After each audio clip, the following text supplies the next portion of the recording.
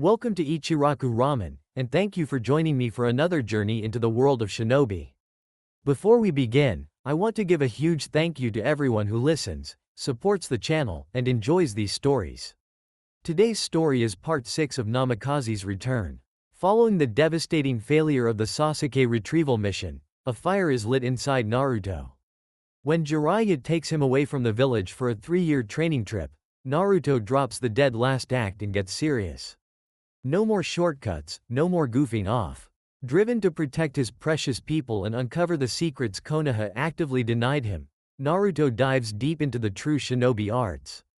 Under Jiraiya's intense guidance, he doesn't just master his chakra, he masters the legendary Hiraishin, flying thunder god. When an overpowered, highly skilled Naruto finally returns to the Leaf Village, the Akatsuki and the rest of the shinobi world won't know what hit them. Lemon's warning. This story contains lemon scenes for mature audiences. This is a fan-made story inspired by the world of Naruto. All characters and the original universe belong to their respective creators. This narration is created for entertainment purposes as part of a transformative storytelling experience. The story itself was written by the Engulfing silence, and full credit goes to the original author. If you would like to read the original version, the link to the story is included in the video description below. If you like my content and want to keep up with future updates, hit that subscribe button and don't forget leave a like if you enjoyed the video. It not only helps me but helps with YouTube algorithm. Now, sit back, relax, and enjoy. Chapter 20. When it rains, it pours. Within the large body of water that surrounded Megakure no Sato, a small toad stuck its head out of the water. This was not so strange. Amphibians of all kinds were often found near or around the water, and considering how much precipitation Megakure received, there were far more toads there than there would be anywhere else. However, while there didn't seem to be anything remarkable about this toad, what it did next would easily be something that stepped out of the bounds of reality. Where if anyone that was not a shinobi had been watching, they undoubtedly would not believe what they were seeing. The toad opened its mouth, almost as if to croak. Before the creature could even make a noise, however, a large hand, followed by an arm, came out. This was soon followed by a head full of white hair, another arm, a body wearing a red and green kabuki outfit, and a set of legs. When the man's body was all of the way out, Jiraiya of the Sennin stood up. Megakure, the man muttered, an unusually somber expression on the man's face. I never wanted to come back here. Megakure was a small, yet highly industrialized hidden village located in an unnamed country. Its architecture was composed of several metallic skyscrapers with road ducts connected to them and mazy power lines surmounting. A number of smaller villages also surrounded Megakure. As its name suggested, it rained almost constantly due to a storm above the village. It was a place that held many bad memories for Jiraiya, memories of several of his many failures, of his loss against Hanzo, the deaths of his 3 students. There was a lot about the village that would haunt the Sennin until he died. Straightening his back, Jiraiya, the Gamma Sennin of Konoha and one of the most powerful men in the world, began making his way into the sprawling village. Pain's head snapped up as he looked out at the falling rain. His eyes narrowed. Pain? Asked Conan, seeing the look on his face. Someone has managed to infiltrate Megakure, Pain said. Conan had to fight hard not to let her eyes widen or her emotions show on her face. She didn't think it was Naruto. He had already infiltrated AIM, and they could see each other via Hiraishin kunai. But that didn't mean she didn't worry. Pain continued on, unmindful of her feelings. Judging by their chakra and the fact that I didn't feel them until they entered suggests they're skilled. Jiraiya unsealed a plain tan traveler's cloak from a seal hidden in his vest pocket. Putting it on, he threw the hood up and walked out from under the small overhang he had used to stay out of the rain. As he wondered where the best place to start gathering information would be, he came upon a little shop with an old lady selling pork buns outside. He grabbed one of the buns off the stove the old lady had them on. Ack! He quickly began tossing the hot bun from one hand to the other in surprise. Though he supposed it shouldn't be, it had been on a stove after all. It was supposed to be hot. When it finally cooled down enough so that he could hold it in one hand, he reached into a pocket with the other and pulled out some money. Ba-chan, I'll take one of these, he said to the old lady, holding the money out to her. Anytime, the old lady said as she took the money. As her hand closed around the Ryo, she eyed him warily. You know, I haven't seen you around here before. You're not from around here, are you? That obvious, huh? Said Jiraiya with a jovial smile and a laugh. Well, I'm actually a writer, you see. I do a lot of traveling for a magazine I write in about regional specialties. Jiraiya gave himself a mental pat on the back at picking this particular persona to adopt when he saw the woman's suspicion melt away and a smile to take her face. As a spy master, he had to always come up with false jobs and such in order to keep suspicion off his back. It helped that he was at least partly telling the truth. He was a writer after all. He took a bite of the food while the old woman spoke. Oh, I see. So, what do you think of my pork buns? They're excellent, Jiraiya commented honestly. They were good. Just like the rumors say, these pork buns are quite amazing. The old woman smiled and nodded.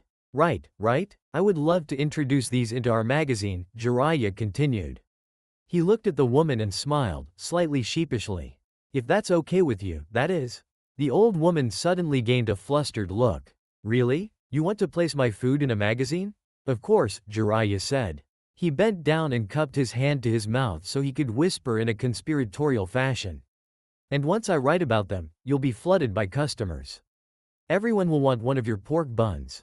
Are really now? The woman looked rather excited by the idea of having so many customers. You would be able to do that? Of course, Jiraiya said.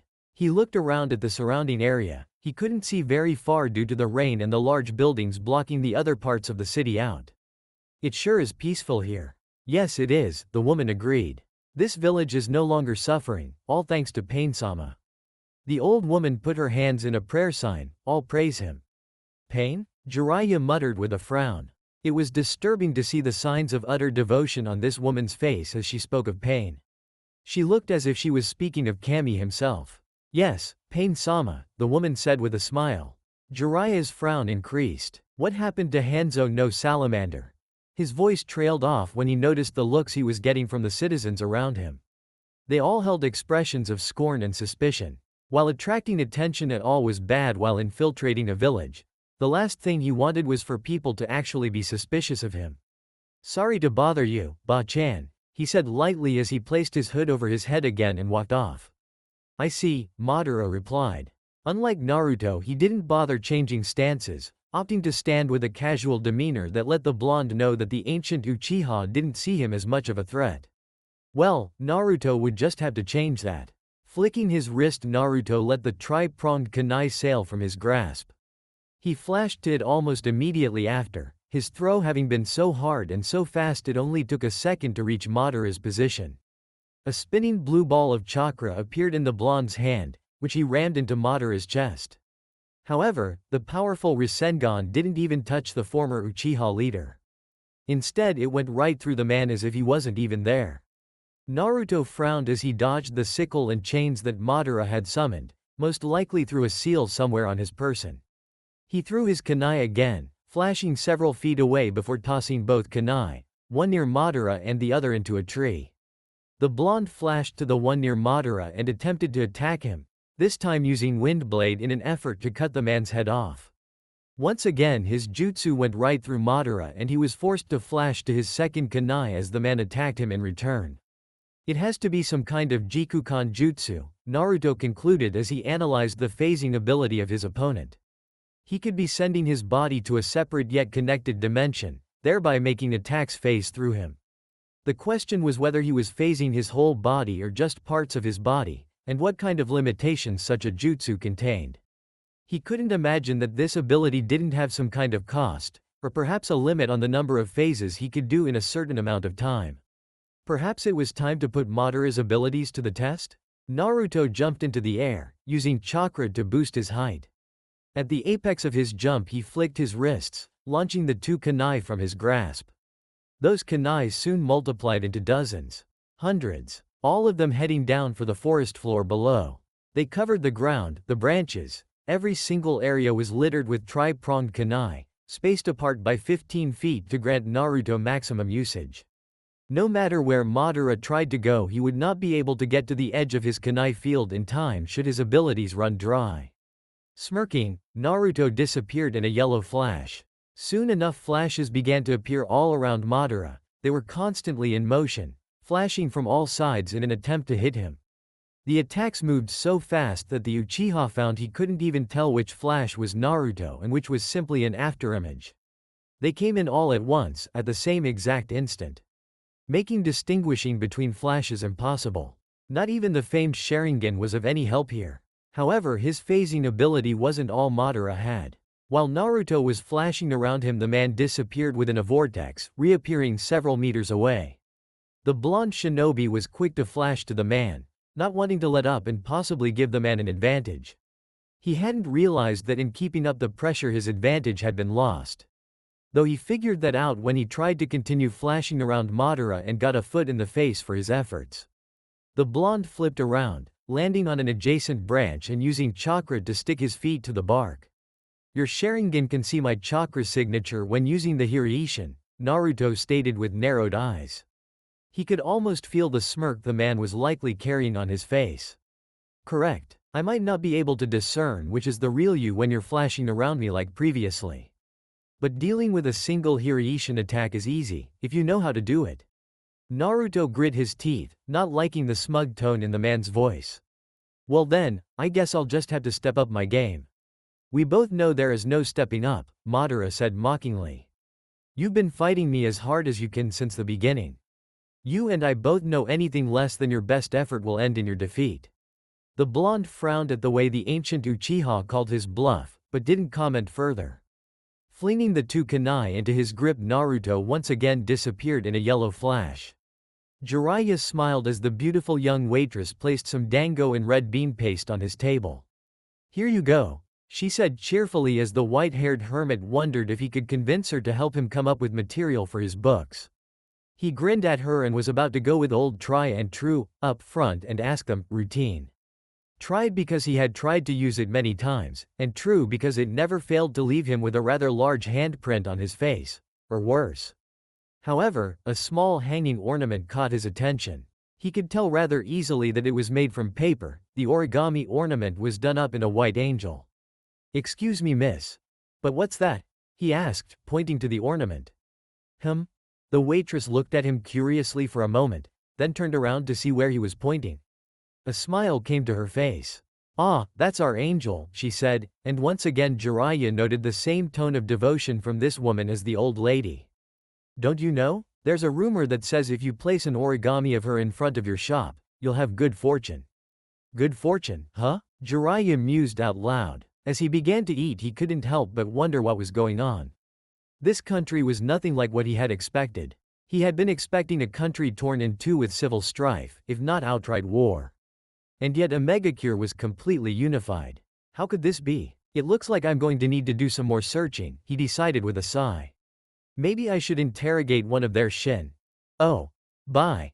His thoughts were derailed as he saw a rather garish pink sign for a brothel that read Come Come Pub War.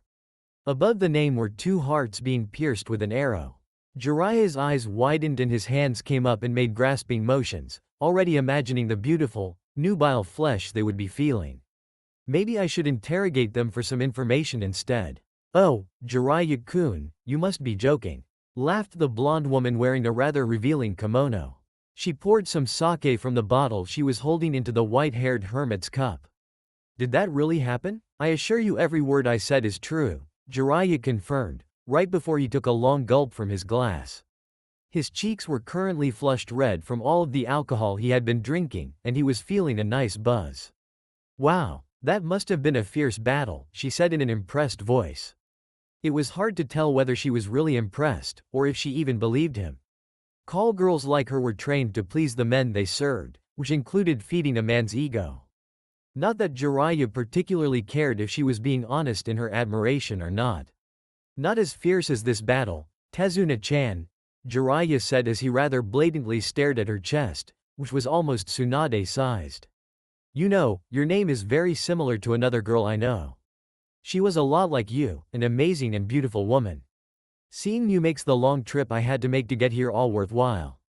Oh, so you're not from around here? Asked Tezuna. No, I had come here seeking work, Jiraiya said. I heard there might be some decent paying work for a mercenary like myself. I believe the person hiring was called Salamander no Hanzo, shish. Tezuna hissed as she placed a finger to her lips. You shouldn't talk about someone like Hanzo here. Why not? Asked Jiraiya, looking rather confused.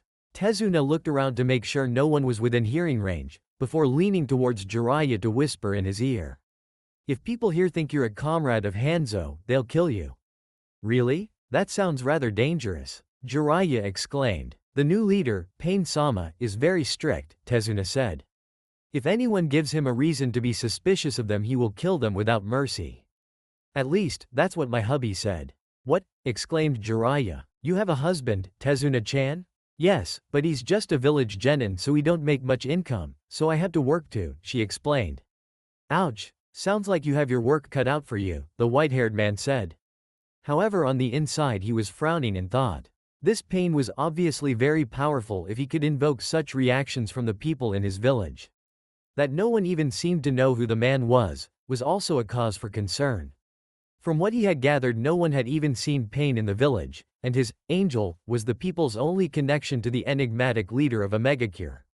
For someone of Jiraiya's caliber, finding such little information on a person was disturbing to say the least. Jiraiya focused his attention on Tezuna some more, asking some general questions about her before asking about Pain. According to my hubby, the rain is falling because of Pain-sama's technique, she told him. With that technique he is able to see what everyone in the village is doing. That kick-started the man's brain. That sounds like a pretty powerful technique, Jiraiya said. It's kind of disturbing that someone could invade another's privacy so thoroughly. Tezuna nodded. That's why it's best to mind our tongues. Tezuna-chan. Tezuna looked up to see one of the workers calling for her. She stood up and bowed to Jiraiya. Forgive me, Jiraiya-kun. I'll be right back. As she walked off, the flush from the alcohol Jiraiya had consumed disappeared, as did his act. His eyes narrowed and thought. If this pawn really has a technique like that, then he already knows I'm here. It's likely he's been watching me from the beginning. That was a disturbing thought. He had believed he had infiltrated the village successfully, but if the man could actually watch him somehow using the rain, then he had been caught the moment it touched him. Naruto grit his teeth as he used the Hiraishin to dodge another of Madara's kamuis. He and the ancient Uchiha had been fighting for nearly half an hour now, and neither had really landed a hit on the other. Naruto had suffered several nicks and cuts that had already healed over thanks to Kyuubi, and Madara's Akatsuki cloak was cut in several places, but that was the extent to the damage either of them had received. In the Shinobi world, combat was fast-paced and brutal. Every second counted because a single second where you're not on your A game is a second in which someone can slip a kunai between your eyes. Most shinobi battles don't last more than 15 minutes, and the longer battles are normally the ones done between genin who don't know more than the basic academy jutsu and have maybe one or two tricks up their sleeve. As ninja progress in rank and ability, the amount of time those battles take lessen. Most battles between jonin level ninja don't take more than 5, maybe 10 minutes at the most, if the two trapped in combat are of equal or similar strength. That was why the battle going on between the two currently in the clearing was so unusual. The battle currently happening between Uzumaki Namikaze Naruto and Uchiha Madara was not only remarkable in just how long they had been fighting, but in the speed with which they fought. The Hiraishin, probably the most famous Jikukan jutsu to ever grace the elemental nations. A jutsu that was made famous for the decimation of somewhere around 1,000 Iwa ninja during the Third Great Shinobi War. A jutsu that Naruto used to replicate that feat during the time he spent in Kiri, helping his fiancée Terumi Mei, the now Godem Mizukage in Kirigakure's civil war. And the space-time abilities of Uchiha Madara, a man whose skill was legendary, and whose prowess in war and the art of combat was unparalleled. A man who was said to only have one equal in Senju Hashirama, the founder of Konohagakure no Sato and leader of the Senju clan. It was a battle where the speed being used by the two was so great that no one else would have been capable of keeping up with it, save maybe the Yondaime Raikage. A battle in which every millisecond could mean the difference between life and death. There was no room for mistakes in combat on this level, and both Naruto and Madara knew that. Futon. Kami Aroshi, wind style. Divine wind from the mountain. Naruto gathered a vast amount of wind chakra into his hands and unleashed it in a powerful vortex that flew towards Madara at insanely high speeds. They would have struck had Madara not gone underground and used his Wake mold jutsu to appear on a tree several meters away. You'll have to do better than that, young Namikaze, Madara taunted. Don't act so superior, Madara, Naruto said with a frown. I may not have hit you, but you haven't done much damage to me either. True, true, I suppose we're in a bit of stalemate then, chuckled Madara. Not for long, Naruto growled as he began gathering lightning chakra into his left and water chakra into his right. Ranten. Suto Ryu no Tama, Storm Release. Storm Dragon Bullet. The blonde shinobi thrust out his hand and launched a condensed ball of water that had electricity crackling inside it. The ball began to morph as it moved, the lightning moving to the front as it took the shape of a dragon head. The crackle of the lightning made the dragon bullet sound like it was roaring at Madara as it crashed into the man. Or at least it seemed to crash into him. Oh my, what a powerful attack, Madara said. Truly, you are a powerful shinobi. Don't patronize me, Madara, Naruto said with narrowed eyes. Oh, but it's so fun. Madara chuckled. That's quite a scary look, Naruto-kun. You really should be more careful with who you glare at. Naruto's lips thinned into a small line. He despised how this man was mocking him even as they battled. It was like Madara didn't even deem him a threat. Using the Hiraishin, Naruto appeared less than 2 feet from Madara, 2 fingers extended outwards and pointing at the Uchiha. Raiden. Gion, a lance of white lightning shot from Naruto's fingertips and pierced through Madara's body. Before the lightning attack even hit, however, the blonde shinobi had already flashed to another seal behind the ancient Uchiha. Ranten. Senku Shikyo, Storm Release. Lightning Death. A white beam with the same diameter of Naruto's finger shot towards Madara, piercing him through the head. Once more Naruto was gone in a flash and reappeared right in front of the Sharingan-wielding ninja. Futon. Shinko Renpa, Wind Release. Serial Waves. Naruto took a deep breath and then exhaled an untold number of wind blades. He moved his head up and down, sending a stream of unending blades through Madara's body just as the 2 other attacks hit. None of them even touched Madara. My, what powerful ninjutsu you have, the Uchiha complimented, though the mocking tone it was in let Naruto know what the red-eyed man really thought. Had I been anyone else, I dare say those attacks would hurt. Damn it, Naruto thought as he flashed away. Nothing I do even seems capable of hitting him. What the hell kind of jutsu is he using to avoid my attacks? Even as skilled as the blonde was in Jikukan jutsu, he could think of nothing that allowed attacks to simply phase through them. It was like the man was a ghost. Well, seeing as how you're done, I believe it's my turn now. Naruto's eye widened as Madara appeared right in front of him, and he was just barely able to dodge kunai that came his way. He attempted to grab the Uchiha by the hand and pull him into a kick. However, all that happened was his hand phased through Madara's wrist and he was sent flying backwards with a kick. Flipping around, Naruto landed on a branch and glared at Madara. He's pretty fast even without manipulating space and time. I need to be ready. Naruto watched as Madara appeared right in front of him again. While the man seemed to have gained quite a bit of speed, it was nothing the blonde couldn't handle and had only surprised him because he had not been expecting it. Naruto flashed behind Madara and launched a wind blade through the man's body. It phased through as always, but the blonde refused to let that bother him.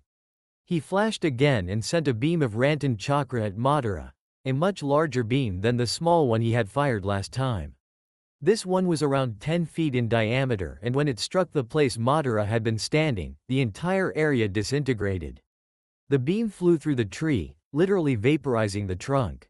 With that part of the trunk gone, the top of the tree had nothing holding it up and it soon fell down to the floor below with a loud crash. Oh my, now that was scary. Nothing I do seems capable of affecting him, Naruto thought with narrowed eyes. Without understanding his jutsu, I can't figure out what weaknesses it has. Damn, Naruto wasn't quite sure what to do in this situation. While he had been in some tough battles, no one had ever pushed him this far, and no one had ever had a technique he couldn't break down and analyze. It was frustrating and made even worse by the fact that the man he was fighting didn't seem to be taking this battle seriously. Maybe I should go for something with a more area-wide affect. The battle soon began to take a step in a new direction as Naruto began using a combination of Hiraishin and powerful ninjutsu to keep Madara from doing much more than letting the attacks phase through him. It was the only weakness he had really discerned. Madara could only move so much when using his phase ability. Naruto didn't know why, but he wasn't going to look a gift horse in the mouth. While the battle was going on, the blonde ninja began releasing more and more of his chakra into the atmosphere. An act which did not go unnoticed by Madara. What's this? The ancient Uchiha wondered as he watched the boy saturate the surrounding area with his chakra. What is he up to? Almost done, Naruto said to himself. Overhead the sky began to darken. Rain started pouring down and lightning could be heard within the storm clouds that had suddenly formed overhead. Naruto's eyes began to take on a fierce blue glow. Lightning crackled inside of them as he began gathering more and more chakra. You should have taken me more seriously, Madara, Naruto said in a tone that quite literally oozed with power. It was as if the chakra he had gathered was so massive it affected his tone of voice and speech. Now you're going to regret it. Madara watched curiously as Naruto jumped into the air, and stayed there. What? A shocked Madara thought as the blonde shinobi continued floating in the air, his hands raised over his head as if attempting to make an appeal to Kami. There was a pulse of chakra, so thick and powerful it was visible even without the Sharingan. It spread out across the area, pushing out exactly 2 kilometers before stopping and creating a light blue dome that encompassed the area ground below and the storm clouds above Naruto. Great hail stones ranging from the size of pebbles to that of large boulders began crashing into the clearing. Dozens of trees were hit with these mammoth-sized stones, which tore through them like a scythe tore through wheat. The wind began to pick up, growing into a fierce hurricane-like storm in less than a second. Trees were whipped every which way as the wind lashed out at them. Cuts began appearing on the bark as the wind began taking on a sharp quality. Then, as if the gods themselves had decided to try and smite Madara, 4 large tornadoes came crashing down into the clearing. They tore up the land, gouging out deep craters of earth and stone, which was then funneled into the tornadoes and swirled around them in motion with the wind. The attack, which many would only believe was an act of nature, was awe-inspiring in its power and fury. Then the lightning came down. It crashed into the clearing, tearing the world asunder and sending a massive shock wave through the earth. Where the lightning struck, sparks would cascade across the land in all directions, consuming and destroying everything in their path. With a scream that seemed to shake the very heavens themselves, Naruto let out the rest of the chakra he had been gathering. The entire world became blinded in a flash of white light. Pain stood on the open balcony, letting the rain hit him as it fell. His eyes roamed over the village. Konan, when I stop the downpour, I want you to use your ability to stop the intruder. Konan did her best to still her fast-beating heart and nodded. Leave it to me. Pain ran through several hand seals and began releasing his chakra. It's done. Right. Jiraiya almost smiled as he saw the genin he was waiting for walk into the bar he had built using a transformation toad. When Tezuna had left, he had taken the opportunity to follow her and discovered her husband was coming back from a mission of some kind. Since he had not had any luck in getting the kind of information he had wanted from civilians, he decided the best way was to get information from a Megacure shinobi.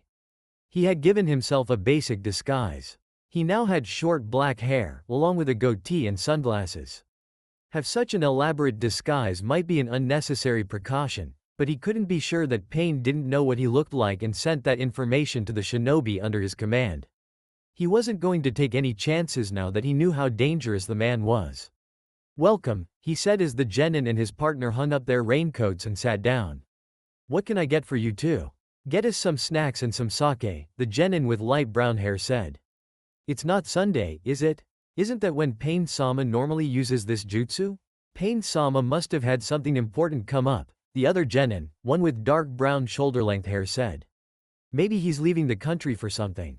But it's never rained this much on other days of the week, said the man that Jiraiya had decided to call Spiky. The other genin, who had just been dubbed Scraggly by Jiraiya, shrugged.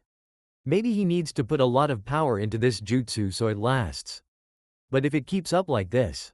Oi, watch your mouth, the Scraggly genin said angrily. Pain-sama is working constantly for everyone in the village. Just bear with it for a while. Yeah, I guess you're right, the spiky-haired genin replied. He then looked over at the disguised Jiraiya and frowned. Why haven't you made us anything yet? Sorry, it just takes some time to prepare, Jiraiya said. You see, this is our grand opening today, so I've got a special, grand opening, service today. Really? Exclaimed an excited Scraggly. What kind of service is it? The Club Frog's special torture service. At these words a puff of smoke enveloped Jiraiya and he was returned to his normal spiky white-haired form. The two genin quickly leapt to their feet, but before they could do anything the pair was engulfed in a large cloud of smoke. Screams soon echoed from inside the bar, which began to morph and shrink until it turned into a small toad. The toad quickly hopped into the surrounding lake where no one would be able to find it as Jiraiya began to interrogate the two genin. The attack done by Naruto had not gone unnoticed. The entire team that Tsunade had put together had all stopped to look at what could only be a contained version of Armageddon. "What the hell is that?" shouted Kiba. "I don't know," Hinata mumbled with wide eyes. "I can't use my Byakugan on that, there's so much chakra I'd go blind if I did. My Kikuchu tell me that's all Naruto's chakra creating that attack," Shino said. Truly attack did not do the massive done of well-contained annihilation justice, but there wasn't anything else the Aburame could think of to call it. "You're telling me that's all Naruto?"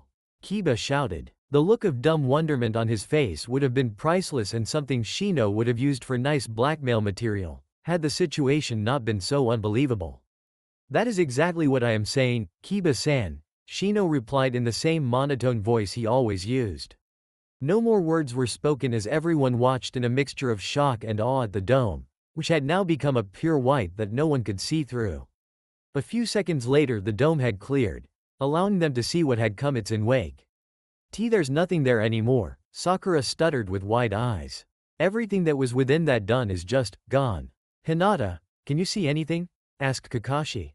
Hinata tried activating her Byakugan, only to gasp in pain and turn them off a second later.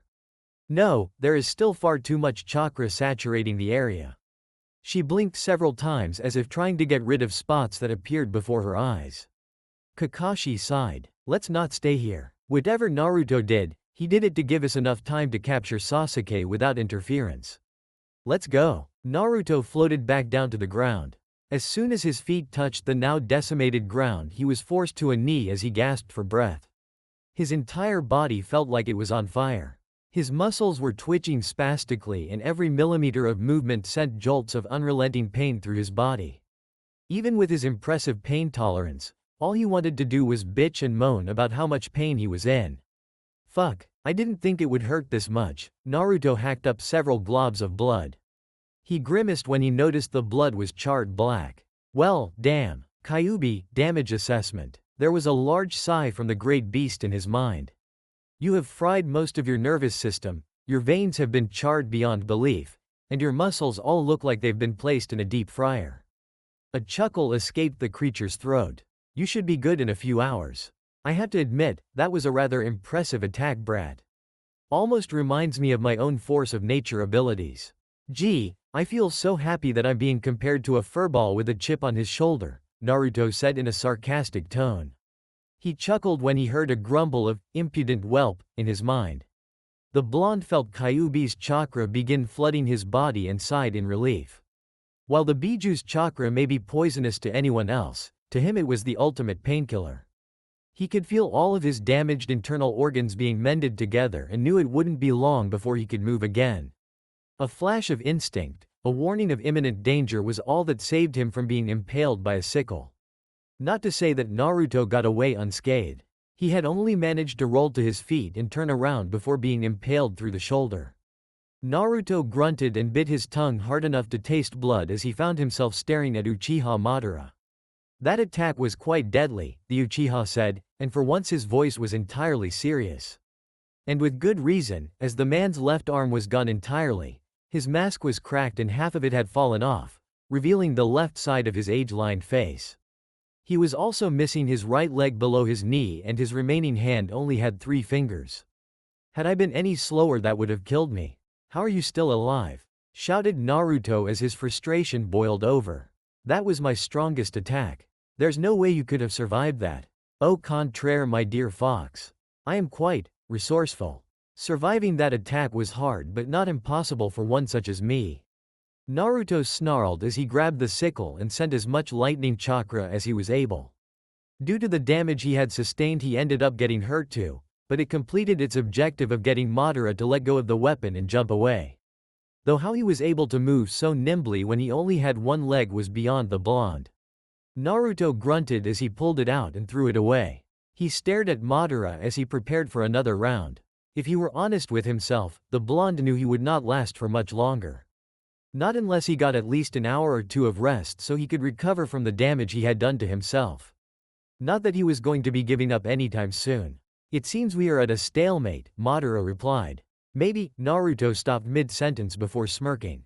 Actually Madara, it seems I'm going to need to reschedule our little playmate for another day. I've got to go. You know how it is, places to go, people to see. But don't worry, I'm sure we'll meet each other again real soon.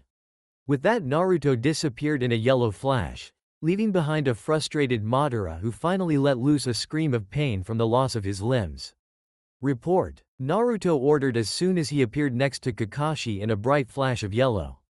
He didn't let anyone see just how much it hurt to even speak. We have Sasuke, Kakashi said, holding up the prisoner transportation scroll. As well as the corpse of Itachi. So Sasuke won? Naruto already knew Sasuke would win. Itachi had not gone to meet his younger brother to kill him, but to sacrifice himself to him. But he had to keep up appearances, for now. Yes, when we got there Itachi was dead and Sasuke was unconscious, Kakashi said with a nod. It looked like they had both been through one hell of a battle. The one-eyed man then looked the blonde up and down. Though I don't think either of them were as beat up as you. Naruto would have chuckled had doing so not hurt so much. Yeah well, that Tobi character was harder than I thought. I'm sure, that must be why you destroyed 2 kilometers of forest, Kakashi said with an eye smile. It was, Naruto replied, he didn't have the strength to rise to Kakashi's bait right now. It looks like our mission is complete so let's head to Konoha.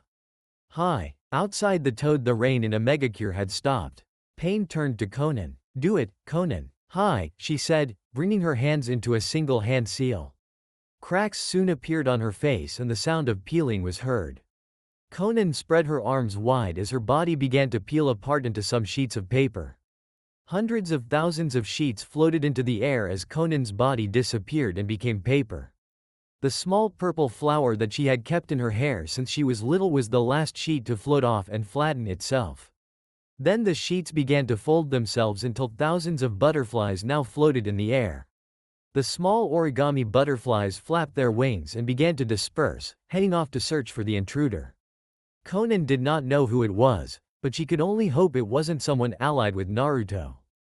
Jiraiya frowned as he walked down one of the many streets in Aim, thinking about what he had learned from interrogating the low-level genin. It seemed no one really knew much if anything about pain. All they had was rumors and hearsay. No one even knew what he looked like, and some thought rumor of pain's existence as just a myth.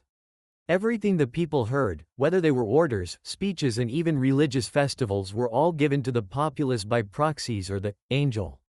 Because this, Jiraiya couldn't even tell if pain existed, or whether he was simply a front for the true person acting behind the scenes.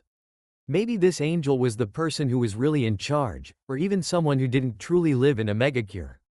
Unfortunately, all he had to go on was what he knew, and that wasn't much. Even more disturbing was that he had heard the civil war that had supposedly been going on had been over for over a decade. Even worse was the rumor that Pain had crushed a megacure all by himself, including Salamander no Hanzo, a man who was said to be just as and maybe even more powerful than Sarutobi Hiraishin had been in his prime. That was another thing Jiraiya had trouble grasping. Hanzo was a legend for his prowess on the battlefield. He had even been the one to defeat Jiraiya, Orochimaru and Tsunade and had given them the title of Sannin. Even more concerning was the knowledge that Hanzo had become extremely paranoid during the later years after the war. From what the genin had said, Hanzo had always been surrounded by an elite unit of guards to protect him at all times, and even children were searched for weapons when he went out. That anyone could defeat not only a Megacure's forces, but Hanzo all by themselves was a frightening prospect. However, that wasn't even the worst thing he had learned about Pain. No, the worst was the man was not only powerful, but completely merciless as well. He had killed not just Hanzo, but Hanzo's parents, his wife, his child, distant relatives. Anyone even remotely related to or allied with Hanzo was killed.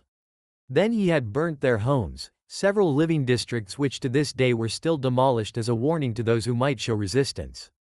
Jiraiya knew now that the only way to get anywhere was to find this pawn and fight them himself. As he entered a new road, his eyes widened as he saw several hundred sheets of paper flying at him. Despite being surprised, however, he wasn't an S-ranked ninja for nothing and reacted so quickly that no one would have known otherwise. His hands went through several seals in less than a second and blew out a large fire bullet. Kaiten. Enden. Konan was forced to move back as the fire bullet flew towards her. She reached the end of the road and backed up against the wall as the bullet exploded in front of her. The fire and smoke caused from the technique cleared a second later to reveal she was completely unharmed, and a large paper wall had blocked the attack. I came here looking for pain, and instead I end up finding you. Jiraiya smirked at the beautiful blue-haired woman. Not only have your techniques improved, but you've turned into one hell of a woman, Konan. Konan said nothing as she stared at the man who had been her sensei, and was the current sensei of her lover. She had been surprised when she first saw that their intruder was none other than Jiraiya. Though she supposed she shouldn't be. Jiraiya had a spy network almost as vast as Madara's. It was a reasonable assumption that a Megakure would eventually become suspect for holding Akatsuki. One thing Konan knew was that they were now in a bad way. The whole reason she and Naruto had agreed not to inform Jiraiya was because they both knew he would come looking for Nagato if he found out they were alive. But Nagato was no longer the man he once was, he was now Pain. A man who had lost his heart long ago and could no longer see that his goals had shifted from bringing peace to revenge. Jiraiya was unaware of her thoughts as he began speaking again. I thought you were dead, but instead, you're just a bunch of paper. So, I'm going to go out on a limb and say that you're this angel people keep talking about. When Konan still said nothing, Jiraiya grunted. So who is Pain? That's none of your business, sensei, Konan said as she played her part and began floating in the air. Jiraiya tensed, wondering if he was about to have a fight on his hands. He woman who only had half a body at the moment floated up higher into the air and several thousand sheets of paper began forming out of her back, creating two large angel wings. So, that's supposed to make you an angel? Asked Jiraiya with narrowed eyes. Doesn't look like much. Does that shape bring you any benefits? Konan said nothing, however she did begin launching several thousand paper shuriken at him. Jiraiya reacted quickly and began blowing out a stream of fire to counter her attack. As the two tried to overpower each other, Konan slipped a sheet of paper behind Jiraiya and stuck it on his shoulder. The white-haired Sennin's eyes widened as he felt something slap on his shoulder. Thinking it was a paper bomb, he peeled it off quick and was just about to throw it away when his eyes caught sight of it. They widened as he saw that it wasn't a paper bomb, but a message. What the hell do you think you're doing here, sensei? Jiraiya blinked in surprise, and it was only his instincts which managed to keep him from getting impaled by more paper shuriken. Or was it? These shuriken aren't getting close to hitting me, he realized with a frown.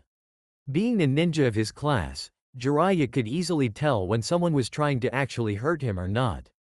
And he could tell that Konan was trying very hard to make it look like she was trying to kill him, but she actually wasn't. It was like she was putting on a show for someone else's benefit. What was going on here? Deciding to play along for now, Jiraiya blew out several dozen large fireballs that sailed towards Konan. At the same time, he slipped the sheet of paper in between the fireballs, having used the split second to scrawl a quick message using his chakra. Konan caught the message on one of her wings and discreetly read it. I'm looking for information on Akatsuki. I didn't expect to see you here. You've grown quite beautiful, my dear. Konan didn't know whether to scowl or smirk.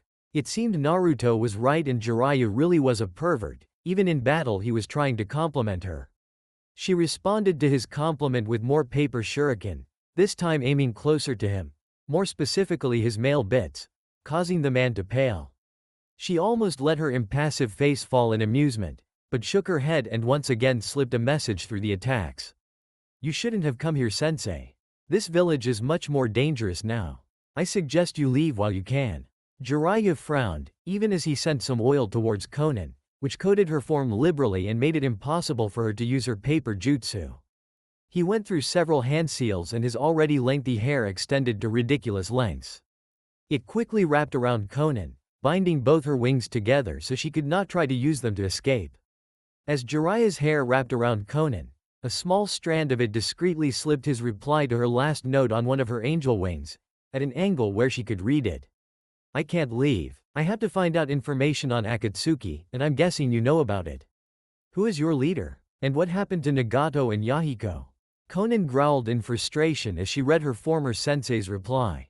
This man was going to make it incredibly hard to get him out alive. She wasn't really sure what to do. Neither she nor Naruto had planned for Jiraiya coming here to look for information. They both knew it had been a possibility, but had assumed that the man wouldn't do anything for a few more years. And by that time they had hoped Akatsuki would be defeated. She was just about to use one of the more powerful jutsu Naruto had taught to her, what he called an ace in the hole jutsu. Her lover had not wanted her to rely on just her paper jutsu, feeling that paper was too easy to counter once someone realized its weakness. Thus he had taught her 5 jutsu from each element, and 5 non-elemental jutsu. She was preparing to use one of the wind jutsu he had taught her, when a familiar voice made her freeze. It's been a long time, Jiraiya-sensei. Konan's eyes widened as Pain appeared crouched on a cliff of metal pipes several dozen feet away. Damn it, I thought I had more time. She thought to herself. With Pain here things were going to swiftly go downhill. Even using just one of his paths he could defeat her, and while Jiraiya may be able to beat one, this particular path was extremely difficult to face in combat. Mainly because it was damn near impossible to actually fight it up close. Considering the situation she was now in, it was a wonder she could still keep most of her impassive mask on. Jiraiya looked at Nagato, for that was the only person it could be. He had long orange hair in a ponytail, with one bang parting off to the left in a style reminiscent of Naruto's friend Ino. He had several stud piercings along his jaw and neck, and 2 on each of his cheeks, which were connected by a thin strand of metal that went through his nose. He was wearing the traditional Akatsuki robes. Narrowing his eyes, Jiraiya said, "Your appearance has changed quite a bit. But I still remember those eyes." He remembered the very first time he saw those eyes, the legendary Rinnegan, back when he had been training the 3 AIM orphans. Nagato and Yahiko had been attacked while he was away. When he returned, the ninja were dead and Nagato was in a state of shock and had gained the most legendary of all dojutsu. "So you are the one they call Pain, Nagato. It seems you didn't grow up as I had expected. What happened to you?" "You don't need to know that," Pain said. "You're just an outsider, after all." Jiraiya frowned. "It seems you've changed, Nagato." Pain clapped his hands together. Kuchiyose no jutsu. A large summoning seal away spread out on the pipe wall behind Pain. There was a large burst of smoke, and a large crab-like creature scuttled out. Jiraiya's eyes widened as it stopped at the ledge and shot out a foamy substance from its mouth. Konan let it overtake her, knowing that at the moment she would be no good.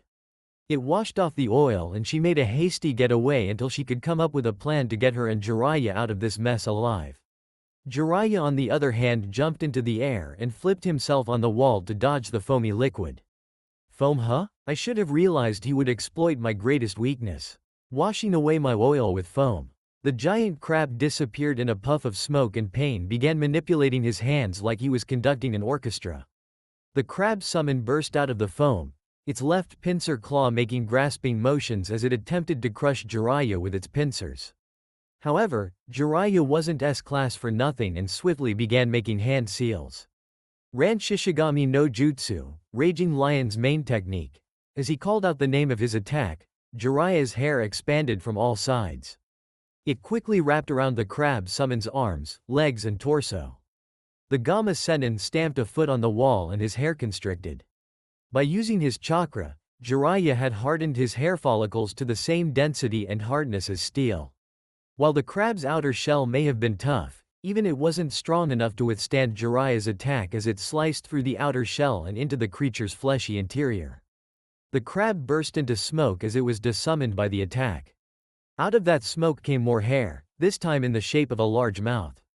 It crashed into Pain and slammed the path against the wall. The amount of force the attack generated caused the pipes to bend out and the wall to crack. Konan watched overhead, the only sign that she was worried being the way her teeth bit her lower lip. Jiraiya flexed his chakra and the hair began to recede slightly, enough that he could now see Nagato inside of his grip. "Nagato, I have a few questions I want to ask you," he said in a tone that suggested he wasn't talking no for an answer. "What happened to Yahiko?" Konan winced at the memory the boy's name brought. She shook her head however and quickly replaced it with the memory of the man who was very similar to the bright and excitable boy. She looked over at Pain, whose face was impassive as always. "Ah, I do recall someone by that name, yes," Pain replied. The tone in his voice suggesting he didn't care about the name, causing Jiraiya to grunt angrily. "He died a long time ago." "What, he died?" Jiraiya nearly joked. He looked at his old apprentice and frowned. "What happened to you, Nagato? Your old self would have never been so callous." "Happened? Nothing happened," Pain said without inflection.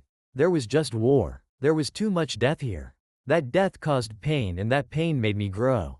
"What the hell are you talking about?" "Through pain, even a foolish child will grow up," Pain continued. "Through pain, words and thoughts are controlled too." Jiraiya scowled. "Are you saying that casting aside feelings for your friend makes you a man?" "Sensei," Pain said chidingly. "You are still a man. But caught within infinite pain, I transcended humanity." "What?" Jiraiya said in a harsh whisper. "That's right," Pain said. "I went from being a man to a god. By becoming a god, my words and thoughts become the laws of nature." "Sensei, you are still just a man. Trying to comprehend my words is meaningless. As a god, I now comprehend that which I could not as a man. And because I am a god, I can understand that which was previously incomprehensible. Simply put, I've evolved beyond man." Conan had heard Pain say things like this hundreds of times before.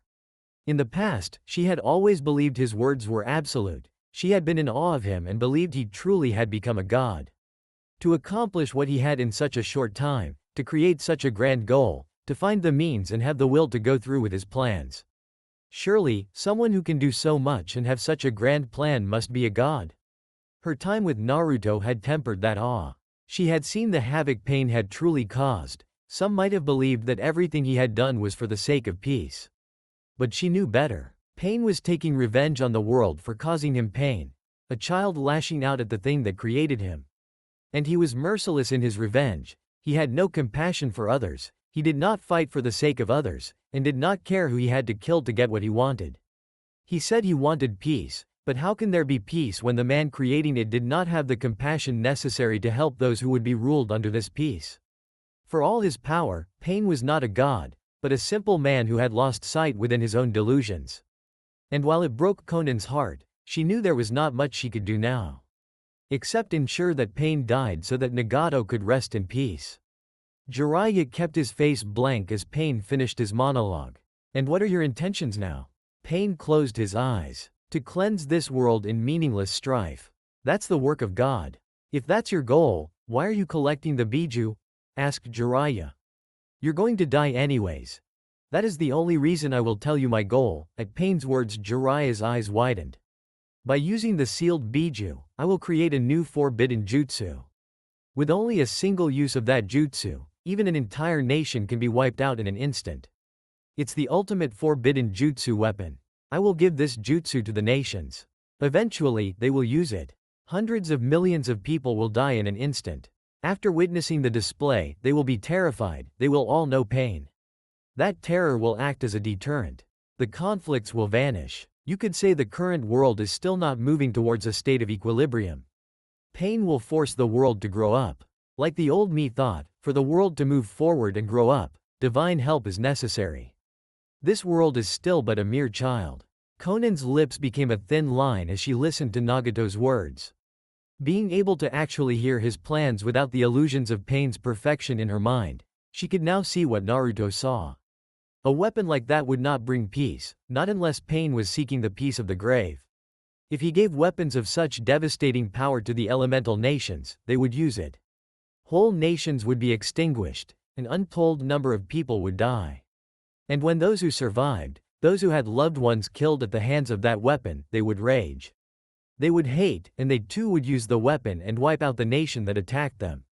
The hatred would spread, as more and more nations used the weapon to destroy their enemies in revenge.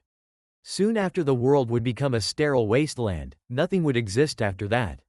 There would be no war, but there would be no one left to enjoy the peace Pain's weapon brought. Apparently, Jiraiya thought the same thing as well, because he actually began to laugh. You think that by destroying the world, you'll make it grow faster? That is the lamest, most idiotic thing I've ever heard. You won't be making anything grow. You'll just kill this world and everyone in it. I guess in a way you'll create peace. If the peace of the grave is what you're looking for. Pain just shook his head. You just can't understand, sensei. You are still just a regular human. And that's how I know I'm right. Jiraiya shot back. Because unlike you, mister, I've transcended humanity. I still am human, and as a human I understand other humans. You create that weapon, people will use it, and when the few people who see that weapon used, and realize that their loved ones are dead, they will grow terrified and angry, and then they will use that weapon in retaliation. As more and more people use the weapon, they will destroy the world, leaving it nothing more than a graveyard. You're a fool, Nagato. That's what you are, and I'm ashamed of how you've become. Pain's eyes narrowed. It matters not what you think. Only my will, the will of God matters.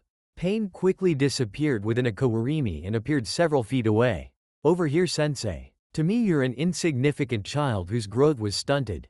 Another summon? Jiraiya said as he saw Pain standing atop a massive chameleon. I have to admit, hearing a kid like you telling me that I and the world need to grow up. It's rather funny coming from a brat like you. You say you're God, but I'm no longer a human either. He said as he made hand seals for his own summoning jutsu. The smoke amassed around him. Flooded by anger, I cried tears of blood. The Gamma Sennin of the legendary Sannin. The Gamma Yukai of Mount Mayuboku. The great Jiraiya-sama. His speech was cut off as he fell face first onto the surface he had been standing on. Still floating in the skies above until she could come up with a way to get Jiraiya out of this fucked up situation alive. Without revealing her position as a spy, Konan felt like face palming as she saw Jiraiya fall flat on his face. And this is the man who trained Naruto-kun and I, she thought lamentingly. You really haven't grown up at all, have you? Pain said with disdain. You're still just as clumsy and childish as ever. Jiraiya pushed himself up until he was on his hands and knees. Damn it, Gameken-san, don't move around so much when I'm striking my pose. The massive toad had clothing on that was very similar to Gamabunta except his was magenta in color. He had horns on his head, black markings going down his face, and he held two objects in each hand, a shield in one and a sasamata in the other. Don't blame me. It's your fault you tripped over your own feet like a clumsy idiot. No respect. Jiraiya muttered as he rubbed his face. Soon Pain and his massive chameleon came charging forward. We won't be able to go easy in this fight. We'll need to use everything we have on this guy right from the start. I'm going to use Sennin mode for this. Gameken looked up at the summoner on his head in shock. What? Jiraiya, are you really going to use that so soon? Is this guy really that powerful? He's likely gonna be one of the toughest opponents we'll ever face. Jiraiya said, that's why I'm summoning the two great sage toads. Though it's going to take a while before I can gather the chakra to do so. I won't be able to split my hands during that time. I'm going to need you to buy me some time. Think you can do that? Gameken nodded. You've got it, Jiraiya. I'm not that strong, but I'll give you my best. In the skies above, Konan watched as the battle began to progress. She had to admit, despite being much older now and still acting like a complete fool, Jiraiya was still a very powerful ninja and seemed capable of holding his own against most opponents. Were he facing her, Konan had no doubt she would not be able to win. However, it was becoming obvious to her that Pain was on a whole other level. It was going to take considerable skill just for him to make it out alive. Jiraiya watched as Nagato and the chameleon summon disappeared. His eyes narrowed. I wonder where the hell he found this summon. Gameken-san, it looks like we're going to need to use that barrier jutsu to find him. Right, it looks like we're in for a tough battle, Gameken said. It seemed that Pain had figured out his plan, however, since he switched out his chameleon summons with a three-headed dog that went on the attack as soon as it appeared. Jiraiya had to channel more chakra to his feet to keep from falling off as Gameken began jumping and dodging the attacks. Through some fancy footwork on Gamaken's part, they managed to pin the dog to the wall via stabbing it with the giant toad's sasamata. Jiraiya cheered. I don't know why you keep dissing yourself, Gameken-san. You're actually pretty good. Whatever celebration Jiraiya might have done was cut short as the three-headed dog somehow managed to split itself into three more dogs. What the hell? He yelled, only to watch in growing horror as the dogs split even further, becoming 6 dogs. Now that's just not fair. Gameken soon began to battle with the now 6 one-headed dogs, jumping around as he used his sasamata and shield to fight them off as he jumped from wall to wall. He managed to bat most of the dog summons away, however one managed to get through. The dog hit Gameken and sent him flying through the wall. "Are you alright, Gameken-san?" asked Jiraiya as his summon managed to hang onto one of the poles. "Think you can move without jostling me so much?" "I'll try my best," Gameken said. "That's all I can ask for." Jiraiya frowned as he looked at the now dozen-headed dog, the former dogs having melded together. "I really have no clue what we're dealing with here. I wonder if these dogs are bound to some kind of self-replicating summoning technique? Either way, I think we should get out of here for now." The pole Gameken was holding began to loosen and fall. "Let's fight them in a location of our choosing, right?" Gameken leapt away as soon as he hit the ground, heading off as the dog split one of its heads and went off after them. As they were running, Jiraiya's eyes widened as he caught sight of a still camouflaged Nagato hanging off a wall. Unfortunately, he could do anything due to the dog chasing after him. Gameken moved quickly, luring the dogs into a place of their choosing. They soon managed to lure the dogs into a dead end. Jiraiya smirked. "Well, it looks like we're trapped, Gameken-san." He eyed the dogs as they prepared to attack. "They'll likely try and split up again, so get ready." The dogs did split up, making an attempt to attack Jiraiya and Gameken from all angles.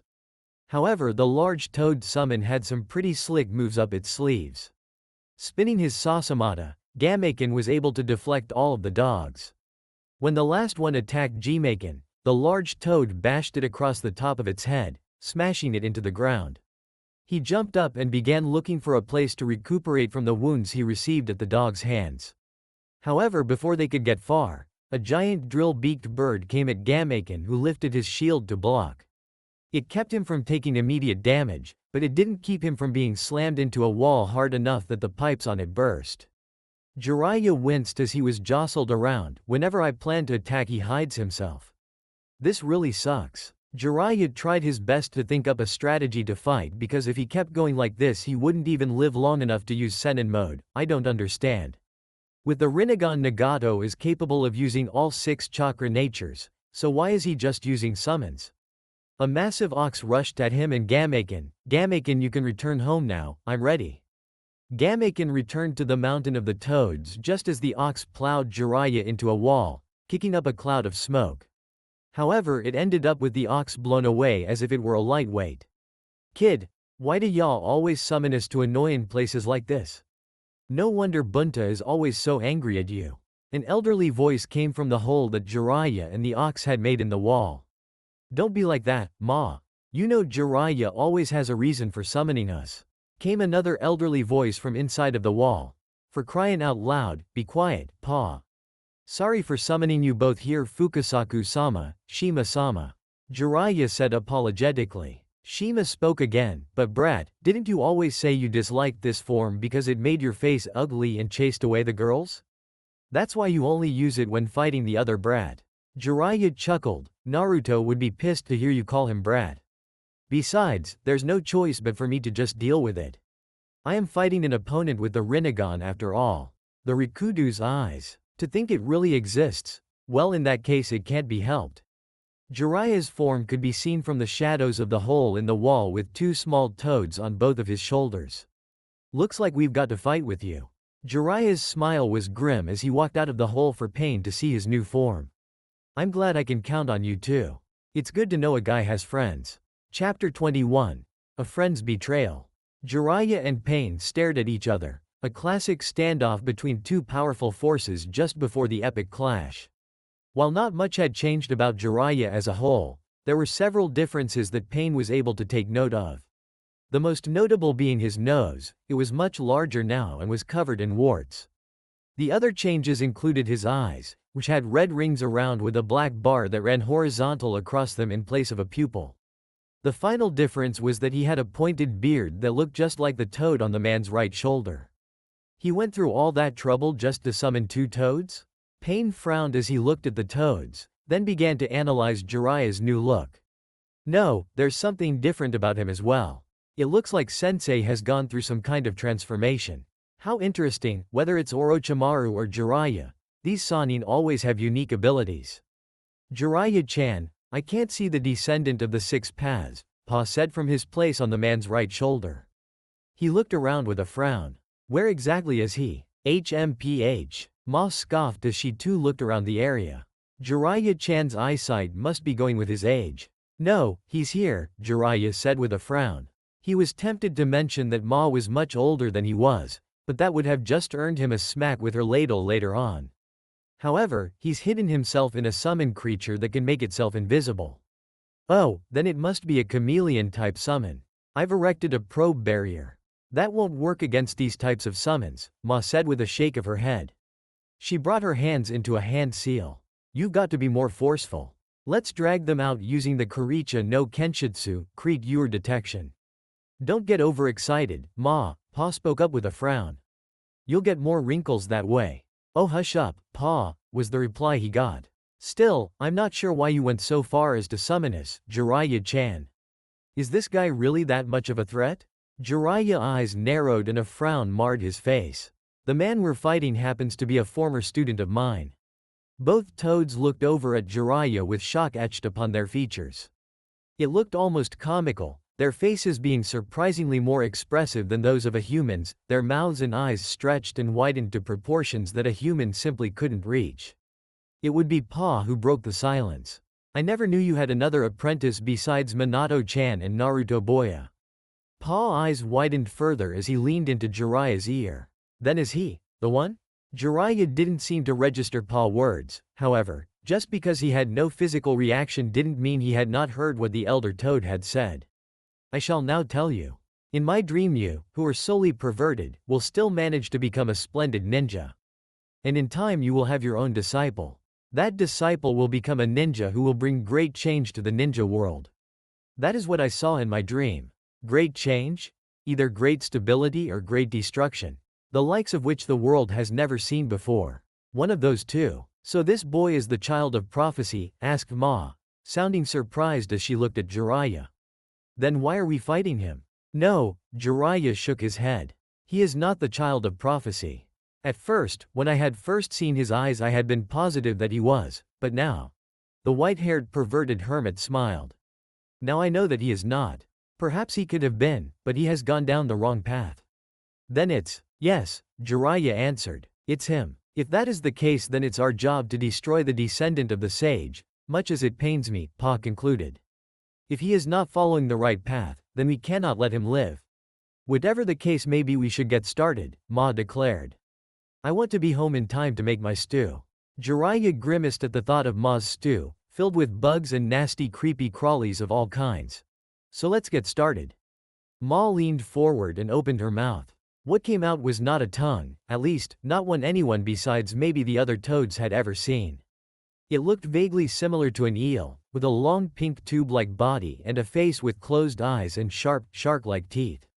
The difference between this thing, creature, and an eel were both its color, a light pink that was very much the color of a tongue, and the wart-like protrusions that ran along its body. It slithered out of Ma's mouth, growing longer by the second. When it reached a length of 3 or so feet, it began to sniff around, nostrils flaring in its attempt to track the summoned chameleon by scent.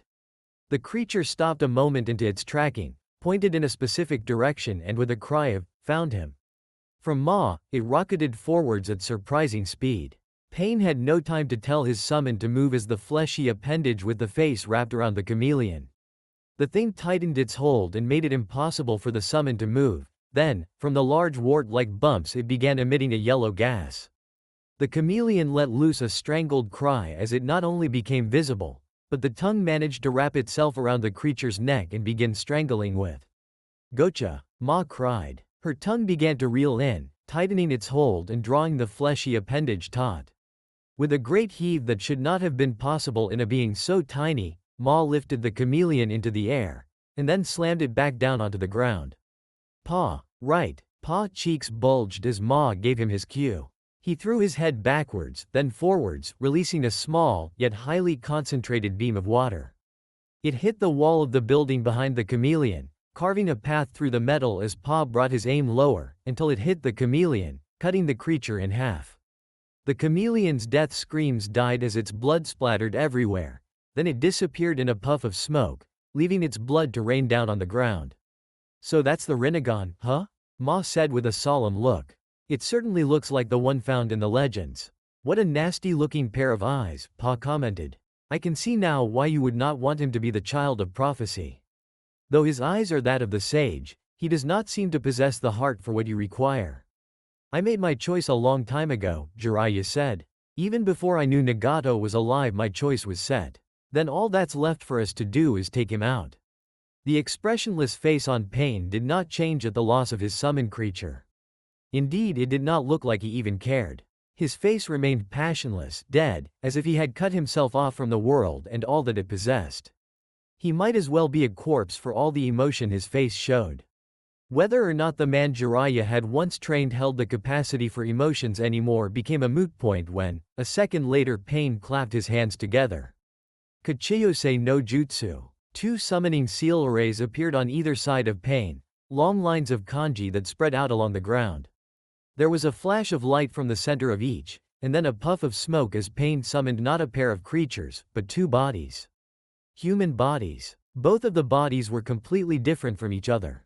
The one on Pain's left was fat, with 2 piercings moving vertically across the bridge of his nose, a spiky piercing on each cheek, and a strange rod-like piercing that went through his ears and stuck themselves in the side of his face. Along with his piercings, the man had an odd spiky beard just under his lower lip, and Rinnegan eyes. The other man was skinny, especially when compared to the fat one. He had lines going down his eyes, and 2 piercings on each cheek, along with 2 more on his chin and 1 barbell piercing on his nose. Like the other human that had been summoned, this one had a pair of Rinnegan eyes. Jiraiya frowned in confusion as he eyed the 3 Rinnegan bearers. I don't understand. How can there be 3 Rinnegan users? Is this some kind of special jutsu? The more he thought about the situation, the less sense it made. The Rinnegan was a near mythological dojutsu. Jiraiya had considered himself lucky to even see it once. Yet here he was, looking at 3 people who all bore the Rinnegan. This has to be his technique, which means there's some kind of trick to it. This is getting bothersome, Ma complained as she looked at the 3 men before them. I had been hoping to finish this quickly. I was making dinner, you know. Focus, Ma, Pa snapped. We can't be getting all whimsical when we have an enemy that needs to face standing before us. However, Ma seemed to get irate at being reprimanded. What was that, Pa? Jiraiya quickly headed off any argument the 2 might get by saying, Now you two. You can have your lovers squabble later. Right now we have to focus on beating this guy. It's time we made our move. I hope you know I'm getting you back for that lovers squabble comment, Ma said, making Jiraiya pale. However, you are right. We should get rid of this guy before we do anything else. Alright then, from this moment on, let Sage Jutsu prevail. Look to the skies above, upon halos and heavenly canopies. Jiraiya the gallant, crack. Quit yakking in my ears. Came the shout from the 2 toads as they smashed their fists into Jiraiya's face. Both of the man's cheeks were smashed together. Squishing and conforming, they forced the white-haired Gamma Senin's face to take on the general shape of a fish, with puffed-out lips that flapped and gaped, a squished cheeks and wide eyes. Jiraiya felt like crying as his posturing was once again interrupted, this time by his own companions. Is it too much to ask that they allow me to enjoy the small pleasures I can derive in a life-and-death situation? He asked himself lamentingly. He had put all that effort into making the most awesome and heroic poses for occasions like this. Why couldn't they just let him have his fun? No one appreciated him. Let's just get this over with. Ma decided to turn back to the task at hand. Namely, kicking the ass of 3 Rinnegan users. I want to finish this guy off and be home in time to finish dinner. Ma, this guy's a Rinnegan user, Pa said, glaring over at the toad on Jiraiya's left shoulder. Dealing with him is far more important than dinner. We're facing the ultimate ocular jutsu, you need to stay alert. Shut up, Pa, I don't care what kind of jutsu he has. Don't belittle a housewife's dilemma of what she should cook every day, you old geezer. How dare you use such a tone with me? I'm just looking out for you. I don't need looking out for. If anyone needs to be looked after, it's you. Jiraiya sighed as the 2 toads began yelling at each other from their perch on his shoulder. Not even a second ago they were complaining about me yelling into their ears. He sighed at the hypocritical pair, not that they even heard it over their bickering. I'm beginning to wonder if I might have been better off on my own. While the pair of toads bickered and Jiraiya lamented, Pain had decided he was done waiting for the battle to begin. He sent the human path to attack. The reanimated human corpse launched itself forward at an impressive speed, easily surpassing those of Maida Guy with his weights off. In spite of this, the path stood no chance as Jiraiya literally seemed to disappear and reappear within a second flat. By the time the path was just a little over a quarter of the way to Jiraiya, the white-haired sage had reappeared directly in front of the path and launched a deadly kick that caught it flush in the face.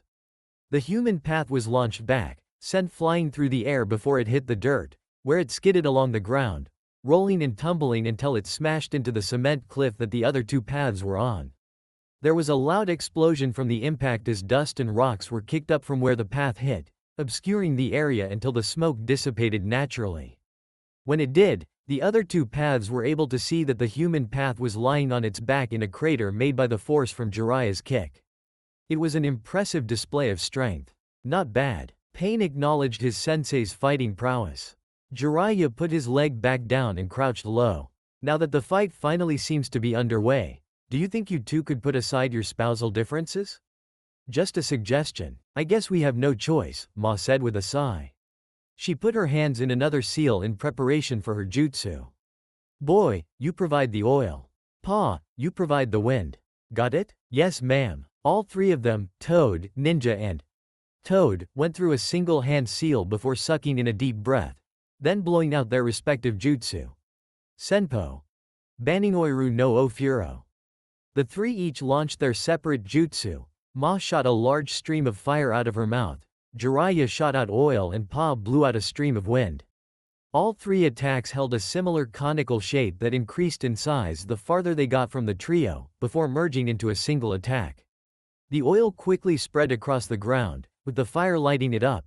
Meanwhile, the wind fanned the flames and increased the intensity of the jutsu. The wind also served to help direct the flow of the attack, causing crests and swells within the oil. Before long, a giant wave rose up in front of the three paths, set to burn them all to cinders. Unable to deal with this new jutsu, the animal path jumped backwards, while the Preta path moved in front of the trio. It held out its hands, a light barrier of chakra forming in front of it as the jutsu came crashing down, set to sweep the three paths away. Smoke and steam rose up into the air, obscuring Jiraiya's vision of the events taking place on the small cliff. Frowning, the Gamma Sennin jumped into the air and landed on one of the large poles that were running vertically from the ground and looked into the steam as he tried to get a clear view of what happened. Ma and Pa looked just as interested as they too, leaned forward a little to see what had happened with the paths. Did it work? As the smoke cleared, Jiraiya's eyes widened. Down below, the three paths were standing, completely unharmed. All of the oil vanished? It must be one of their jutsu, Pa concluded. Jiraiya figured out the same thing, though he was still unsure of just what that jutsu was. What could cause a combination jutsu that was more powerful than the average S-rank disappear like that? Jiraiya frowned for a moment before deciding on a course of action. Kicking off his sandals, the white-haired Sennin got down on all fours. As his hands set down on the ground, both them and his feet began to grow, not only getting larger but also becoming more toad-like in appearance, complete with warts and everything. Since our jutsu didn't work, how about we find out how well he can fight in close combat? Sounds like a good idea. With his decision to change his pace, Jiraiya blasted off the ground at speeds so high it created a large explosion from the point he left. Holding out his left hand, a spinning blue orb of chakra appeared in his palm. It was only about the size of a baseball, but that soon changed as the Gamma Sennin pumped more and more chakra into the attack. The Rasengan grew, its size increasing to easily 3 times that of a human. It was a feat that he was capable of thanks to his Sage mode. With a thrust of his arm, the attack was rammed directly on top of the Preta path. Normally, this would be the part where a large explosion of chakra occurred and the recipient of his jutsu was utterly incinerated by the sheer power the attack possessed. However, Jiraiya was not only disappointed but also utterly shocked when he saw the fat human corpse begin absorbing the jutsu through his hands. He's absorbing my entire jutsu. Jiraiya's shock was absolute as he watched large chunks of the blue orb getting absorbed into the Preta path's hands.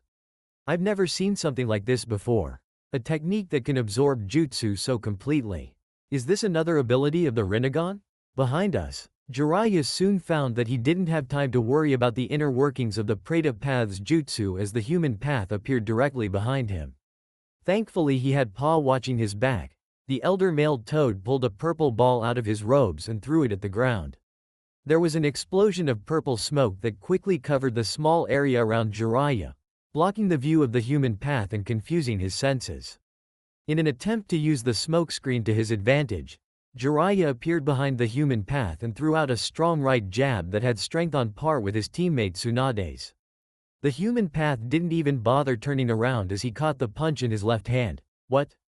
Jiraiya would have blinked had the act not possibly granted Pain a new advantage. He not only blocked a punch while I'm in Senin Moto, he also did so without even looking. That took a lot more than just a killer sixth sense and quick reflexes.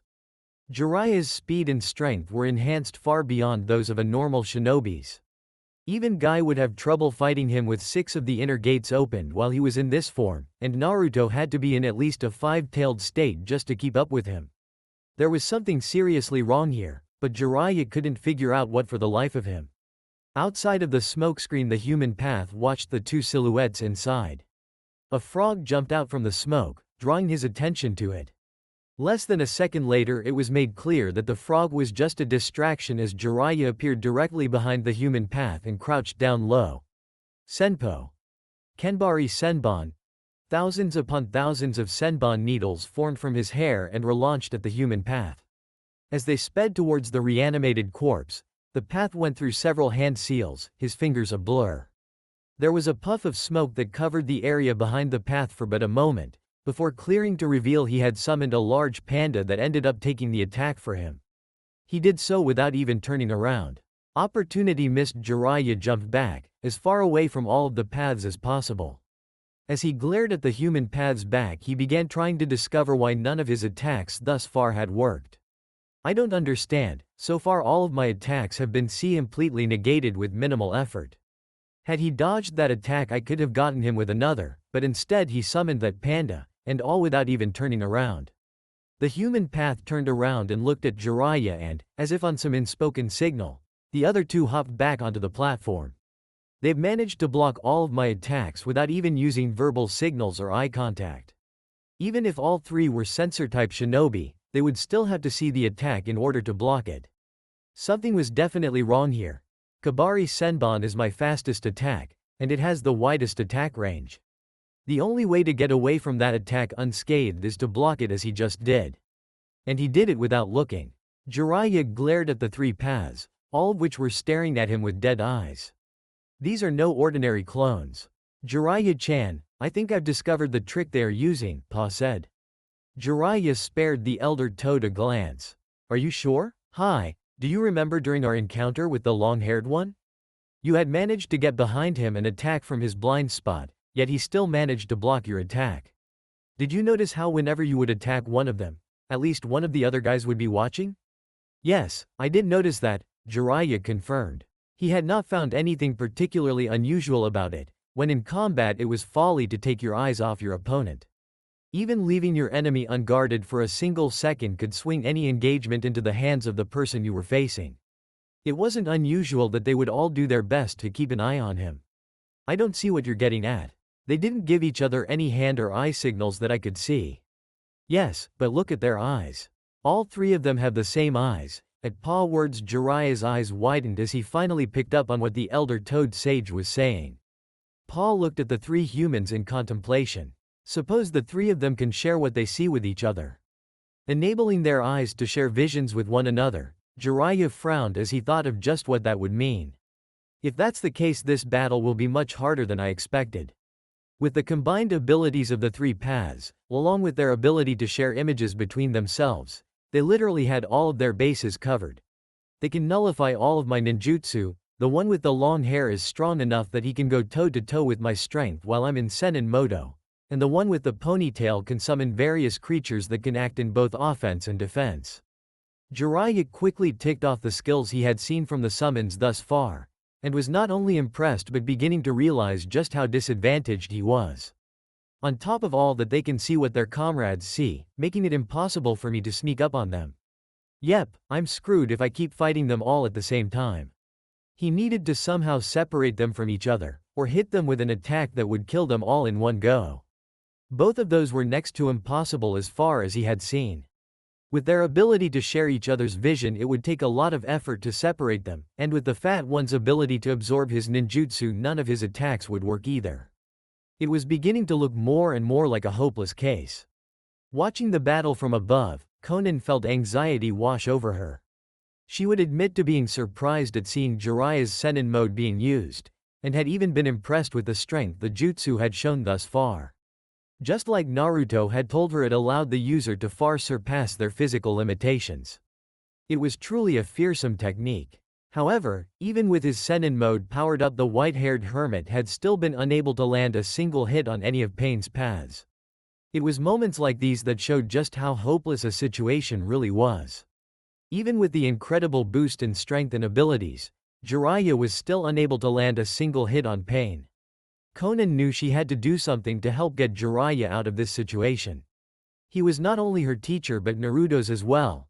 On top of that, he was the blonde's godfather, his sole remaining link to his parents.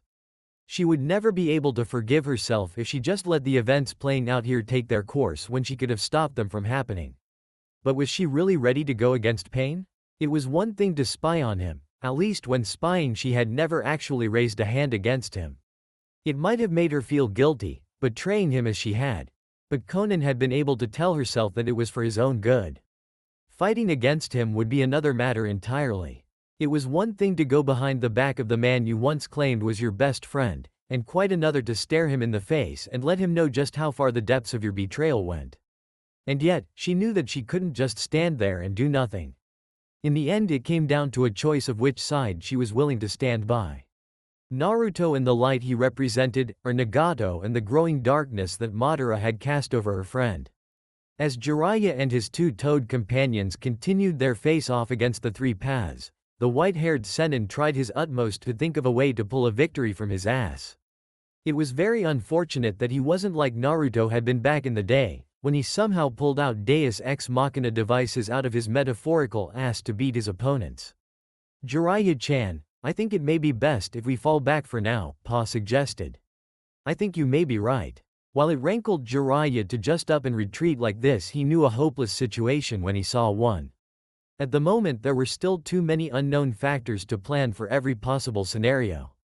Not only that, but even if what they had seen so far was all Pain had to offer, it might still be more than enough to defeat them. As of now, nothing Jiraiya thought up sounded like a viable attack option against the men they were facing. It was just as he was about to escape into the pipes that the rhythm of combat changed in a way no one would have expected. Several thousand paper shurikens soared down from the sky, peppering the vicinity of the three Pains.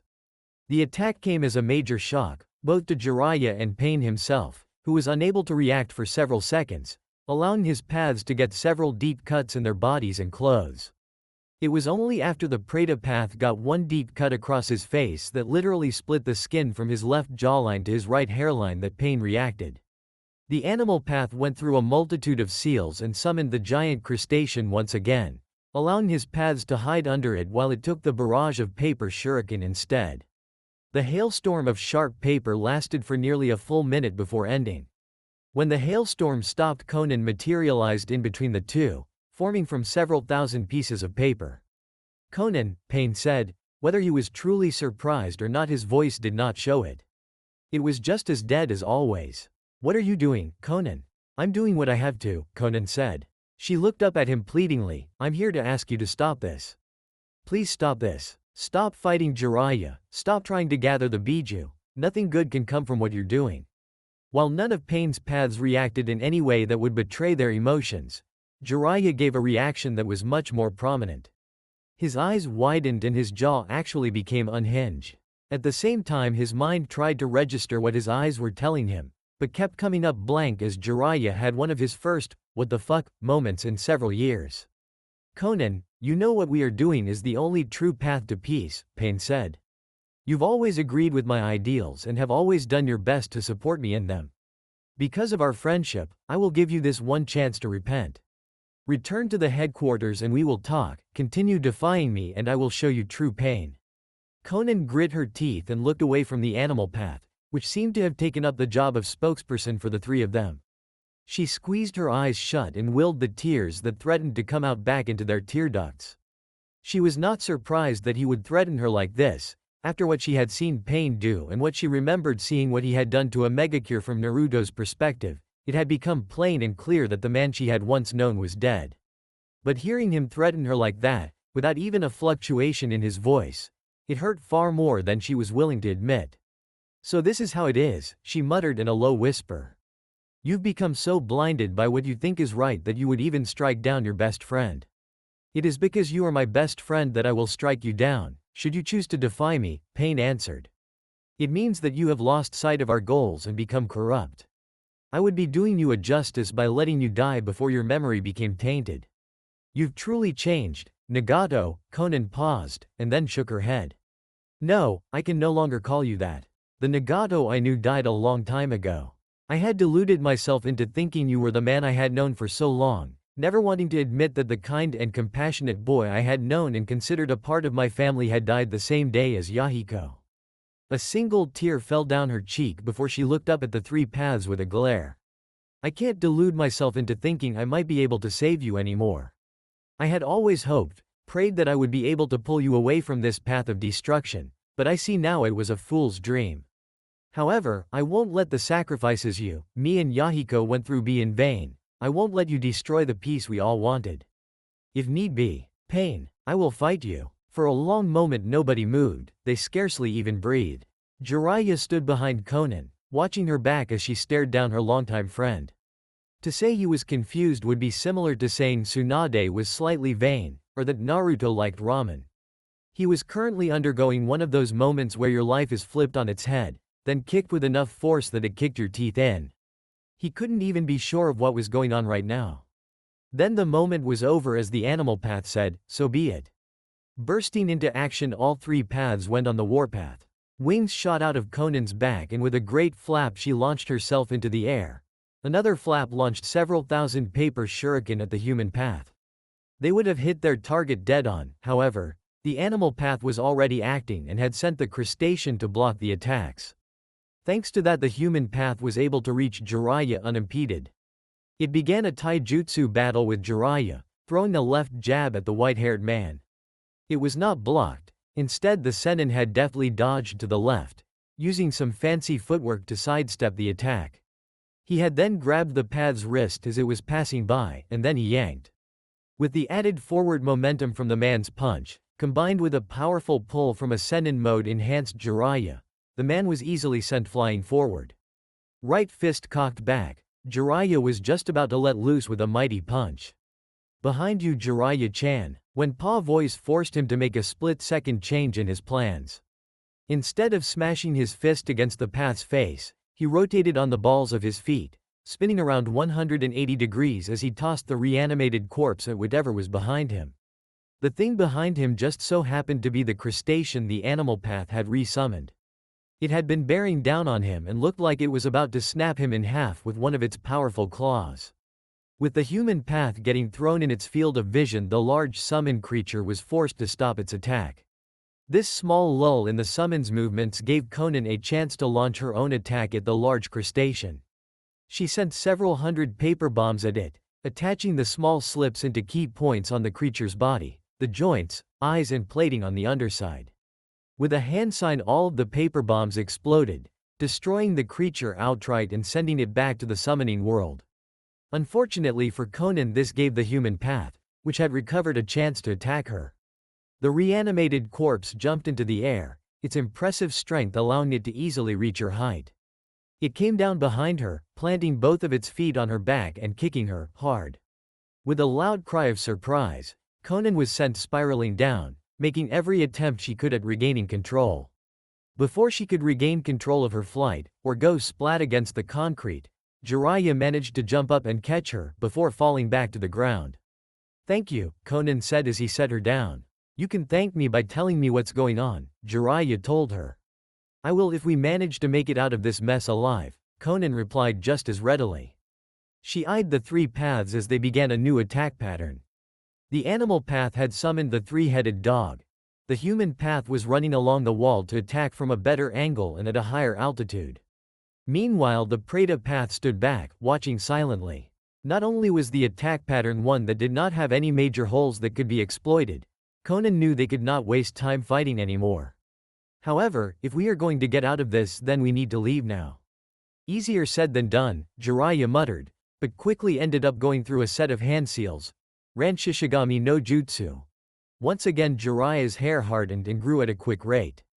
The large strands of hair spread out in separate chunks and tried attacking each of the paths individually in an effort to disrupt their pattern. It worked, but only somewhat.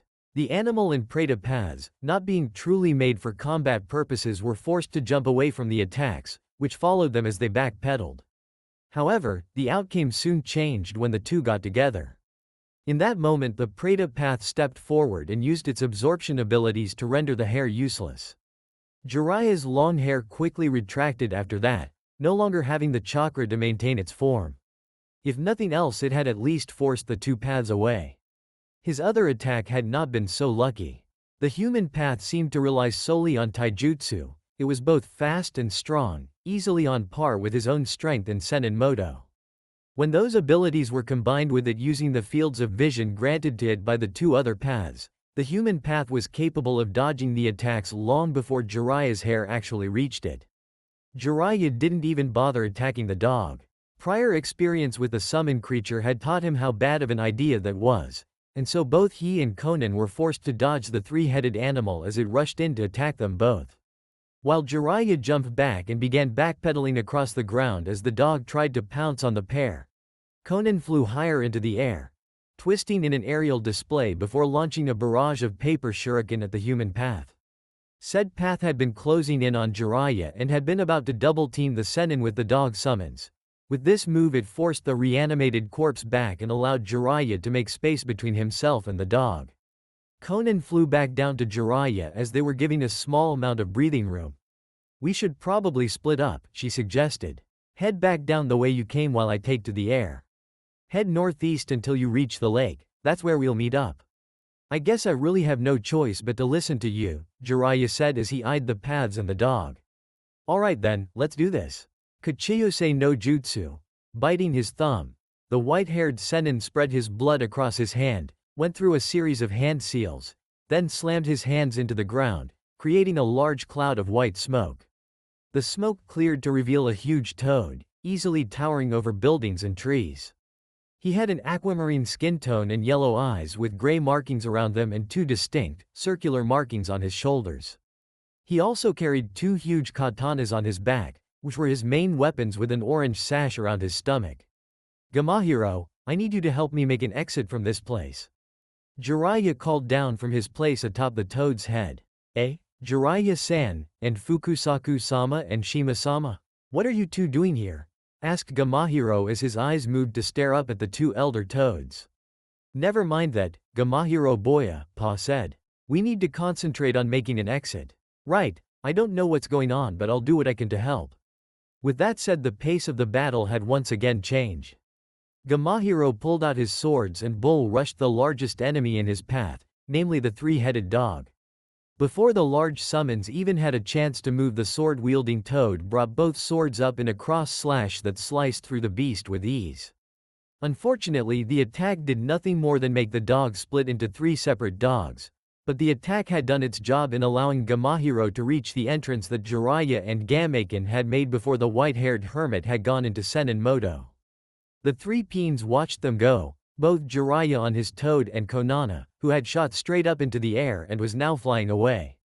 The animal path went through another set of hand seals and summoned a giant drill-beaked bird. The bird quickly flew off to chase after Conan while the dogs went after Jiraiya. Meanwhile, within the chamber where the three paths had come from, the three unopened stasis pods cracked open with a hiss of steam. Conan found herself in a tenuous position as she barrel rolled out of the way of the bird that Pain had sent to attack her. The large summon just barely missed. She could actually feel the creature's feathers brush against her cloak, it was so close. Not only that, but the feathers were sharp, as she soon found out when the parts of her cloak that the bird's feathers touched were cut straight through. As the bird finished flying past her, and before it could turn around to make another attempt at ramming her through, Conan sent a barrage of paper shuriken at it. Several thousand shuriken flew straight at the creature, Though it did try to dodge, the blue net had taken its movements into account beforehand and launched her shuriken in a wide-scale barrage that made it impossible for the creature to get past. Disappointingly, the attacks didn't do anywhere near the damage she had hoped, merely left a few small cuts along the creature's back and wings. Not enough to dispel it, and since the summons was actually a reanimated corpse much like the paths, it didn't feel any pain that it might have if alive, and therefore, there was no true disruption in its flight that Conan could take advantage of. In an effort to lose the summon, Conan began to descend back down to the city below. The bird had an advantage in the open air, it was much faster than she was. But she was more maneuverable. It stood to reason that if she could make her way into the twisting streets and skyscrapers of Megakure, she should be able to lose it. At least she hoped so. Of course, it went without saying that the summon had no intention of letting her get into the city. It dive-bombed her, speeding down with a loud screech as the air was rent in front of him. There was no time for her to even dodge as the creature's beak drilled straight through her. Yet rather than blood and gore being the end result of the violent confrontation, Conan's body burst into paper, letting the bird pass right through her and scatter the many sheets into the air. The many thousands of paper slips folded themselves into airplanes and quickly took off in all different directions, making it impossible for the summon to decide which slip to follow. Conan could only hope this trick would be enough to fool Nagato, at least long enough for her to meet back up with Jiraiya. While Conan had been duking it out in an aerial battle with the bird, Jiraiya was once again having a running form of combat toad versus dog style.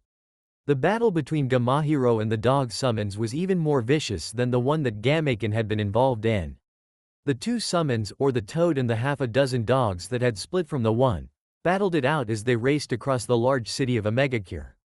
Gamahiro had quickly realized that hopping onto the platforms in an effort to gain the higher ground would not work, as the dogs all seemed capable of communicating with each other long distances and getting one or more of them to attack whenever he tried to get up.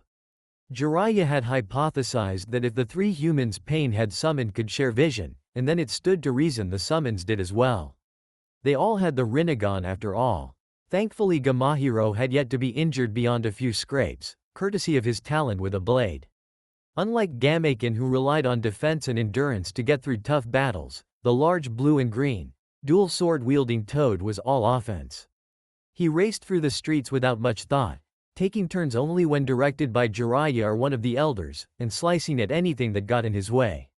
This was not just limited to the dog summons. Gamahiro had sliced several pipes and buildings straight through in his effort to not only escape the dogs chasing after them, but also disrupt their ability to catch him by using the area to his advantage by causing as much collateral damage as possible. It wasn't as effective as it would be on any other opponent, summon or otherwise, thanks to their shared vision. However, he had managed to catch several of the furry little beasts unaware and smash a building on them. Not that it did much, as the summons simply multiplied. Jiraiya had to wonder how many times they could split before reaching their limit. At least count, he had been able to observe at least 12.5 dogs running all over the place, and unfortunately for him, they still seemed capable of splitting even more. Gamahiro. Jiraiya called from his place on the large toad's head. These dogs are throwing us off course and trying to herd us in. We need to head farther north. Try to find a spot where we only have to deal with them one at a time. That sounds a tad difficult, but I'll do what I can. Springing into action, Gamahiro used his powerful legs to hurtle himself along the ground. As he moved through one of the many large streets of AIM, two dog summons turned a corner in front of him and charged. The large toad, swords in hand, didn't slow his pace at all as he ran towards them. When he neared, the dog that was more towards his left jumped, its muzzle a vicious snarl of teeth and a foaming mouth. Gamahiro deftly used his right foot to hop to the left. The sword in his right hand flashed as he slashed the dog in half, initiating another split. The second dog was now right in front of Gamahiro. It leapt towards him and opened its maw in preparation to clamp down on the toad's neck. However, the summon from Mount Myoboku had no intention of letting the creature bite it. Bringing both swords up in a crossguard that formed an X in front of him, the large toads rushed forward and slashed the blades down. The speed with which he pulled of this particular maneuver was so quick that all anyone saw of the swords was a bright flash of silver, and then Gamahiro was past the dog and continuing his run through the city. This did not deter any of their pursuers, however, and several more dogs along with the ones that Gamahiro had just sliced up began following them. I think we need to use something that packs some more punch, Ma suggested as Jiraiya turned his head to look at the dog summons following them. Something that will sweep them all away in a quick blaze. Jiraiya-chan, Pa, you both know what to do. Hi, the two shouted as they figured out what jutsu the elder female toad wanted to use. Jiraiya turned around and all three went through a series of hand seals. Senpo. Kasai no Torrento. Once again Jiraiya ended up spitting out a large stream of oil, while Ma shot out fire and Pa wind. However, unlike the last attack which created a massive wave of fire, this one did something different.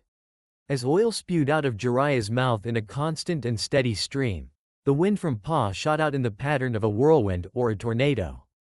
It caught the oil in its grasp and forced it to take on the same flow.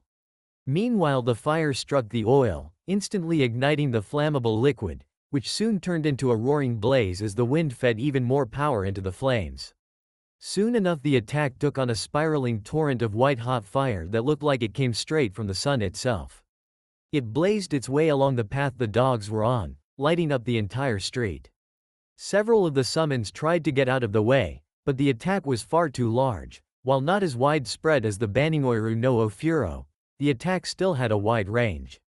It acted like a funnel, small at the starting point but growing larger the farther out the attack got. None of the dogs were spared as it blazed past them. They all howled as they were burned, their bodies dissolving into ashes. Jiraiya-chan, perhaps we should use the pipes to make our way to the destination point, Pa suggested. I think that's a grand idea. Out here we're not only outnumbered but the playing field also puts us at a disadvantage. Jiraiya looked down at the large toad he was on top of. Gamahiro, we're going into the pipes. I want you to do what you can to lead the summons away. However, don't push yourself. If you get hurt, dispel. Hi, good luck, Jiraiya-san.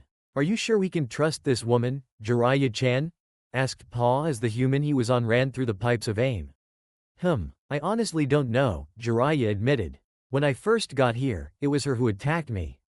But at the same time she didn't actually try to kill me, she used our combat to slip messages to me via her paper. She had tried to warn me away. Also, she is now fighting with us against pain and I can't really see a reason for either of them to set up such an elaborate deception to defeat us. It was painful to admit, but Jiraiya knew he would not have won the battle against pain as things continued as they had. If the fight had progressed any further he would have lost. On the other hand she is with Akatsuki, and was Nagato's best friend. If she is betraying him, it would mean that something major has happened to her that forced her to change her mind. I can't possibly think of anything that might have the necessary emotional impact that would convince someone to do that. I suppose we have no real choice but to trust her then, Pa mused to himself. In the meantime, we should analyze the 6 paths and see if we can't come up with a strategy to defeat them. Especially if this does turn out to be a trap. Do you have any ideas, Fukusaku-sama? Asked Jiraiya. No, not yet, but if we look over what we know so far something might come to us. Let's take a look at what we know. While all of those men look different, they all possess the same eye. All 3 of them have the Rinnegan of the 6 paths. I'm still not sure what to make of that, Jiraiya admitted with a frown. The Rinnegan is supposed to be a mythological dojutsu that no one has seen since the Rikudo Sennin. Discovering that Nagato possessed the legendary eyes of the 6 paths was shocking enough, but now there are at least 2 more that we know who have the ocular jutsu.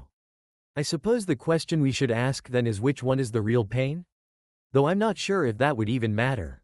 The problem is all 3 of them possess the eyes. We don't know who or what pain is. However, we can make a small deduction on their abilities. Their vision is linked, and they share images. That seems to be the main ability those eyes hold. So, what does that mean? Asked Ma. She was never much of a thinker when it came to situations like these.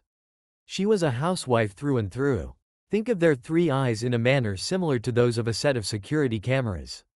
In the same way that 3 security cameras can show different angles of the same image, those 3 are able to see 3 views at one time.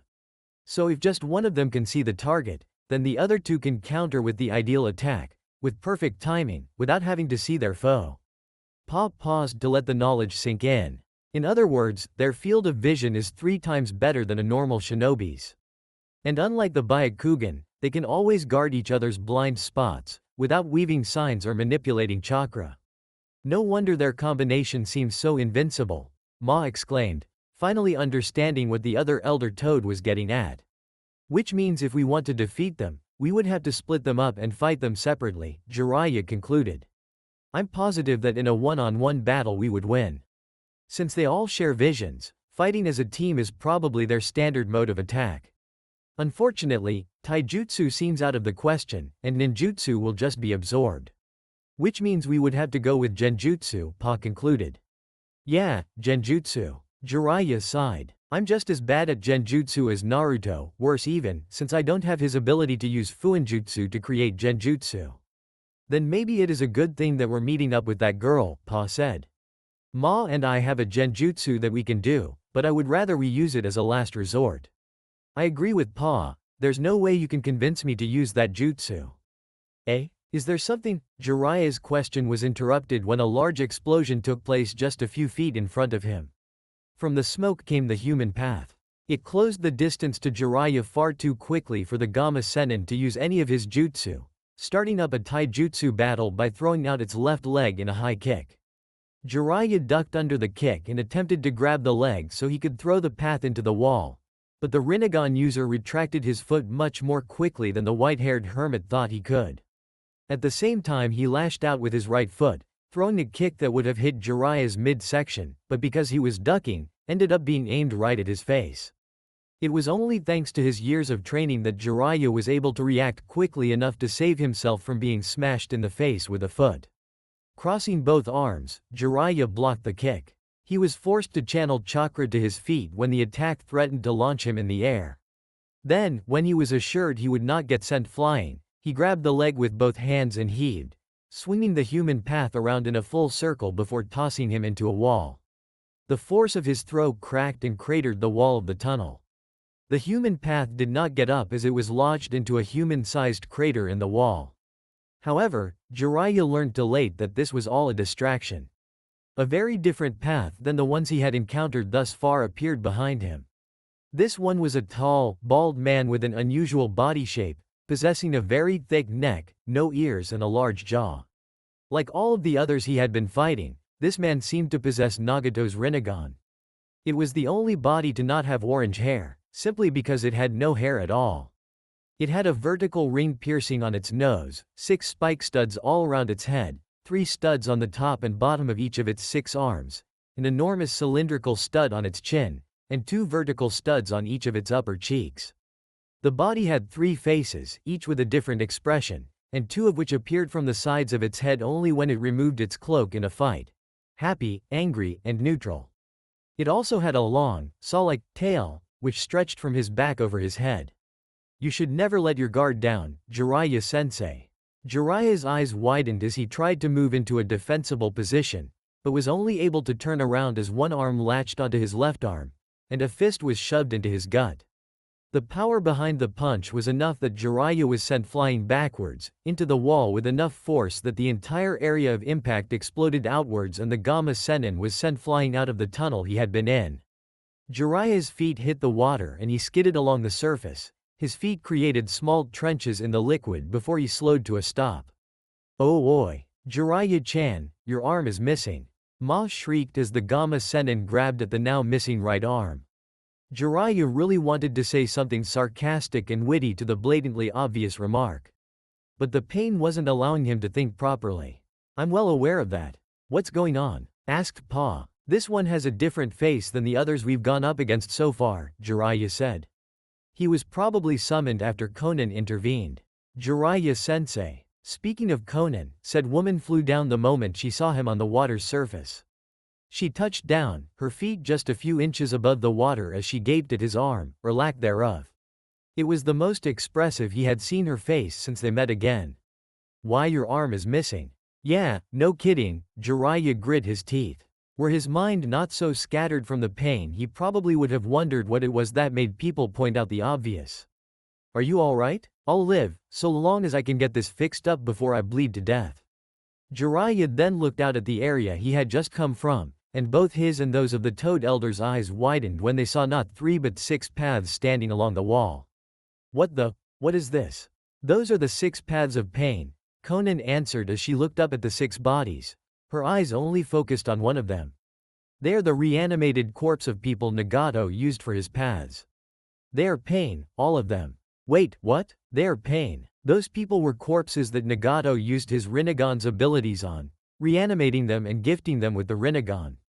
They are all connected to him and he to them. He controls their movements and actions via a series of chakra receivers that not only grant him that ability, but give them his abilities. Now I see, Jiraiya said in understanding. None of those are Nagato. The real one is controlling them from somewhere else. That would also explain why they all have the Rinnegan and only one set of abilities. Konan nodded at his words, but did not turn to look at them. Nagato granted each path one of the Rinnegan's abilities. Between that and their shared vision they are nearly invincible. Able to see any attack and counter it, they are the perfect weapon for the Rinnegan. Jiraiya looked at all of the paths as they stood there. Then they stopped, his eyes widening as they landed on one of them he recognized right off the bat. Konan, is that? Yes, that is the corpse of Yahiko, Konan shuddered as she spoke. She felt a spike of pain at seeing her friend's corpse being used in such a way. In some twisted sense, Nagato felt that using Yahiko as one of his paths would make it like Yahiko was still fighting with us. Jiraiya stared up into the eyes of Yahiko, or at least the eyes his body now possessed, as they too stared back at him without expression or emotion. It was unnerving, seeing someone he remembered as such a rambunctious kid, almost Naruto-like in manner, with such an expressionless face. Konan, I will give you one more chance to return to me, Yahiko, the Diva Path said. I understand that you might be feeling pressure from what we are doing, but you know as well as I that all we do is to ensure peace. I don't believe that, Konan shook her head vehemently. I can no longer believe that pain. We aren't creating peace, our ideals were lost with Yahiko. All we're doing now is creating more tragedies. Do you truly believe that? Konan closed her eyes. Yes, I see. A pause. Then you, along with Jiraiya, shall know pain. Chapter 22. One-Man Rescue Squad. Yugito sighed into her drink as she sat on her stool in one of the many taverns located in Kumogakure, a relatively small joint where shinobi went in their off time to engage in the ancient art of getting shit-faced wasted.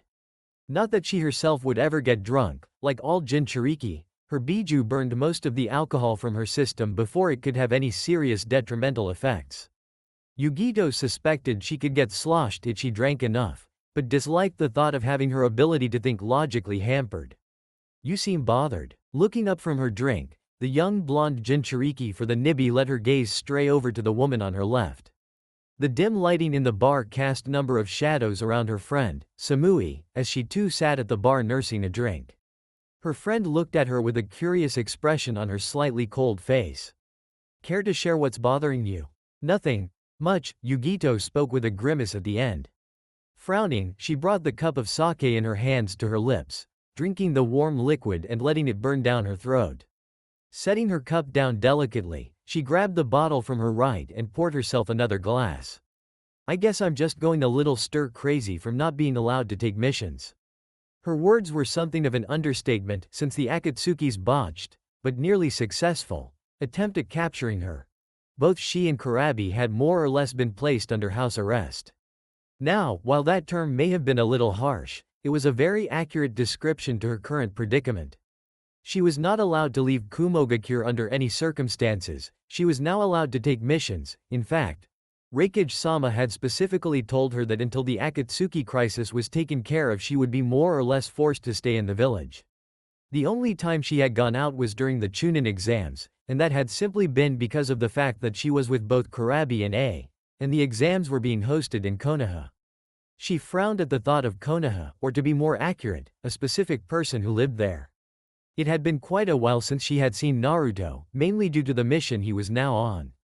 Yugito hadn't been told what the mission entailed, but knew that it had something to do with Uchiha Sasuke, her fiancé's traitorous teammate. That had been nearly 2 weeks ago. She still hadn't heard from him. When people say nothing much, it usually means the opposite, Samui commented idly. She took a sip of her sake, closing her eyes she swallowed, hummed, and then poured herself another glass. Hiding your feelings and thoughts from your friends is not cool. Yugito snorted a bit, amused by her friend's words. A moment later she sighed, pushed the saucer of sake away and said, I dislike being a burden. Who ever said you were a burden? Asked Samui, frowning a bit when she heard her fellow blonde's words. No one, they don't need to, Yugito said, shrugging her shoulders. But as things stand right now, I'm more of a burden than an asset. With Akatsuki on the loose, I can't take any missions, I've been confined to the village, and I'm not even allowed to go outside to train. Even Kurabi was still being allowed to travel to his favorite training spot at Unraikyo. Meanwhile, she was confined to the training grounds inside of the village. Yugito thought the Raikage was showing favoritism towards his adopted brother, but would never admit that out loud. Don't forget that you are also bothered by the fact that Naruto hasn't been able to spend much time with you, Samui added, a small smile gracing her face. Yugito huffed a bit, looking away, which just caused the normally frigid woman's smile to grow. Not to say that I can't see why you would be bothered by that. If I had someone like him as my boyfriend, then I wouldn't have to worry about all of the men around here staring at my breasts. Fiancé, Yugito corrected absently, along with silently agreeing on the other woman's assessment. Especially the breast part, even now she could see the men around them staring at Samui's large assets. That's right, Samui spoke with a small smirk. How could I forget that you two are engaged? Especially with that small gem on your finger. Her eyes flickered to the beautiful ring that Naruto had crafted for Yugito, then back to the other woman's eyes. You know, I'm surprised Raikage-sama is actually allowing this. You shouldn't be, Yugito stated, turning more fully so she could face Samui. Everyone knows that Raikage-sama and Naruto-kun's father fought each other in the last war. And everyone knows how each and every single one of those battles ended. Samui couldn't help but nod her head. She knew how those battles ended, and how none of them had been in the Raikage's favor. No matter how hard the man had tried, how many times he and the man who had earned the moniker of Kiroi Senku had fought, they had never won. And now Naruto had learned the very technique that had made his father so feared, and could use it to the same degree that Minato had. On top of that, the blonde was capable of fighting on even ground without its use. And that was not even going into Naruto's abilities when he used the Kyuubi's chakra. That alone made the Raikage wary of Konoha, so when the chance came to form an alliance, he took it. Better to be allied with someone capable of such power than to be against them. The Raikage, for all his power, skill and stubbornness, was also intelligent and did what was best for the village. The fact that Naruto had fallen for Yugito was really just the icing on the cake. It ensured that Konoha, and Naruto in particular, would remain Kumo's ally. Conversation drifted after that. Samui had never been that talkative of a person to begin with, and Yugito became lost in thought. Things would have continued as they were, with silence as their only companion. However, an interruption came in the form of Omoi and Karui, who were bickering together as they came in. "Ga, why can't you shut up? Just once, I wish you would stop overthinking everything. I'm just saying that whatever Raikage-sama wants from us must be very important. He wouldn't have asked this of us if it wasn't. Maybe he wants all of us for some kind of top-secret mission. It would have to be something super secretive, like sneaking into a foreign country that we're not friendly towards. Maybe we'll even end up having to assassinate someone proclaiming themselves to be a god with plans for world domination." Hundreds of miles away, Nagato sneezed, then frowned. Gods don't get sick, so why did he sneeze? He shrugged, and then got back to using his paths to fight Jiraiya and Konan. "And I'm telling you there is no way we'd be given a mission like that," Karui said through grit teeth. It was easy to see that the woman was about to blow her top, meaning this conversation had likely been going on for some time now. Deciding that she wasn't in the mood to listen to the pair arguing about something that, in all likelihood, was pointless, Samui interrupted them.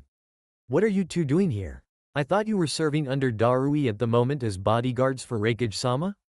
"We were," Karui said, straightening herself in front of the blonde woman. "However, Raikage-sama has requested the presence of yourself and Yugito-san, along with both of us. We were sent here to get you."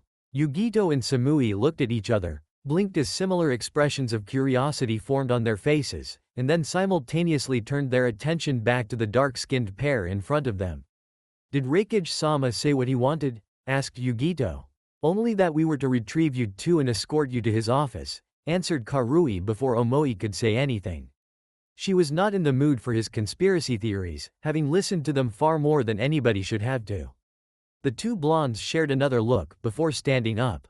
Yugito gestured to the two chunin in their presence and said, "Lead the way." The trip they took to get to the Raikage's office was very roundabout. Unlike in Konoha, one could not just shunshin into the Raikage's office.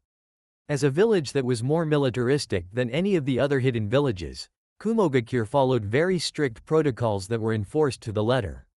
The only person capable of breaking these protocols was Kurabi, which Yugito suspected was simply because he was Raikage-sama's adopted brother. Though even the famed Hachibi Jinchuriki couldn't get away with some things. Shaking her head, Yugito did her best to ignore the pair bickering in front of her, only catching the occasional word from their heated discussion. She instead remained silent as they made their way along the village, hopping across the flat roofs to the many conical buildings in the city. Like most days in Kumo, the sky was fairly clear, with the only clouded areas being around the Raikage mansion and the large mountains that their village was built around. Unlike Hai no Kuni and some of the other countries she had been to, the weather in Kaminari no Kuni was very predictable. When they arrived at the Raikage's mansion and walked in, they were greeted by Mabui and quickly ushered into the Raikage's office. The man himself was sitting at his desk, a large stack of paperwork off to one side, and an even larger stack of paperwork on the other. It was clear from the scowl on his face and the way he was grumbling while taking papers from the larger stack that he had just received the large stack of paperwork a few minutes ago, probably right after he had finished the first. However, the moment the door shut and Yugito, along with the other three shinobi present, stepped forward, the Raikage stopped stamping papers and placed his hands on the desk, pleased to be doing something other than seeing how long it would take for his hand to get carpal tunnel. "I have a mission for the four of you that is of the utmost importance," began without preamble. The man was never one for beating around the bush, a surprising lack of subtlety considering all of the plans and plots he had come up with in his life to help his village gain more power. Opening a drawer on his desk, he pulled out a scroll with two symbols on the bottom. The first was easily recognized as the cloud-shaped symbol of Kumogakure. However, the second took a bit longer for most of the shinobi in the room to place as the symbol of Kirigakure. This scroll contains important documents that will help solidify our alliance with Kirigakure. The man's statement drew surprised gasps from Karui and Omoi, while Samui and Yugito only raised an eyebrow. "You are to deliver this scroll to the Godem Mizukage and wait there until the treaty can be signed and formalized. This will be a long-term A-rank mission of the utmost importance. I'm counting on the four of you." Yugito now realized why the Raikage had called on her for this mission, especially as he had been so adamant on keeping her in the village after getting almost captured by Akatsuki. It was obvious to her that she was being sent because Mei was one of the women that Naruto was engaged to, and the Raikage, along with everybody else who saw them at the Chunin exams in Konoha, knew about their relationship. Never had she been so thankful that knowledge of Naruto's relationships with her and Mei had been known. She, along with Samui, Omoi and Karui, snapped to attention upon receiving their orders. "Hi, Raikage-sama." It hadn't been long since Naruto had hooked back up with the rest of his squad, who had just come back from successfully retrieving Uchiha Sasuke, with said traitorous ninja being sealed up inside of Naruto's prisoner transportation scroll. He, along with Yamato, Kakashi, Kiba, Hinata, Shino, Sai, and Sakura, were all hopping along the trees as they made their way back to Konoha. They were in a standard arrow formation, with Naruto in the lead, Kakashi and Sakura on either side and the others evenly spaced behind them to create the key points of the formation. Naruto scanned his surroundings, keeping an eye open for any possible threat. Madara may have been injured, but the blonde wasn't sure if that would be enough to stop the man. And even if the one claiming to be the ancient Uchiha was unable to attack, it didn't mean he wouldn't send a subordinate to do the same. Kisame and Zetsu were both very real threats, especially Zetsu, as Konan had told him that the plant being could travel underground at overwhelming speeds. "Hey brat, Kyuubi?" Naruto frowned as he continued hopping along the trees. It was very rare for the Biju to start a conversation with him, preferring to stay quiet unless it was to make the occasional snide comment. "What's up? I've been waiting to tell you this until after your fight with the Uchiha." But that man who was claiming himself as Uchiha Madara was not, in fact, Uchiha Madara. "Excuse me?" Such was Naruto's shock that when he landed on the next tree branch he stumbled and nearly lost his footing. Only experience and long-standing use of tree hopping and a quick application of chakra kept the blonde from plummeting to the ground in a rather humiliating way. "Naruto?" questioned Kakashi, who was hopping along right next to the blonde, a small note of concern in his voice at seeing the rather confident and normally skilled Naruto nearly fall off during something as routine as tree hopping. Behind them, the rest of their squad was also looking at the whiskered blonde in concern. "Hold up, Kakashi," Naruto said absently, "Kyuubi's trying to tell me something important." He missed the looks of shock and concern he got with that statement, or to be more accurate, he ignored them. What the great Biju had to tell him was far more important than their shock at the moment. "What do you mean that's no Uchiha Madara? How could that be anybody else?" "I don't know." By the snarl in Kyuubi's voice it was clear the ancient beast was even more frustrated by this than he was. "I'm only telling you what I felt. I know Madara's chakra signature as well as I know my own. So I'd know if it was him. That man was not him." "But what about when he made you attack Konoha when I was born?" asked Naruto, trying to gain enough information that he could wrap his head around what Kyuubi was telling him. "I thought you said that Madara was the one who forced you into attacking the village." "I never said that. You just assumed that because that Konin girl you were mated to told you Madara was the one who is leading Akatsuki from the shadows that he was the real Uchiha Madara." Kyuubi's words were a cause for alarm. If what the fox was saying was true, then the person that Naruto had assumed was the reason Kyuubi's attack on Konoha, and the secret power behind Akatsuki, was not who Naruto thought he was. It also meant that Konin was wrong and the man who claimed to be Uchiha Madara was deliberately handing out misinformation on his identity to further confuse everyone, including his own men. The problem Naruto had with that was that if Kyuubi was right, and the man he had faced was not Uchiha Madara, then who was he? Why was he impersonating another person, especially one who had been considered one of the most powerful shinobi to date? None of this made sense to Naruto. He could not see any discernible reason for Tobi to impersonate Madara, especially when only a few people even knew of his existence, and of those few only himself, Konin in pain, knew who he truly was. Or at least, who he was pretending to be. "But I thought Madara was the only Uchiha who had the power to control you," Naruto said, eliciting a growl from Kyuubi, who was angered at the blonde for bringing that up. The blonde did his best to ignore his prisoner's angry growls, however, as he continued speaking. "And if that isn't the case, and there really is someone out there with the power to subdue a Biju, then who is it?" "How should I know?" asked Kyuubi, his voice something akin to a snarl. "As far as I knew, that blasted Madara was the only Uchiha whose eyes had the power to subjugate me." The way the Biju said subjugate, as if the word were some kind of poison, did not go unnoticed by Naruto. There was a prominent pause following the ancient Kitsune's words. That there is another Uchiha with the power to control a Biju is troubling. "Why is that?" asked Naruto, curious. He had his own thoughts on why having another person capable of controlling a creature as powerful as Kyuubi was troubling, but suspected his reasons were vastly different from the Biju's. "You mean aside from the fact that it means there is another capable of making me subservient to their will?" said Kyuubi in a dry growl. Naruto didn't say anything, knowing the question was rhetorical, but his feelings of mild embarrassment that went through the seal made the ancient Kitsune snort in a mild form of amusement before continuing. "The reason it is so troubling is because not just anyone of the Uchiha clan can do this. To be capable of subjugating a Biju requires more than just a Sharingan eye. Even the famed Mangekyo Sharingan of Legends is incapable of enslaving me. From what I know, Uchiha Madara's younger brother, Izuna, also possessed a Mangekyo, yet he could not control my actions with it. It requires a mental fortitude that few possess. Which means whoever this man is, not only has a strong Sharingan, but also has powerful mental abilities," Naruto concluded. "So it required more than just a Sharingan, or even a Mangekyo like Itachi's. It required a powerful will that could oppress and subdue the will of the Biju they were trying to take control over. Meaning that their mind and will had to be stronger than normal." That was a scary thought. Exactly. The Uchiha in question also must have a very powerful chakra. It takes a lot of power to use the Sharingan's ability to subdue me. Just the act itself would require more chakra than most of what you would call Jonin-level shinobi possess.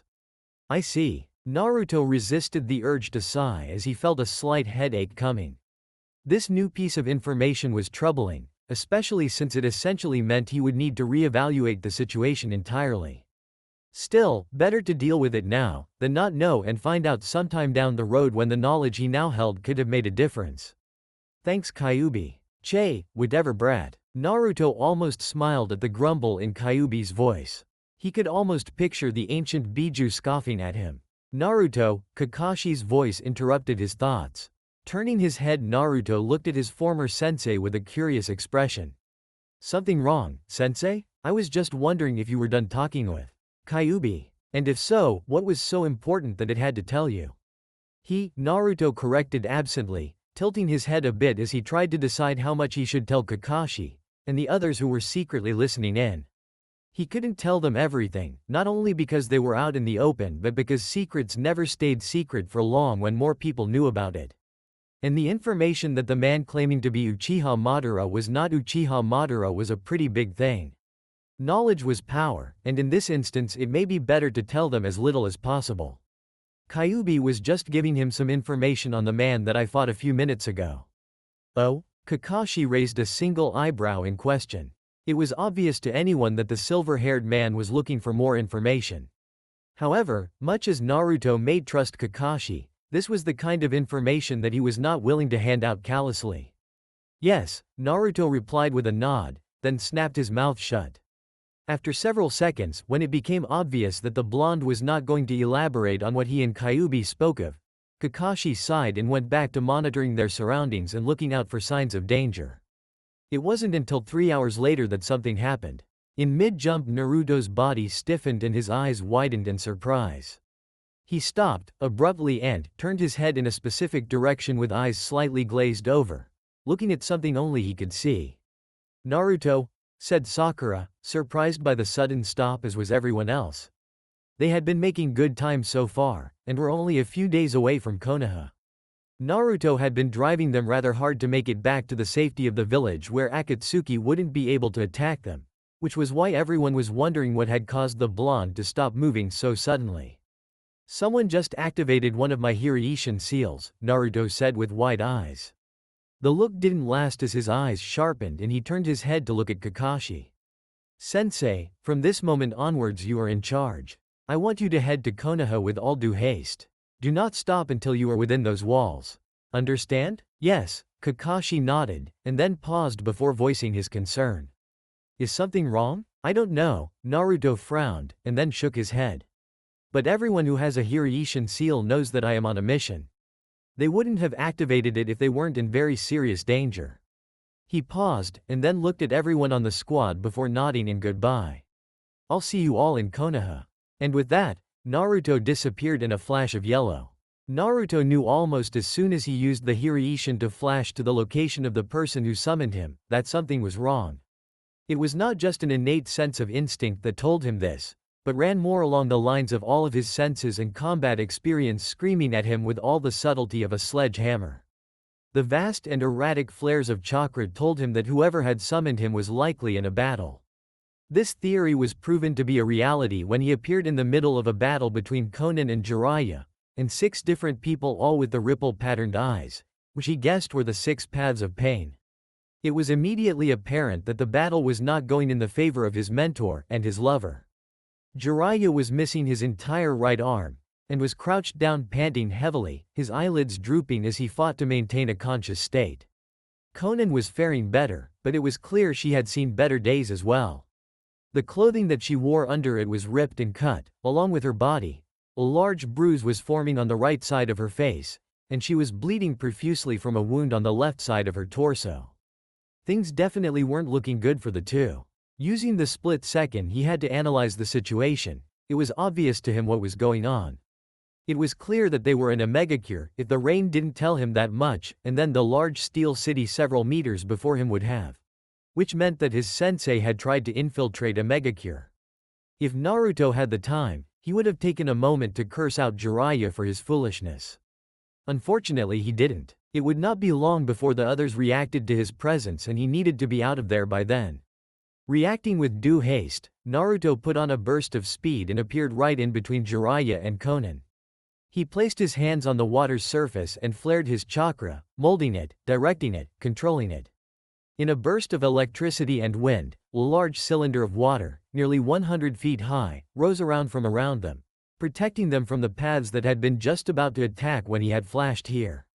The water crackled and howled as blue arcs of lightning danced across its surface, and green gales of force-cutting winds moved around life-giving liquid. It was a three-way state of protection and one of Naruto's ultimate defensive jutsu, Aridan, Fiferment no Shoheki. Naruto! Konan shouted, recognizing the jutsu for what it was. She spun around to face him to see that the blonde already had a now unconscious Jiraiya held over his right shoulder. The blonde didn't say anything, just held out his hand to her. She took it, and the moment she did, Naruto pulled her to him, wrapped his free arm around her waist, closed his eyes and concentrated. There was a flash of yellow. The protective elemental barrier that had been held up by Naruto's chakra dispersed, the water falling back into the lake and disrupting its movement with large waves. The lightning dispersed into the atmosphere and the wind blew outwards in a shock wave that forced the paths that had been standing next to the protect cylinder several meters back, where they skid along the water's surface, creating crevices. The diva path let its hands fall down to its side, the protective barrier of gravitational chakra that he had created dispersing. His eyes roved over the now empty landscape, expression never changing. When it became clear that Konan and Jiraiya were gone, escaped by the help of the person he belatedly recognized as the Kyuubi Jinchuriki, he, along with the other paths, began making their way back to base. He would need to inform Madara of this new development. The moment Naruto, along with Konan and Jiraiya reappeared, the blonde shinobi quickly dropped to his knees, gasping as he heaved in a great lungful of air. Naruto-kun, shouted Konan, surprised to see her lover looking like he'd just run a 5,000-mile marathon with Guy and Lee. Her arm encircled his waist as she tried to hold him up, but due to her own exhaustion only managed to bring her down with him. As the blonde fell to a knee, Jiraiya slid from Naruto's grasp, falling to the ground and laying on his side. The slow breathing was the only thing that let them know their sensei was alive. "Are you all right?" asked Konan, her voice clearly stating her concern. "Yes," Naruto got out, his voice raspy as he continued heaving for breath. It took him a few seconds before he could continue talking. "The Hiraishin is a jutsu where the chakra cost is proportional to the mass I'm using the jutsu on. That cost is tripled when I'm taking more than one object at a time, especially if I'm flashing with them." And that wasn't even mentioning how he had just gotten out of his own battle with the Madara that was not Madara. As it was, his reserves had already been cut down to a third by that battle. By the time Konan had summoned him, he'd been running on empty and was just barely able to use the Hiraishin. His eyes landed on Jiraiya and he remembered that time was of the essence. Acting with as much haste as possible, Naruto summoned a scroll from inside his left kunai pouch. Unrolling quickly and flattening it against the ground, he smashed his hands on the seal located in the center of the parchment. With a puff of smoke that cleared soon after it appeared, Naruto summoned the medical supplies that he always kept on hand. He grabbed one of the jars containing several black pills, popped the lid and threw two into his mouth. The blonde grimaced. He hated using chakra pills or any kind of artificial enhancers. But at the moment, he didn't have much of a choice. As he felt his chakra replenish, Naruto turned to Konan and began speaking. "I'm going to get Tsunade. I need you to stay here with Jiraiya and keep him alive." Konan nodded sharply. She wasn't a medical ninja, but having been the one who healed most of her friends' wounds when they were injured, she was decent when it came to application of medicine and field bandaging. Naruto didn't respond with words to her affirmation. Instead, he disappeared within a swirl of leaves, leaving her to tend to Jiraiya's wounds. The first thing Konan did was roll Jiraiya onto his back. He had long since lost consciousness and was beginning to look drawn and pale, a sign that he was running low on blood, which meant he needed to replenish what he'd lost. Konan easily found the blood-replenishing pills.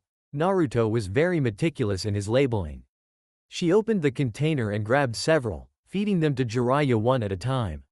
It was difficult to get him to swallow them, since he was already unconscious. She had to help him chew by moving his chakra, and then help him swallow by forcing the paste down his throat with some water.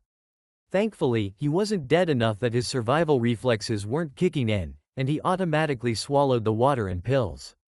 When the blood replenishing pills began working, it showed the now severed stub that was his arm beginning to leak more blood than before. Conan, knowing that she had to stop the blood flow, ripped off the right sleeve of his tunic, and used it as a tourniquet. The blood flowing out of the wound slowed to a mere trickle, which she knew was about as good as she was going to get it. Realizing that there wasn't much else she could do for her sensei now, Conan fell onto her backside, hands going behind her for support, and for the first time since she had appeared with Naruto, took in her surroundings. The room they were in was a bland, square room with very little in the way of personality. She and Jiraiya were on some kind of pad, a light tan pad with a rubber grip texture. They were in the center, surrounded by gray lines that formed a square around them. The walls were made of cement, a light tan color weathered and cracked with age. Several stone columns acted as support and held up the roof. Behind her, she noticed a set of stairs with rust-colored handrails surrounding it leading to a door. The few personal effects that she noticed were the tri-pronged kunai hanging on the wall at the far end, and several houris that Naruto wore. It wasn't long after her initial survey of the room, maybe 5 minutes later, that Naruto reappeared in a yellow flash next to her, this time with 2 other people. Naruto dropped to his hands and knees, panting. The one on his left, who she absently recognized as Tsunade, swore loudly. Shit. The blonde Hokage was at Jiraiya's side in an instant, running a medical scan over him. The worry that was clear on her face began to grow into fear, letting Conan know that something was wrong with the man. Her theory was proven a moment later when Tsunade began speaking again. He's going into shock. Shizune, I need you to help me carry him upstairs. Hi, Tsunade-sama. Conan watched with tired eyes as Tsunade and the dark-haired woman that could only be Shizune grabbed Jiraiya and lifted him as delicately as possible. The pair of medical ninja moved as quickly as they were able without jostling the white-haired hermit, moving up the stairs and through the door. When the door closed with a click, Conan was snapped out of her stupor and moved over to where Naruto was sitting. Naruto-kun? She questioned, making his eyes snap open to look at her. The blonde offered a tired smile, which she tentatively returned, though it didn't last for long.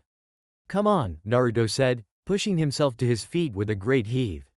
He wobbled for a moment, his legs shaking as he showed just how tired he truly was. The blonde looked like he was about to fall over, but thankfully for him, Conan seemed to realize this and managed to catch him just as he was starting to tilt. You're tired, she noted, not bothering to berate herself on how obvious that statement was. With a few deft movements, Conan managed to wrap her left arm around his waist, while pulling his right one over her shoulder and allowing him to lean on her for support. Yeah, no kidding, Naruto said with a dry chuckle. When he looked at Conan out of the corner of his eye, and saw the look she was giving him, one that told him she was not in the mood for smart-ass remarks, he decided to elaborate. We ran into Madara on our mission. Conan flinched, a clear indication of how she felt about this knowledge. You fought him? She asked. Naruto gave a tired nod as he said, yes, it was probably my hardest battle yet, and I'm not even sure how serious he was. His left hand pressed against the now healed shoulder wound. Aside from having exhausted most of his chakra in that battle, he'd been more injured than all of his other battles for the past several years. The only fight he'd had that had been that tough was when he went up against Yagura during the Kiri Civil War. As his mind went to the battle he'd had with the one calling himself Madara, he remembered Kyuubi's words.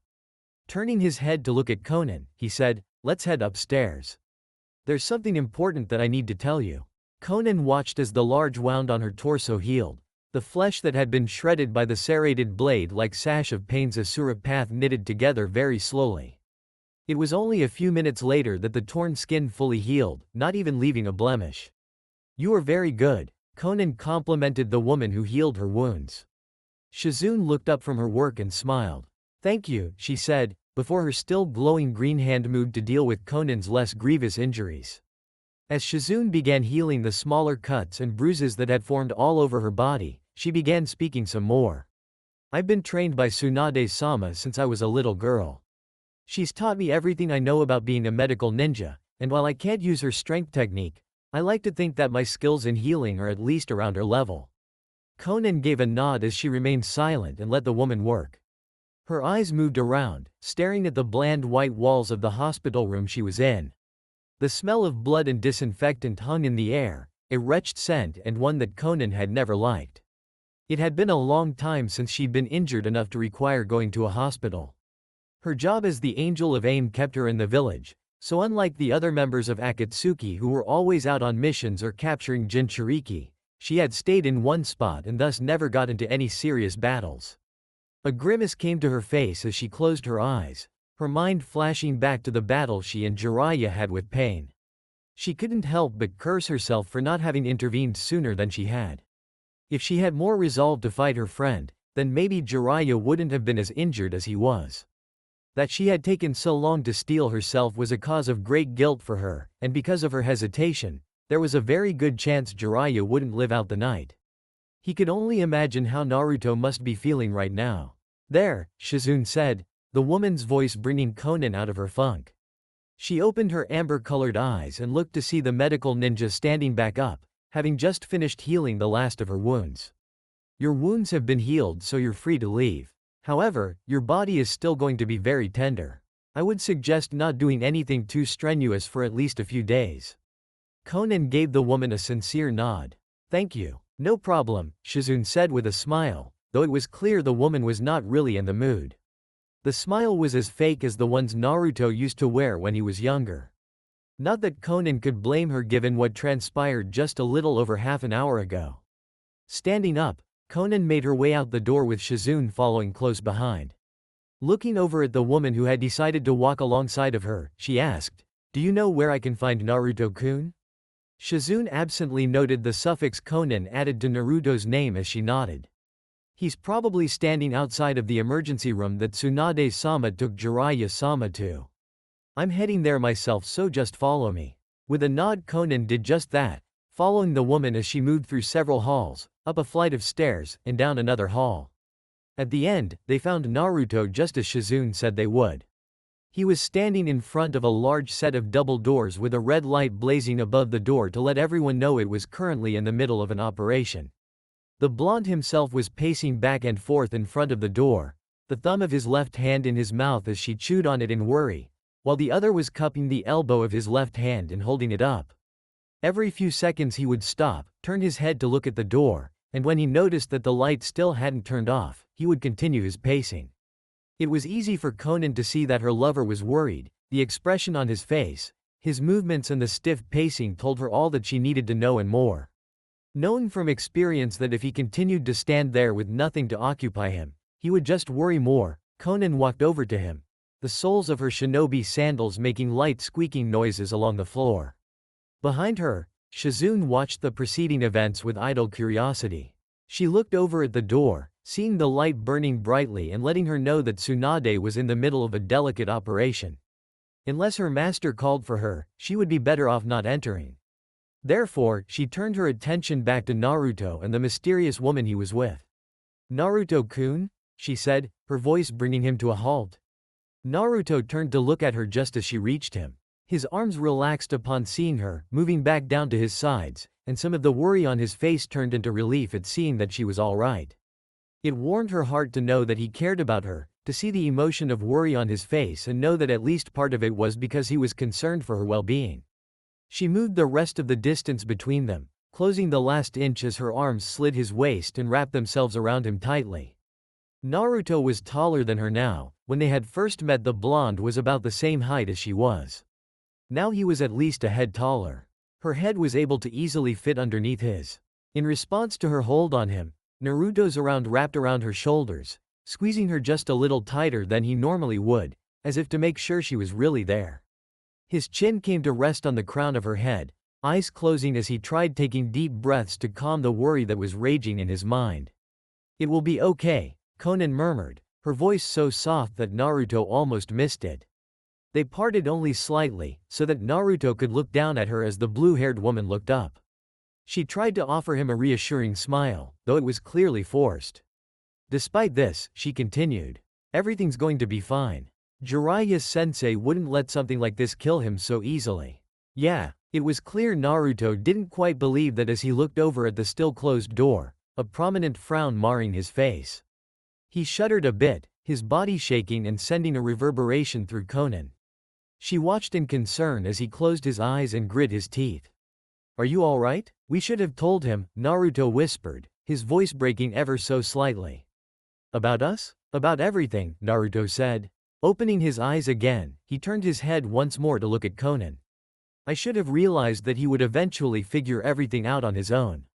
Omegacure's the only nation in the elemental countries that has been totally isolated from the rest of the world. It's the perfect place for Akatsuki's base. I should have realized that he would eventually figure this out and go there to see for himself. You can't predict the future, Naruto-kun, Conan said. At the time, you thought this was for the best.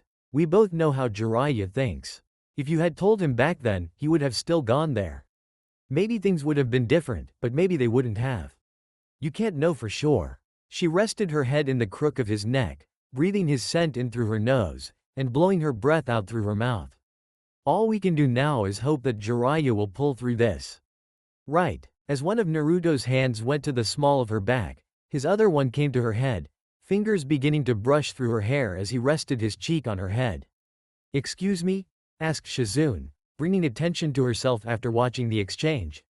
Naruto and Conan looked over at her. Seeing this, she continued, focusing her eyes mostly on the blonde. Asking the question she wanted to ever since she worked on Conan, she said, Naruto-kun, who is this? That's right. I haven't introduced you yet, have I? Naruto said rhetorically. He ended their embrace, taking a step back from Conan and grabbing onto her left hand. She responded, lacing her fingers with his as they walked over to one side of the wall, where Shizune had chosen to stand. When they reached the dark-haired woman, Naruto introduced the two by saying, "This is Conan." "Conan, this is Shizune." "It's a pleasure to meet you," Conan said, hands held in front of her as she bowed slightly in respect. Though Shizune was dissatisfied by the very small introduction, having been hoping to learn more about this mysterious woman that somehow knows Naruto, and in an intimate sense if their previous actions were any indication, she returned the gesture. "It's nice to meet you as well." Returning to an upright position, and hoping to learn more about the blue-haired beauty, Shizune opened her mouth to speak. Before she could, however, the light above the door blanked, and a few seconds after that the door opened and a tired Tsunade walked out. "Tsunade-sama," Shizune said as she, Naruto, and Conan walked in front of the blonde Hokage. "How's Ero Sennin?" asked Naruto before the woman even had a chance to speak. "Is he alright? Did he make it through? How is he doing?" He was forced to stop talking when Tsunade held a hand up in front of his face, backed by a tired glare to let him know she was not in the mood to listen to him. After a few seconds, when it became clear that Naruto would not interrupt her, Tsunade said, "It was come and go for a while, but Jiraiya is going to be fine." The relief that washed through the area was almost palpable. Both Naruto and Conan closed their eyes and sent out a silent thank you, neither realizing that Tsunade was eyeing the two curiously, though her attention was more focused on Conan. Deciding that she would get her answers as to who this woman was, and why she looked so familiar, along with the knowledge of why Naruto was here without his squad later, she first decided to tell them more about Jiraiya's condition. "His right arm is gone completely, and since you didn't have it with you, I can't reattach it. Even if you did bring his arm, the wound was beginning to get infected and I'm not sure reattaching the limb would have worked. In the end I was forced to cauterize the wound. This will hamper his ability to use ninjutsu, but I'm sure he'll find a way around that when he wakes up. There were several other problems as well, namely that he had more than a few broken bones, including a nearly shattered ribcage. His left lung had also been punctured by several bone fragments from his ribs." She paused for a moment, catching her breath before continuing. "As things stand, he was very lucky that you managed to get me when you did. A few minutes later and he would have died from any number of the injuries he suffered." It was a harsh diagnosis, and one that made everyone listening wince as they heard the number of life-threatening injuries he had. At the very least he was still alive, that had to count for something. "Can we see him?" asked Naruto. Tsunade shook her head. "Currently he's been put into a medical-induced sleep so that his injuries might heal without him aggravating them." She then fixed Naruto with a glare. "I'm also going to need a mission brief from you, as well as an explanation as to why you are here. Without your squad I might add, and who this woman is." Naruto sighed. He should have expected something like this. "Right. Well, let's go to your office. This explanation will take a while and isn't something you're going to want to become public knowledge." Chapter 23. Revelations. Tsunade rubbed her forehead as she looked at Naruto, who was currently standing at attention in front of her desk with the blue-haired woman that she had seen with him by his side, and couldn't help but wonder if this boy was trying to force her into retirement via stress. Just when she thought they had everything figured out, the last remaining Uzumaki aside from her managed to drop an exploding tag on her. So you're telling me that the Uchiha Madara that is supposedly secretly leading Akatsuki from the shadows really isn't Uchiha Madara, but someone impersonating him? She had just been given a report on what had happened during their capture Itachi mission. While she was pleased to know that Sasuke had been captured during that mission, this new information on the man known as Tobi, who they had assumed was Uchiha Madara, was troubling. Tsunade really wasn't sure if she should be relieved or terrified by that knowledge. The founder of the Uchiha clan had been a shinobi of monstrous strength. The only ninja said to be on par with her grandfather, Senju Hashirama, who was still considered to be the most powerful ninja in the elemental nations. If the man Naruto fought was not Madara, then it meant they wouldn't have to deal with such a powerful ninja. On the other side of the coin toss, the man Naruto fought was capable of controlling the Kyuubi just like her grandfather's rival, which could mean they were dealing with someone who was not only just as powerful, but also a complete unknown. Neither of those answers brought much comfort. Kyuubi seems to think so, Naruto answered her with a shrug. And since he knows the bastard personally, I can only assume that the fox is right. Aside from that, I trust Kyuubi's judgment when it comes to these things. Tsunade raised an eyebrow. Are you sure you're not misplacing your trust? This is the being that nearly destroyed Konoha, you know. I doubt Kyuubi would lie about something like this. Naruto defended the powerful nine-tailed kitsune in his gut. He doesn't benefit from lying to me or withholding information that could potentially end with him becoming a tool for an Uchiha again. If there was one thing that Naruto knew about the fox, it was that he hated being manipulated or controlled in any way. He worked with Naruto because it was a benefit to him right now, but even with the threat of being sealed in a statue should Akatsuki capture the blonde, it was still reluctant to do so. Naruto could only imagine how Kyuubi would feel about becoming an Uchiha's pet once more. That does make sense, Tsunade sighed, more than ever wishing that she didn't need to be sober for this report so she could reach under her desk and grab some sake from her stash. I suppose I'll just have to trust you about the Kyuubi then. Now that we have that out of the way. Tsunade's eyes strayed from Naruto and went to Konan, narrowing as they did. You can begin telling me who this is and why she ended up with you and a half-dead Jiraiya. For one of the first times in a long while, Naruto found himself at a loss for words. It wasn't that he had no intention of telling Tsunade who Konan was, because really, it wasn't like he could keep this from her. No, his issue ran more along the lines of trying to figure out what he should tell her first. After all, how do you tell someone that the woman before them is not only one of the 4 women who had agreed to be his wife, but also a member of the very organization trying to capture his Biju? It's not like he could just come out and say, "This is my bride-to-be, Konan. I'm sure you remember her from when the two of you met in AIM during the Second Shinobi World War. Oh, and by the way, she also happens to be working with Akatsuki, you know, the organization made up of S-ranked criminals trying to steal the Biju. But don't worry, she no longer agrees with their ideals and is actually my spy within said organization now." Yeah, he could see that going over really well. This required more subtlety. Do you remember when I mentioned during my first few days here how I refused to reveal 2 of the women who agreed to marry me for their own protection? Well, so much for subtlety. Yes, Tsunade said, furrowing her brow as she tried to figure out where this was going. You wouldn't even reveal who they were to me, stating that the more people who know the less of a secret it is the safer she was. The woman's eyes widened as she snapped her gaze towards Naruto, and then towards Konan. They came back towards Naruto a second later and her jaw nearly dropped. You're telling me that she's one of your wives? The technical term would be betrothed, Naruto stated, a bit of mirth in his voice at seeing Tsunade looking as if she had just shit a brick. But yes, this woman is my betrothed. Her name is Konan. It's a pleasure to see you again, Tsunade-sama. Konan finally spoke up for the first time since the meeting began, bowing her head slightly towards the blonde Hokage as a sign of respect. See me again? Tsunade blinked after picking her metaphorical jaw off the floor. She looked at the woman with slightly narrowed eyes. Are you telling me we've met before? That is correct. You may not remember me, but I was one of the war orphans that Jiraiya took in when you three were in a megacure during the Second Shinobi World War. Konan's words spurred the memories of the Godem Hokage. She remembered the Second World War quite well, though she wished she didn't. That was not a time she liked to remember, as it was the war where she lost both her younger brother, Nawaki, as well as her boyfriend and fiancé, Dan.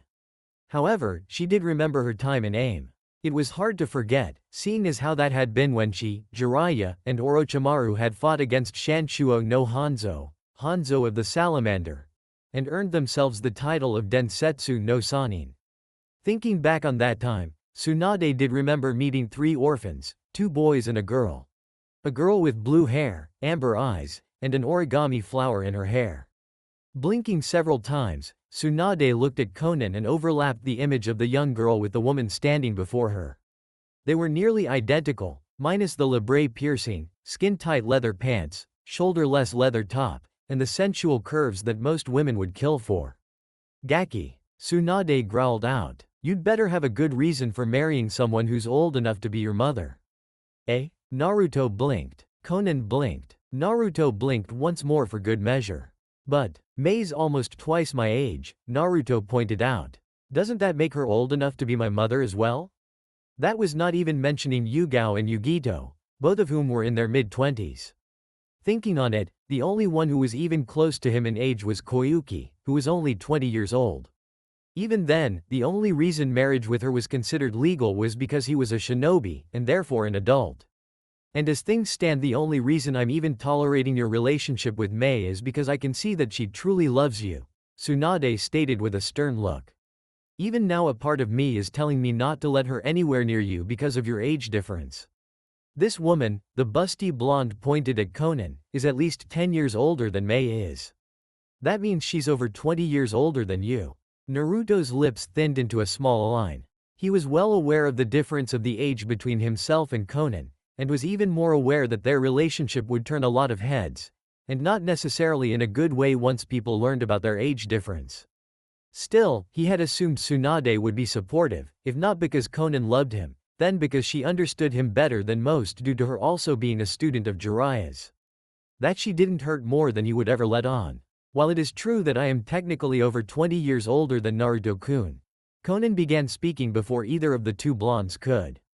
Both of them turned their attention to her, Naruto with curiosity and Tsunade with animosity. That is only partially correct. You see, due to an incident a few years before the Third Great Ninja War, Nagato, or Pain as he has stylized himself as, became crippled. This led him to creating his paths, which splits up his Rinnegan abilities into 6 individual bodies. Being forced to use this jutsu not only greatly weakened his Rinnegan, but also leaves him very vulnerable if people knew how to exploit it. Because of this we came up with a backup plan. Should Nagato ever die, I was to implant his Rinnegan into my own eyes and continue his work. Tsunade raised an eyebrow at the woman, her anger still simmering beneath the surface, but buried under her curiosity. That's a very interesting tale and all, but what does that have to do with the age difference between you and Naruto? Because we were not aware of how long it would take to accomplish our goals, Nagato felt it would be best if I was able to live longer. For the past 18 years he's been using a modified version of the Gedo Rinne Tensai no Jutsu, Outer Path, Samsara of Heavenly Life technique, which when used normally would allow him to revive a person who has recently become diseased. However, the modified version is different in that it stores souls in the King of Hell, and then converts them into a form of medical chakra that can rejuvenate the body. In other words, it's capable of turning back the hands of time, Tsunade concluded for Konan before the brunette could finish her speech. Or stalling them, Konan told her. Which is what happened to me. While I've technically lived for 42 years, my body has not aged since I was 24. HMPH. Tsunade huffed as she glared at the younger woman, before begrudgingly speaking. I suppose that would explain why you don't look your age. There was a hint of jealousy in the female Hokage's voice that almost had Naruto smiling. He could only wonder at how pissed the blonde woman was at knowing that while her young looks were due to a henge, Konan's was because she really was just that young. A few seconds later Naruto realized something that caused him to blink. How come I didn't know anything about this? I didn't think it was relevant at the time, Konan admitted with a shrug. Would knowing that I am physically younger than you thought I was make a difference? Well, no, Naruto admitted, scratching his cheek with his index finger. Then it doesn't matter, does it? Asked Conan with the slightest of smiles. And besides, I never really thought about what our age meant for us until Tsunade-sama brought it up. Which was true, ever since they had met Conan had never really thought about Naruto's age. While her lover sometimes tended to act childish, more often than not he displayed the maturity of someone 3 times his age. Because of that she had never really seen him as a 16-year-old boy, but simply as a man who had the same desire for peace that she did. Tsunade stared at the pair for a long time, before heaving a sigh and slumping back in her chair. Despite this she still managed to fix them both with a glare. I still don't like it, she told them without reservation. Even if you are physically as young as you claim, I still dislike the fact that you two have such an intimate relationship. Naruto opened his mouth, most likely to come up with some retort, but Tsunade held up a hand to stop him. However, both of you are consenting adults, and furthermore, ninja. I can't tell you how to live your life, and that includes who you can and can't be intimate with. I'll let this go on the condition that you, she pointed at Conan, never betray the trust and love he has given you. I give you my word that I would never betray Naruto, Conan said, and though her voice was still stoic, her eyes were burning with conviction. Naruto is the only light I have left in this world of darkness, and the only person who can truly understand me. Even if I didn't love him, I would never betray him. I'll hold you to that, Tsunade told the brunette. With the minor confrontation and relationship crises over, the blonde Godem Hokage leaned back in her desk, propped her elbows on the table, and laced her fingers together in front of her face. Now, since we've gotten this out of the way, why don't you two tell me how you know each other? Naruto's shoulders slumped as he realized that he had just overcome one crisis only to run directly into another. Arguing over a relationship between two people's age difference was nothing compared to explaining how the woman he was set to marry belonged to a group of S-ranked criminals that were dead set of sucking the Kyuubi out of his body, which would consequently kill him. Talk about moving out of the stove and into the oven. You'd better break out the sake for this one, Hokage-sama, Naruto said, using the more respectful title and suffix for the woman before him, letting Tsunade know just how serious this next issue was. This is going to take a long time to properly explain. Tsunade looked at the elite Jonin with a raised eyebrow, before deciding to do as told. Bringing out a bottle of sake and 3 cups, she poured all 3 of them a drink. Reaching out for hers, the woman took a sip, reveling in being able to drink something for this. After allowing herself a small moment of pleasure, she fixed the blonde with a level look. Start talking, Gaki. Right, Naruto sighed as he grabbed his own cup, taking a small sip before he began.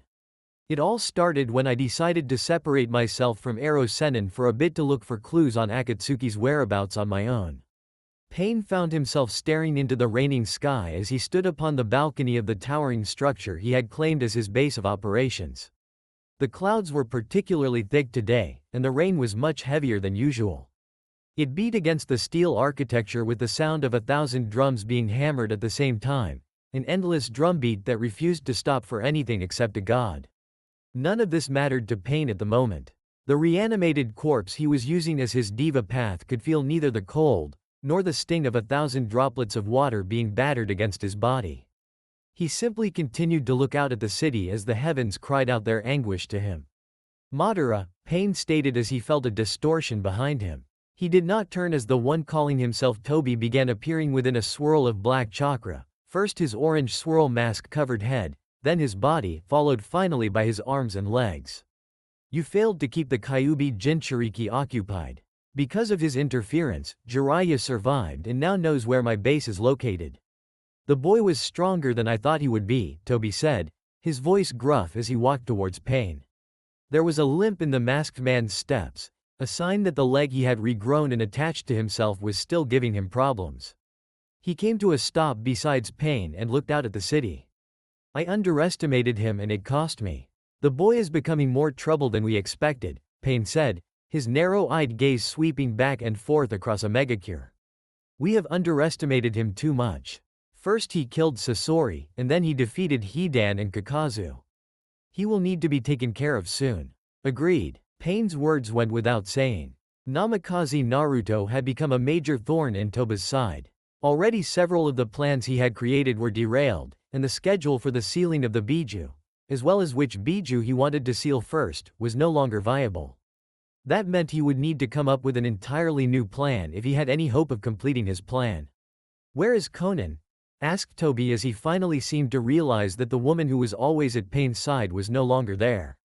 It was amazing he had not noticed when he first got here, but had to chalk that up to the fact that he was still in a good deal of pain. It was difficult to think when his new limbs were still giving him so many problems. "She is gone," Pain said, his eyes narrowing into slits. "She betrayed us for the Kyuubi Jinchuriki." What? If it weren't for the mask getting in the way, Pain would have most likely seen Tobi blink. However, Tobi was wearing a mask and so the Rinnegan user could not see the surprised blink the man made. "Can you repeat that please?" "Konan has betrayed us for the Kyuubi Jinchuriki," Pain restated, his narrowed eyes seeming to narrow further. "When I was fighting against Jiraiya-sensei, she interfered and helped fend me off. Furthermore, she was carrying one of the Jinchuriki's Hiraishin kunai, and managed to summon him before I could finish her and sensei off." "How is this possible?" asked Tobi. For the first time in a long time the orange spiral mask wearing Akatsuki member was flabbergasted. "Konan was the last person I would have ever expected to betray you." Which was true. Unlike everyone else who had joined Akatsuki for their own reasons, Konan was strictly loyal to Pain. Everything she did was for him, and she had stayed by his side through thick and thin ever since they were younger. The idea that she would betray her best and dearest friend was unfathomable. "That makes two of us." It was hard to tell what Pain was thinking. Of course, that could have something to do with the fact that the man before him was nothing more than a doll, a puppet being controlled by the real man that had once been known as Nagato. Even still, Tobi almost thought he detected a hint of hurt in the man's voice. "What are you going to do about this?" Pain was silent for a moment. He understood the real question that Tobi was asking. What was he going to do about Konan? Was he going to kill her? His dearest friend? The friend who had been with him through thick and thin, who had supported him through all of their hardships, who had agreed to capture the Jinchuriki with him, the woman he had at one point held a major crush on. The same woman who had just betrayed him for the Kyuubi Jinchuriki. The woman who had told him she could no longer agree with his ideals. The woman who had fought him alongside Jiraiya, and had called the Kyuubi Jinchuriki using a ring that apparently had the seals for the Hiraishin on it. "I will deal with her the same way I would deal with anyone who has decided to make an enemy of God." Tobi almost snorted at the ludicrous statement. Pain may be powerful, perhaps even more powerful than he was in many ways, but a god this man was not. Not by a long shot. Still, he would allow the fool his delusions. Pain was needed if his plans were to succeed. "Well, you will have to deal with her another time," Tobi told him. "As things stand, attacking Konoha outright is no longer a viable option at the moment." "And what about Konan?" asked Pain, finally turning away from gazing at the rain to glare at the man who kept trying to dictate what he could do. "It's unwise to leave a loose end like her around. She knows all of my secrets. And chances are the Kyuubi Jinchuriki already knows them." Tobi countered the man before he could continue. "If she had the ability to summon Naruto, then it means they have been working together for some time now." Which made sense, now that he was thinking about it. Tobi had always wondered how Naruto had managed to arrive at Sunagakure just as Deidara and Sasori had been about to capture the Ichibi Jinchuriki. The intelligence he got was that the Namikaze brat had been in the area after capturing a bounty and had just decided to go see his friend, but now that he really thought back on it, the whole incident had been far too coincidental. It was most likely that Konan had told him about Akatsuki's movements. That was the only way the Jinchuriki for the Nine Tails could have been in the right place at the right time to help fight off his minions. Then it is all the more imperative that we deal with her now. In Pain's mind, that was the only thing that made sense. His best friend had betrayed him for one of their enemies. The only way to rectify this situation was to kill her at his earliest possible convenience. "It is very likely that you have no secrets left from Konoha, Pain," Tobi chastised the man who thought himself a god. "If you go there, they will be ready for you, and not even the vaunted powers of a god will be able to stand up to the full might of that village. Do not underestimate the powers of a god, Madara," Pain said dismissively. "Dealing with Konoha will prove little trouble for one such as me." "You fool," Tobi hissed, finally losing his patience with Rinnegan Bearer. Do not underestimate the ninja of that village. He may have hated Konoha beyond all reasonable comprehension, but even he would never deny that they produced some of the most outstanding shinobi the world had ever seen. The Namikaze brat's power is not something to be trifled with, even without calling upon the Kyuubi's power. He has mastered his father's Hiraishin to an incredible degree, and his ability to use sealless ninjutsu is outstanding. While I have no doubt that you would ultimately triumph in a one-on-one fight against him, it would not be an easy battle. And if you fought against Konoha, you would not just be fighting against him. Even someone as powerful as you will not be able to best the Kyuubi Jinchuriki when he has the likes of Senju Tsunade and Hitaki Kakashi fighting with him. And that's not even going into how Conan will be fighting against you as well. Then what do you suggest I do? Asked Pain, and though his voice was just as even as always, Toby could tell the man was getting frustrated. We cannot risk allowing such a loose end to live. Conan knows all about our plans, and she knows the weaknesses of every member of Akatsuki. Leaving her alive will prove detrimental to our plans. Chances are she has already given Konoha all of your secrets. There was very little doubt in Toba's mind about that. If she has been working for the Namikaze brat for as long as he thought she had, then it was not much to assume Konoha already knew everything Conan did. At the very least Naruto already knew everything. So the point is moot. For now, we should focus on acquiring more power. Already 5 of our 9 members have been killed, and we only have the Sanbi, the Yanbi, and the Gobi to show for it. And how do you suggest we do that? Asked Pain, visibly calming down. They were in a precarious position right now. Ever since Akatsuki had made their move against the Jinchuriki and hidden villages, things had rarely gone their way, and most of the blame could be laid solely at the feet of the Kyuubi Jinchuriki. I have just been given some news that the Nibi Jinchuriki has left the village for Kiri, Toby began. And you want to have her captured en route? Pain was already guessing at what the man wanted to have done. It would be a simple matter to send Kisame to take care of the women. While she was strong, she only held the 2 tails. For someone like the monster of the hidden mist, she was nothing. No, Toby shook his head. She has the ability to summon the Namikaze to her side. Even if you went there yourself, there is nothing stopping him from simply flashing away with the girl. Instead I want you to attack Kumogakure and capture the Hachibi Jinchuriki. You want me to go? The diva path raised an eyebrow. It was unusual for Toby to request that he go and do something, especially when the masked man knew that Pain was not one to be ordered around like the other Akatsuki members. I would have Kisame go, but I have a need for him to be elsewhere. Toby shrugged as if to say, what can you do? Also, the Raikage is strong, as is the Hachibi Jinchuriki. They call him the perfect host for a reason. While Kisame may be capable of taking the Hachibi one-on-one, I doubt he would be able to defeat the Raikage. And that was saying nothing about the village as a whole. Kumogakure was a heavily militarized village, and while they did not produce shinobi as outstanding as the ones from Konoha, they had a lot more ninja than the Hidden Leaf village did. You wish for me to destroy the village then? That made a good deal more sense. While Kisame was probably enough to capture the 8 tails, the man that had been dubbed Monster of the Hidden Mist was not strong enough to destroy an entire village, and especially not one as militarized as Kumo. No, Kisame would most certainly not be able to do that, but Pain could. With Conan's treachery now out in the open, it will only be a matter of time before Kiri, Kumo, and Suna learn about your abilities, Toby reasoned. If Conan was working strictly for the Kyuubi Jinchuriki like I assume she was, then it means that right now only Konoha knows about your abilities, but it's only a matter of time before they send that information to the other villages. We need to strike now while the other villages have no knowledge on your capabilities. It was a reasonable assumption, and quite possibly the only reason Pain didn't refuse Toba's request out of hand. Very well, Pain agreed, deciding that doing as Toby suggested was in his best interest. He would deal with Conan later, preferably when he had more power at his disposal so he could also take care of the Kyuubi Jinchuriki at the same time. Kumo will fall by my hand. It is time to show the world what a god can do when angry. Toby almost didn't manage to cover up his snort this time. You may think you are a god now, Nagato, but that is only because you have not seen what a true god among ninja can do. But he would eventually. If all went according to plan, then his most annoying pawn and the rest of the world would see what someone who had really been considered a god amongst shinobi could do. The trip home was very subdued.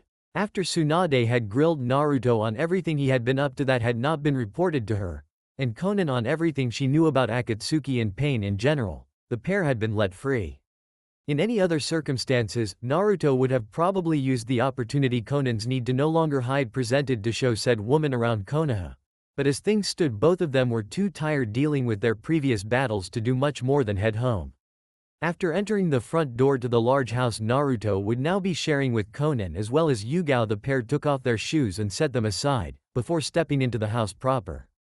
Naruto turned his head and looked over at Konan with a slight smile.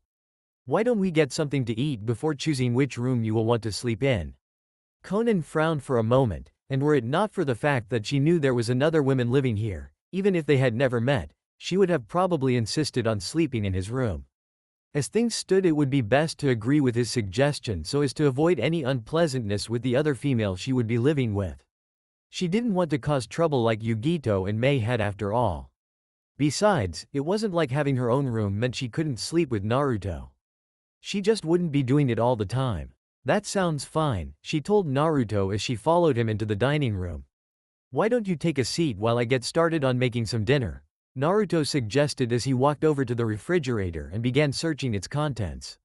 Meanwhile, Konan sat down at the long table meant for quite a few people, set her hands down in front of her on said table, and began watching as Naruto moved about the kitchen, turning on the stove, getting out pots and pans, and setting aside ingredients like he had been doing it all his life.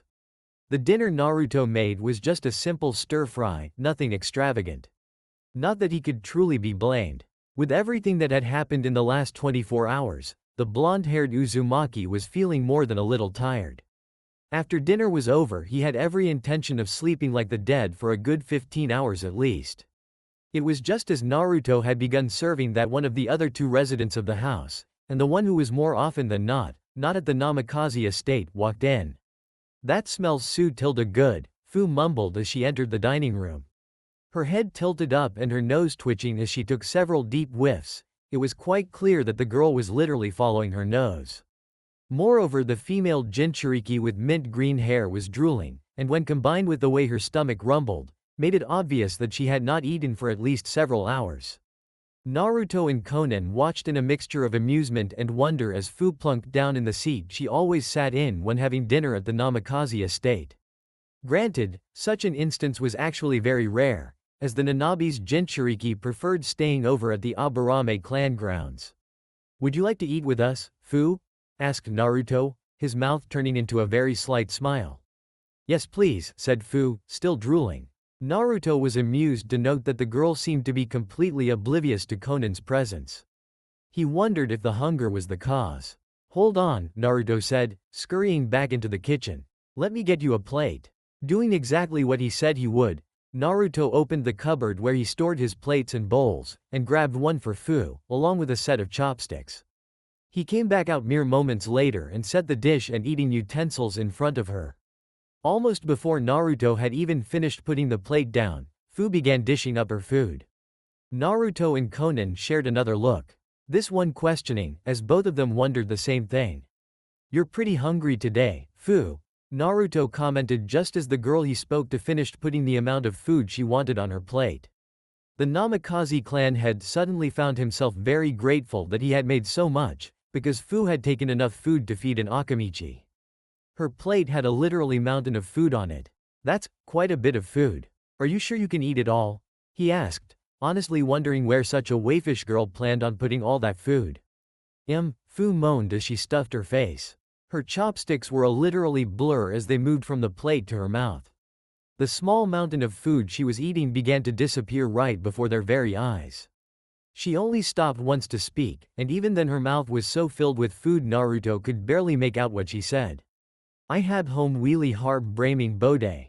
Naruto murmured, more to himself than to anyone else. Though it was apparently not quite enough, because Fu spoke to him again. "Yeb, Hibi and Hino Avenue been barring with me. It's buff. I see." Naruto got out, watching with an almost sick fascination as the food on Fu's plate quite literally vanished before his very eyes. He was really beginning to wonder about where the girl was storing all that food. How could someone so tiny possibly eat so much? Beside him, Conan seemed to be much the same way, only worse.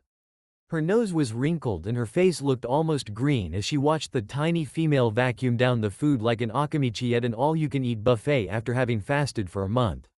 She looked like she was going to be sick. Finally, after what felt like hours, but was in truth only a few seconds, Fu's plate was cleaned of food and even seemed to have been polished to a shine, making Naruto wonder if the Nanabi Jinchuriki had licked the plate sometime while he was watching her and he just hadn't seen it.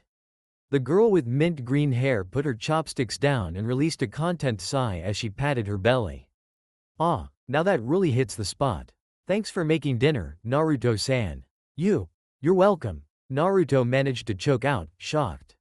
He had seen many things in his rather short life, but he had never seen someone eat like Fu just had. Not even he was this bad, not even when it came to ramen. It was only after had eaten her fill and spent a few moments staring vacantly at the table that she finally noticed the beautiful blue-haired woman sitting at the table with them. Naruto-san, who is this? Ah, Naruto blinked, his head shaking as he found something to focus on other than Fu's phenomenal ability to put away food like an akamichi after going on a hunger strike. That's right, you haven't met yet, have you? He had nearly forgotten that he only summoned the Bluenet when no one else was around, since he hadn't wanted even a hint of her identity leaking out and somehow getting back to Akatsuki, and more specifically Pain. This is Conan, one of my betrothed. It's a pleasure to meet you, Fu-san, Conan said with a slight bow of her head. Fu gave her a bright smile that was so different from the lifeless eyes she used to have. It's nice to meet you as well. The girl then tilted her head and looked at Conan curiously for a moment. Wait, if you're one of Naruto-san's betrothed, how come I've never seen you come over? Naruto was very grateful that Fu was looking at Conan so intently that she didn't notice him wince. He was hoping to avoid telling anyone about his lover's role as his spy in Akatsuki until Tsunade decided what they should with the information the Bluenet had given them. He should have realized that something like this would have happened, if not with Fu then most definitely with Yugao, who, even though she was giving a relationship with him a chance, had yet to meet Conan. Fortunately for him, Conan was able to come to his rescue. I have come over before, but because I was on a long-term mission that required me to stick around, I couldn't be summoned very often. Oh, Fu blinked, then nodded her head. Well, that makes sense. The green-haired girl stood up and stretched. Anyways, I think I'm going to hit the sack. I'm pretty tired from all training I've been doing with Shino-kun and his family. Alright, see you tomorrow then, Naruto said as the girl gave them a wave and left the dining room. Naruto-kun, Conan said after a moment of silence passed through the room. Yeah? I don't think I'm very hungry anymore. Neither am I. Later that night Naruto lay awake in bed unable to sleep. The shades on his window were pulled up, allowing the moonlight to spill into the room. They cast shadows along the walls that seemed to warp and twist in unnatural ways. Or maybe that was just Naruto's mind playing tricks on him as the guilt over the recent events with Jiraiya washed over him. His sensei had almost died, and it was his fault. Naruto couldn't help but wonder what would have happened if he had been honest with his sensei and informed him of Conan and Nagato's involvement in Akatsuki from the start. He had always assumed that if Jiraiya knew his old students were still alive, then he would have gone to them in an attempt to make the one now calling himself Pain see reason, but he couldn't help but wonder now, would that have really happened? Due to not being let in on what had transpired between him and Conan, Jiraiya had gone to Omegakure anyways. He had not only gone there and been confronted by Nagato, but had been completely unprepared for the man's power and abilities, and because of that he had nearly been killed. He likely would have too were it not for Conan's timely intervention. How better off would Jiraiya have been if he had known about Pain's abilities from the start? What would have happened if Naruto had been up front and gone with him when he went to confront Pain? Would they have been able to defeat him? He hadn't done anything because he didn't want to tip the man calling himself Tobi off and force the masked man to act before he was ready. But in doing so he had almost lost his sensei, and while Jiraiya was not dead he was now one arm short, making jutsu impossible unless he learned one-handed seals. As Naruto's mind began spiraling into a ring of depression and guilt, there was a knock on his door. A frown made its way to his face as he wondered who was at the door, though he suspected he already knew the answer. Getting up, the blonde shinobi silently made his way over, before opening the door to his room. Just as he thought, Conan was standing in front of his door. She was wearing a blue nightgown that matched her hair and went down to just below her knees. After his eyes made their almost customary trail over her body, the nightgown barely covering her curvaceous figure, he looked up and noticed the uncertainty on her face. Her eyes were flickering from his face to the side, and she was worrying her lower lip between her teeth, a sign that she was nervous. "Conan?" Naruto started, his voice concerned as he tried to figure out what was wrong with his lover. Of course, he realized it wouldn't be possible to discover the source of her problems without asking her, so quickly decided the best way to get to solve whatever ailed her was the direct approach. He liked being direct anyways. "What's wrong? Can't sleep?" Conan shook her head. "Can I come in?" she asked softly, and Naruto gave her a nod before moving out of the way, allowing her to silently pad into the room. She stopped over by the window, her arms crossing under her bust as she released a small shiver. It wasn't from the cold, Naruto noticed. He walked over to her, slowly wrapping his arms around her midsection. When she didn't protest, and even began to lean into him, he tightened his hold until she was being held securely in his arms. "What's wrong?" Conan didn't respond for a moment, and for a second Naruto had to wonder if she would explain at all. After a few seconds, however, she began to speak, her voice slightly stilted with emotion. "I was just thinking about what happened in Omegakure," she murmured softly. When Jiraiya-sensei fought with Pain, she corrected herself quickly, though Naruto heard the stammer in her voice. He only just managed to withhold a wince. "When I first stopped him from killing Sensei, I tried to talk some sense in him, to make him see reason. However, he wouldn't hear any of it. I always thought that he would eventually come to realize that what we were doing was wrong. A part of my hope was that I could bring him around to our way of thinking if I kept talking to him about it, but he didn't listen to me. She stopped for a second, and her body gave a shudder as she clenched her eyes shut. He was perfectly willing to kill me because I didn't agree with him. I never imagined he would be willing to kill me, that he would have stooped so far into the darkness that he would be willing to kill his childhood friend. But he was. If you hadn't shown up when you did, then I would have been dead before the day was out." This time Naruto did flinch. The thought of Conan being killed made his insides rebel. The very thought that someone who meant so much to him, whose hopes and dreams coincided so much with his own, could be killed by the best friend she had stood by and watched helplessly as he fell into darkness for years unsettled him more than he could ever admit. It wasn't something he wanted to think about. However, when I found out that Pain was perfectly capable and willing to kill me, I realized something, Conan continued, mercifully saving Naruto from his defeatist thoughts. "What we are doing is dangerous, more so than even being shinobi. Our desire for peace can only be achieved when the current system has been dismantled, and that will create a lot of enemies for us. With what we're doing, any day could very well be our last." Her hands grabbed his arms, and carefully pulled on them to loosen his hold on her. She turned around slowly until she was facing him. Amber eyes carefully stared into expressive blue, and the blue-haired beauty's hands came up and gently cupped Naruto's face. "And I don't want to die with any regrets in my life." Naruto brought a hand up and gently grabbed a hold of one of Conan's. He brought her hand to his lips and kissed her palm. "None of us are going to die. I promise that no matter what happens, I'll protect you and everyone else." Conan smiled, but shook her head. "You can't guarantee that." Naruto searched her eyes, his own questioning. After a moment he asked, "Why are you telling me this?" "Because when either one of us could die at any moment, I want to make sure I live my life to the fullest," she told him, a gently smile on her face. "More importantly, I want to show the man I love that he means the world to me." Her hands moved forward, her fingers sliding through his hair as Naruto's own hands instinctively rested themselves on her waist. She brought his head down until their foreheads and noses were touching. Her hot breath on his lips made Naruto shudder. "If I live in a world that can kill me at any time, I want to give myself fully to the man I've chosen to marry so that neither of us live with regrets." With those final words, Conan pressed her lips against Naruto's. His response was instantaneous as his eyelids fluttered closed and he began to kiss her back. Her hands removed themselves from his hair and slid down before she wrapped her arms around his neck. In return, the hold he had on her waist came loose and he slid his arms around her back. The kiss startled out gentle, soft, ephemeral. It was nothing more than the two brushing their lips against each other. However, the kiss only remained chaste for a second. Wanting to feel more, Naruto took Conan's lower lip in his mouth and began to gently suckle on it. His move caused the woman in his arms to emit a soft, breathy moan, her mouth opening to do so and allowing him to slip his tongue inside of her. His tongue slowly worked its way between her lips, brushing against her teeth, before the fleshy pink appendage encountered resistance in the form of Conan's tongue.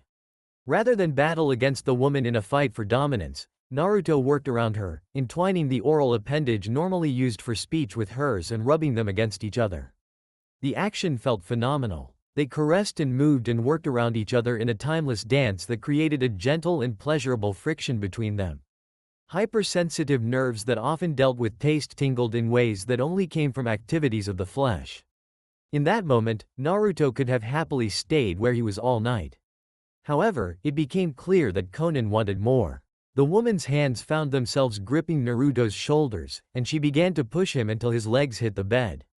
Another surge and the blonde fell backwards, Conan going with him as they were still in the throes of a passionate embrace of tongues. She wiggled on top of him, squirming in ways that caused his arousal to grow until she was straddling his waist. Her hands began to explore his body, caressing his muscular chest, and tracing the contours of his six-pack abs. The ephemeral touches of her gentle hands sent shivers down Naruto's spine, and caused goosebumps to break out on his skin. Conan's hands stopped when they reached the growing bulge in his boxers. While their dancing tongues continued, she brought one hand up to support herself, and the other cupped his hardening member and began to rub it. Naruto groaned into her mouth as his arousal spiked. The feel of her hand rubbing him through the fabric of his boxers created a friction that almost made him putty in her hands. Keyword being almost. Naruto had never been one to allow himself to receive such pleasure without giving it back at least tenfold. As a gentleman, it was only right that he returned the favor. While Conan had rubbed the stiff rod in Naruto's ramen-themed boxers until it was hard as rock, the blonde she was making out with underneath her had cupped her breasts through her nightgown. The fabric she was wearing was very thin, almost see-through in the light of the moon, and it did very little to mask the feel of what his hands were doing to her. A throaty moan escaped from the back of Conan's throat as her blonde lover's hands groped her chest. Her back arched forward like a cat, her perfectly round breasts pressing themselves against Naruto's hands as he kneaded the fleshy globes expertly. His thumbs brushed up against her nipples, the small bud hardening underneath them. It wasn't long before the fabric of her nightgown became unbearable for Conan. She wanted to feel her lover's hand on her flesh. The kiss broke, the two panting heavily as they tried to regain their breath. Conan placed her hands on Naruto's chest and pushed herself up until only her crotch and thighs were touching his body. Sometime during their heavy petting, Conan's nightgown had ridden past her thighs. She went down to reach for it so she could pull it off, but Naruto beat her to it. "No," he rasped, his voice heavy with the lust he was feeling. Conan shivered at his tone, and the pale blue panties she was wearing grew damp. "Let me." Naruto's hands began to draw up her nightgown, and Conan raised her hands above her head. When the sheer, semi-translucent dress moved past her bosom, revealing dark pink nipples, Naruto surged forward. His lips took one of the hardened buds into his mouth, and the brunette cried out as he began suckling on it. She tried to bring her arms down so she could wrap them around the blonde's head, but Naruto had raised the nightgown far enough that they were caught in his grasp.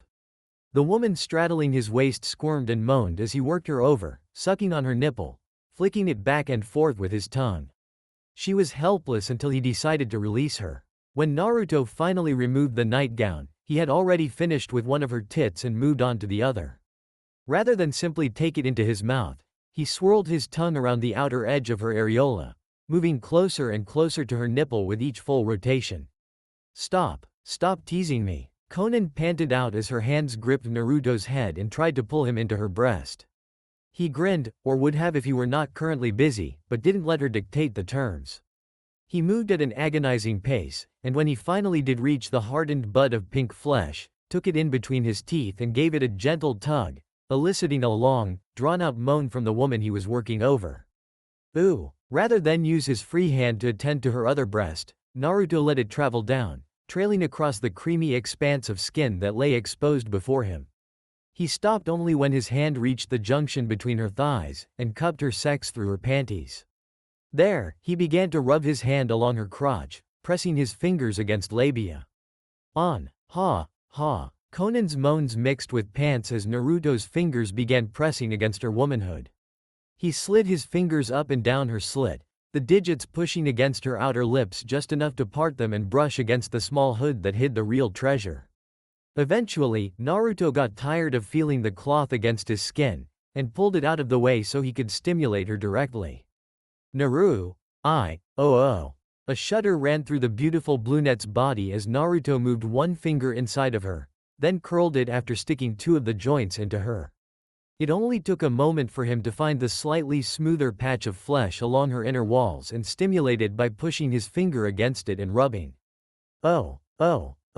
Conan cried out, her grip around Naruto's head tightening almost painfully. Her fingers grabbed large chunks of his hair, and it felt like she was close to pulling them off. Despite this, Naruto continued to stimulate her arousal, and even decided to go one step further. With a surge of strength, he rolled them over so that Conan was her back and he was on top. Not that the woman seemed to notice, with her eyes closed and her head thrashing back and forth as she moaned. Her hips began to buck into his hand, helping him work the inner walls of her pussy more liberally.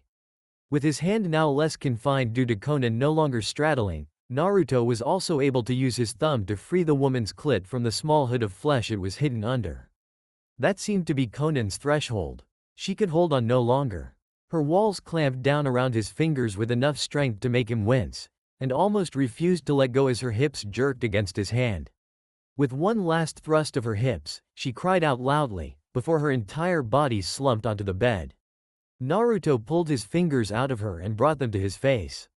They glistened with her essence in the light of the moon, and he brought them over to his lips where he proceeded to suck them clean. He noticed Conan looking at him with slightly wide eyes and a red face, and gave her a tiny grin. "You taste good." Conan looked away from him, the hue on her cheeks darkening. "Yo, you shouldn't say such embarrassing things, Naruto-kun." Naruto chuckled, before moving over her until his face was mere centimeters from her own. Conan's eyes flicked from his, then looked away, causing him to chuckle a bit, before he reached out with a hand to cup her face. The feel of his hand against her cheek caused her eyes to be drawn back to his. He brushed his thumb against her cheek, enjoying the feel of her unblemished and silky skin. Conan leaned into his hand, her eyes closing and her mouth parting ever so slightly. Naruto's eyes were drawn to her lips. Her lipstick had rubbed off during their heated kissing, and they were slightly bruised and a lot more red due to all the blood that had been drawn to them when the blonde was sucking on them. He was so tempted to lean in and claim those beautiful lips again, but held himself back knowing that there would be plenty of time for that later. "I love you." Amber eyes flickered open to look at Naruto. Her head tilted in curiosity for a moment, as if she had not quite registered his words. Barely a second passed before her lips curved into a small smile. She moved her head forward and planted a gentle, yet longing kiss on his lips. "I know," she murmured softly when they parted. Their lips remained close, however, close enough that they could feel the other's breath on their skin. Foreheads were pressed together, and noses gently rubbed against each other as amber eyes stared into blue. Conan smiled at him again. "I love you too." They kissed again. Conan's hands wrapped around Naruto's neck as she fell back onto the bed, taking him with her. Situated between her legs, Naruto pressed his body against his lover's. There was barely any room between their bodies. They were so close that Conan's breasts were smashed up against Naruto's chest. A hand reached down, sliding between the small space in between them that only remained because Conan's bosom was keeping them from closing the space any further. Soft digits slid into Naruto's boxers and wrapped around his hardened phallus. "Naruto," Conan breathed out in a heavy pant. Her eyes were darkened with lust, and she looked to be barely holding on. The blonde on top of her didn't seem to be faring any better. "Naruto, I want this in me." A smile was given to her as an answer, and Naruto only moved back far enough so that he could reach down and slide out of his boxers. Conan gazed at the hardened piece of flesh in arousal, already imagining what it would feel like to have that monster in her. Placing his hands on her inner thighs, Naruto spread Conan's legs so he could aim the head of his shaft at the small opening of pink flesh. He moved his hips forward slowly, the head of his cock sinking into the entrance to Conan's most sacred place. His shaft soon began to follow, but he stopped when a pained hiss emitted from his blue-haired betrothed. "Are you alright?" he asked in concern. "Yes," Konan gasped a bit, wincing as Naruto's girth spread her walls. "You're just a bit bigger than I had realized. I've never had anything as big as you in me before." There was also the fact that she had only slept with one other person, and said man was dead and had been for around 20 years. Going so long without sex had undoubtedly ensured that she was a lot tighter than most other women. "Be gentle." "Right." Naruto took a deep breath, and slowly began pushing himself into Konan again. He made sure to watch for any signs of discomfort on the brunette's face, and made sure to stop when he did. It was difficult. Konan's sheath was squeezing him like a velvety vice, and all he wanted to do was bury himself hilt deep into her. He restrained himself, however, knowing that was not what Konan wanted. When he was all the way, Naruto took a moment to just bask in the feeling of becoming one with the woman under him. It probably wouldn't be a good idea to move anyway. Konan was so tight that the act of moving may very well cause him to lose control of his load before they even got started. Konan didn't seem to have the same issue, and after waiting for a few seconds as she adjusted to Naruto's size, began rocking her hips back and forth, drawing a soft moan from her and a sucking in of the breath from Naruto. Getting the hint, Naruto also began to move with her, pulling his cock out of her pussy, then thrusting it back in. They moved slowly at first, merely working to find each other's rhythm. However, it wasn't long before Konan wanted more. "Faster. Naruto-kun, please." Naruto didn't bother giving her a nod, and instead focused on increasing the speed of his thrusts. His grunts of exertion were drowned out by the combined sound of skin slapping against skin and Konan's cries of bliss. Said woman was moaning and thrashing underneath him. Her hips moved and bucked as she tried to keep up with Naruto's pace, but was unable to do so. Naruto leaned down as he kept thrusting into her at blistering speeds. His mouth began claiming her body as his lips kissing every inch of skin they could reach, his tongue licking off the sweat their love-making had caused. He claimed her mouth once more, and Konan responded to him eagerly. Her loud moans, muffled by her lips being covered by Naruto's, reverberated through the whiskered male and nearly caused him to lose control. He held on though, wanting to set the bar during Konan's first time with him as high as possible. Feeling Konan's vaginal walls tighten to the point where Naruto's pace was involuntarily slowed let him know that she was close. She just needed one more push. Letting go of her lips, Naruto moved his face until his mouth was right next to her ear. "You're close, aren't you?" Konan moaned loudly in response. Naruto smiled and nibbled on her earlobe. "Come for me, Konan." And come she did, letting loose a wail that was louder than all of the previous ones she had. Konan's walls clamped down on him to the point where it actually became painful. Only her fluids gushing against his cock made the pain bearable, and allowed him to wait out her orgasm while keeping his still hard shaft inside of her. He let himself rest as Konan recovered, simply content to watch as the gorgeous female under him took great gulps of air, her breasts heaving up and down in a hypnotic motion. She didn't come to for a while, so Naruto had plenty of time to devour the sight before him. When Konan did finally recover, she gave him the softest of smiles, before bringing his head down to hers for a kiss. "Thank you," she whispered against his lips, causing Naruto to grin as he kissed her again. It wasn't until Konan's hips moved against his slightly that she realized something. A frown crossed her face as she pulled back to look at him. "You didn't come. I figured you might want at least one more round before we call it a night," was his cheeky answer, complete with a fox-like smile. Konan returned his smile with a much softer one of her own, before her hands gripped his shoulders and pulled.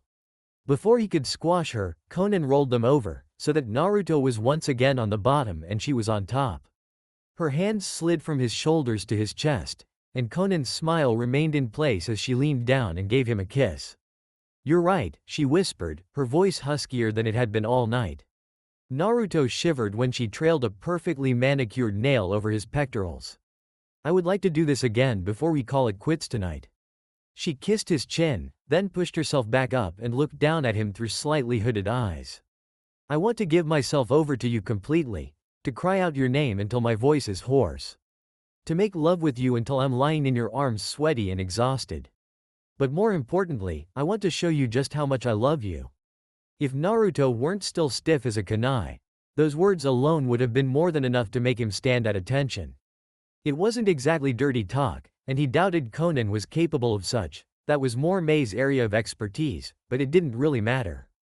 There was just something about the way she spoke, the sincerity in her words, the emotion in her voice, that caused a severe spike of arousal in Naruto. And then she began to move. Using her arms for support, Conan lifted her hips, revealing Naruto's dripping with her love juices cock inch by inch.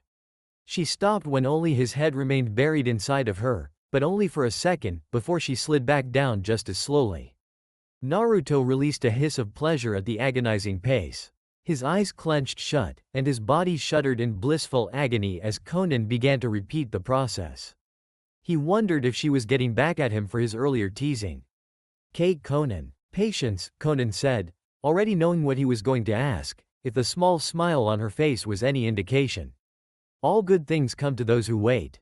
Yep, she was definitely getting back at him. Thankfully her pace did pick up. It seemed going so slowly was just as painful for her as it was for him. Before too long the woman was riding him hard, his shaft sliding in and out of her wet cunt with lewd squelching sounds to accompany it. Deciding to help her along, Naruto's hands reached for her hips, helping her find her rhythm and helping him get her timing down so he could match her thrusts with his own. Groans, grunts and moans filled the room again as the two proceeded to make love once more. Naruto spared a glance at the woman riding on top of him, and found his mouth had become strangely dry. He had always known that Conan was a beautiful woman. Even before she had agreed to become his spy he had thought her to be gorgeous. However, in that moment as she was, in crass terms, fucking herself on him, she had never been more beautiful to him. Her porcelain skin glistened and shone with the sweat she was working up from their passionate bout of lovemaking. Her beautiful amber eyes were closed in an expression of bliss that he had never seen on her before, and her mouth was open, forming a tiny "oh" as she moaned out his name.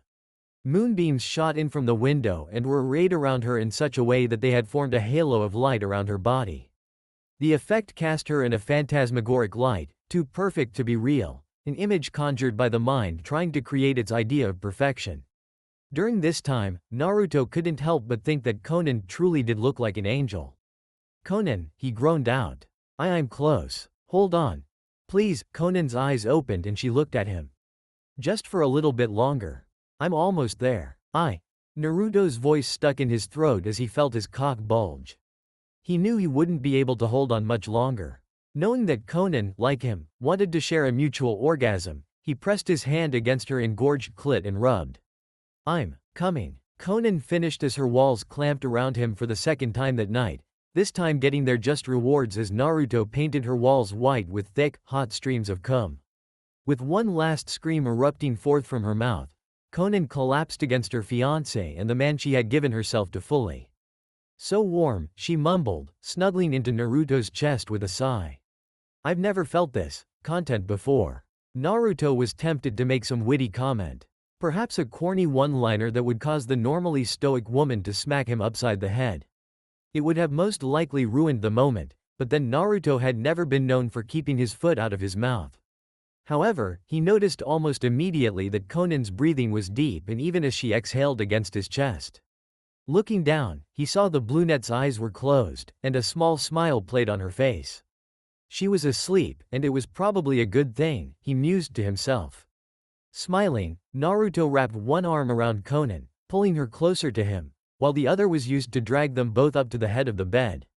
Surprisingly, she did not wake, merely murmured incoherently and tried to burrow her way into his chest. He carefully slipped them both under the covers, then lay his head down on the one pillow that had not been thrown off the bed by what they had done. Sighing contentedly, Naruto closed his eyes and went to sleep. Tomorrow was likely to bring new problems and more issues, but for tonight, Naruto allowed himself to be at peace as he held one of the few women he could truly say he loved to him. Chapter 24. Assault on Kumogakure. The rays of light from the setting sun were just barely seen over the mountaintops of Kaminari no Kuni. What rays could be seen created an intense halo effect around the mountain peaks before they ended up hitting the dense cloud covering that hovered around the mountain peaks, the light refracting off the thick particles of condensed water and changing their generally white coloring to stark oranges and pinks. It was a very beautiful sight as one Oko Yushima could attest to. Oko Yushima was an average, Chunin-level shinobi. He had chin-length dark green hair and brown eyes. His outfit consisted of the standard Kumogakure attire of a chunin, a long, grayed top that gathered at the waist to give it a sash-like appearance with matching colored pants. Over this was his one-strap chunin flak jacket along with a set of arm guards and shin guards. Attached to his waist was a plain-looking katana. Like all Kumogakure shinobi, Oko was trained in the use of kenjutsu and raiden jutsu. He was not the best at either of those, especially raiden since his elemental affinity was for suiiden ninjutsu, but he got by. He was good enough that he made chunin, though he had not advanced beyond that despite having been a shinobi of Kumogakure for the past 16 years. This was fine with him. He did not really care to advance in rank. Oko had decently comfortable life as a member of Squad 16, whose job it was to patrol the southeastern border, the only way to enter Kaminari no Kuni on land. That was one of the reasons Kumo was nearly impossible to invade, and one of the reasons they did not need a very large amount of shinobi assigned to border patrol. With only one land route capable of being used to enter Kaminari no Kuni, it meant any invading forces would be funneled through that single 15-kilometer space. And while that was still a significant portion of land, it was nothing compared to the likes of Hai no Kuni, which had nearly 7 times that amount that needed to be patrolled. Along with Squad 16 there were only 8 other squads assigned to border patrol. The 9 squads were not necessarily a close-knit bunch, nothing like those tree-huggers from Konoha, but they got along well enough. It was necessary for them to at least be capable of working together in order to set their patrols up in a net formation that would ensure no one made it past the rivers and valleys that formed the vast majority of the country. Oko's squad was currently patrolling closer to the border. It was their job to set up the first net within their formation. The group of 4 were traveling through the mixed terrain several meters from each other and moving in a crossing formation that had them weaving in and out of each other's view every few seconds. Being so close to the borders that separated Kaminari no Kuni from Shimo no Kuni, Land of Frost, meant the terrain was a combination of mist-filled valleys and several rivers that would eventually lead into the mountain-covered terrain their country was so well known for. Squad 16, the crackle of his earpiece came to life in a burst of static and the voice of the captain in charge of the border patrol was heard through it. That she was speaking now alerted him to the fact that the rest of the squads would be coming once they received the all-clear. Anything to report? Over. There was a moment of silence before another crackle of static came over the earpiece and his Junin squad leader voice was heard over the line. Nothing unusual to report. Everything looks normal. Standard protocol. Over. Standard protocol called for the normal web formation that would have the 9 squads set up their patrols in a sweeping pattern. It wasn't as tight as some of the nets they formed when chasing down a suspicious person or missing nin, but then, for something like a simple border patrol the more advanced formations designed to hem in and capture possible enemies weren't needed. Roger that. Squads 6 and 7 will rendezvous with you at Alpha Point. Over and out. His Junin squad leader acknowledged her superior's orders before ordering the members of Squad 16 to Alpha Point.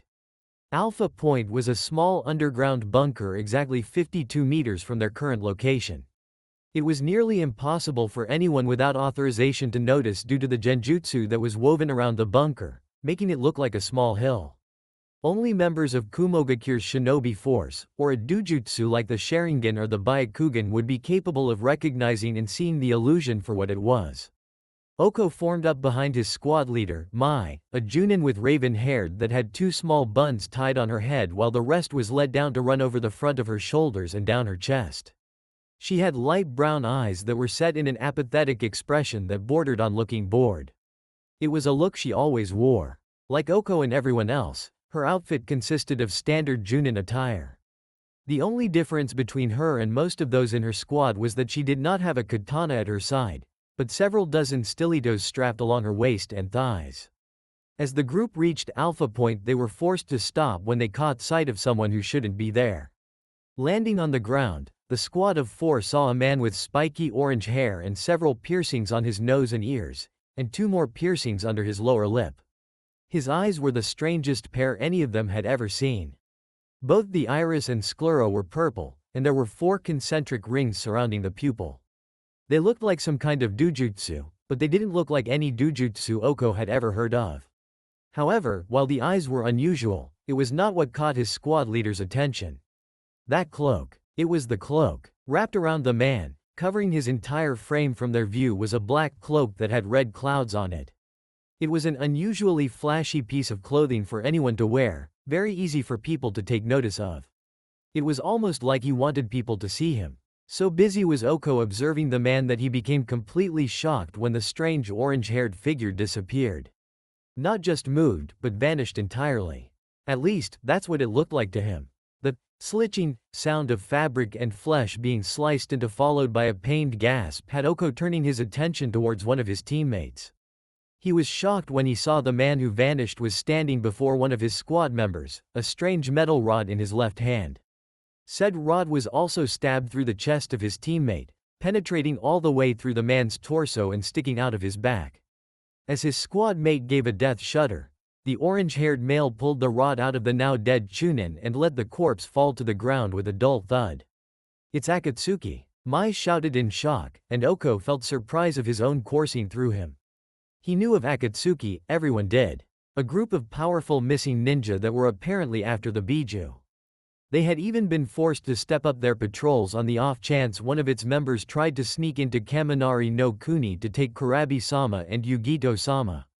While his own shock at seeing a member of Akatsuki here kept him rooted to the spot, the orange-haired man with the strange eyes managed to disappear in another burst of speed.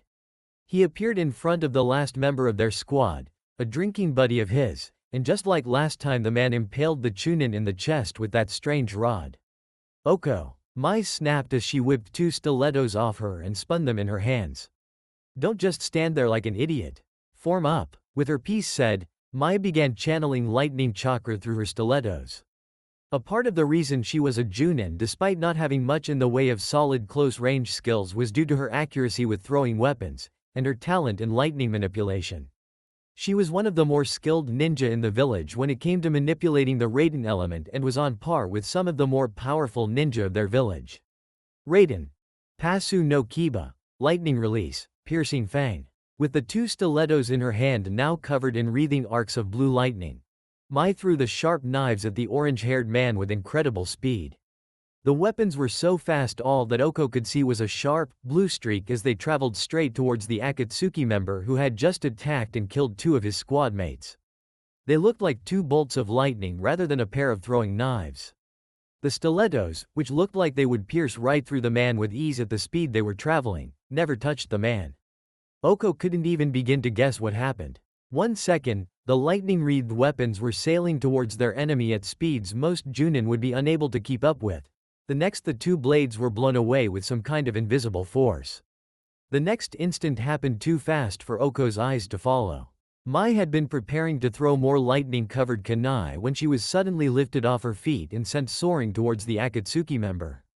Before Oko could even blink, Mai was impaled by the black metal rod, her mouth opening in a gasp as blood leaked out of it.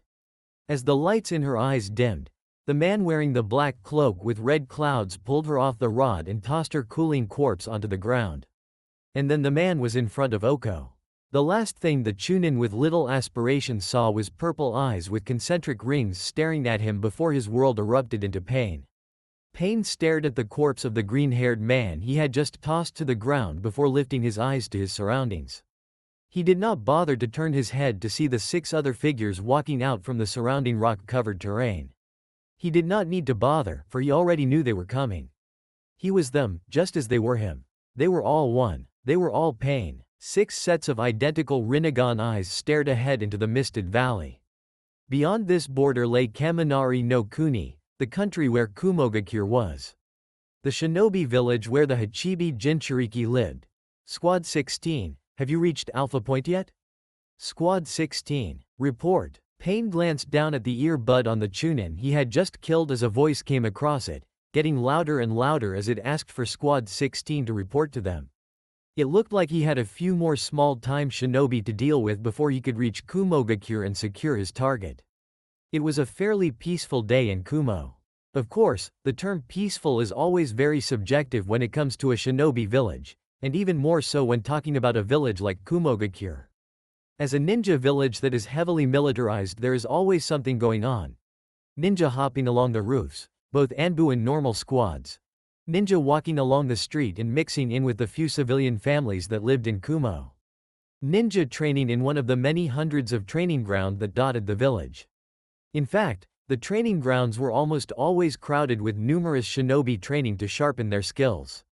It wasn't unusual for the sounds of explosion and large arcs of lightning to be seen and heard coming from the many training grounds on an almost 24-hour basis. The Yondaime Reikage was very big on training, and mandated that all ninja regardless of age or rank must train for several hours each day to keep their skills sharp. And so hundreds of shinobi were currently outside at one of the many training grounds practicing their jutsu or polishing their skills with a blade. Still, despite the day being busy, peaceful was a term that could be contributed to the village. If nothing else, the day could claim to be peaceful because there were no large-scale battles happening, no situations where someone might die at any second. There was nothing to indicate that this day would be different than any other day. Perhaps this was why no one had noticed the group of 6 orange-haired figures standing several meters away from Kumogakure. The 6 paths of pain stood on a bluff overlooking the whole of Kumo. Laying at the feet of the Diva path in an expanding pool of blood was the corpse of a former Anbu, the last of the village's defense perimeter in this particular sector of the village outskirts. Diva subtly narrowed his eyes as he looked at the large village. According to reports Akatsuki had managed to receive, Kumo's Jinchuriki rarely ever visited the village, especially since Akatsuki's failed attempt to acquire the Nibi Jinchuriki. It was both a fortunate and unfortunate circumstance. That the Hachibi's Jinchuriki was not here meant Pain not only had to acquire information on his whereabouts, but also travel elsewhere after annihilating the village was bothersome. At the same time, he did not want to fight against the Hachibi Jinchuriki, the Yondaime Reikage and the rest of the village at the same time. He had no doubts of who would win such a fight, but Pain also knew he would not walk away from that battle unscathed. Yes, it was probably for the best that the Hachibi Jinchuriki was not here. No sense in fighting the perfect host along with an entire village at the same time. Time to get started. The Preta path, a large man with slicked back hair, a sharp-looking piercing on each cheek, 2 running vertically down his nose, 5 more jutting out from under his bottom lip, and another 2 long piercings sticking out of his ear moved to the fore of the group. The second animal path, a young girl with a chakra receiver above her nose, 2 on either side of her neck, a row of 4 running vertically down each cheek, and 2 studs on each forearm, walked over to Preta as the other reanimated corpse crouched down and laced its hands together. She stepped onto the Preta's hands, which were pointed towards Kumo, then crouched down in preparation. Soon enough, Animal was launched through the air at impressive speeds.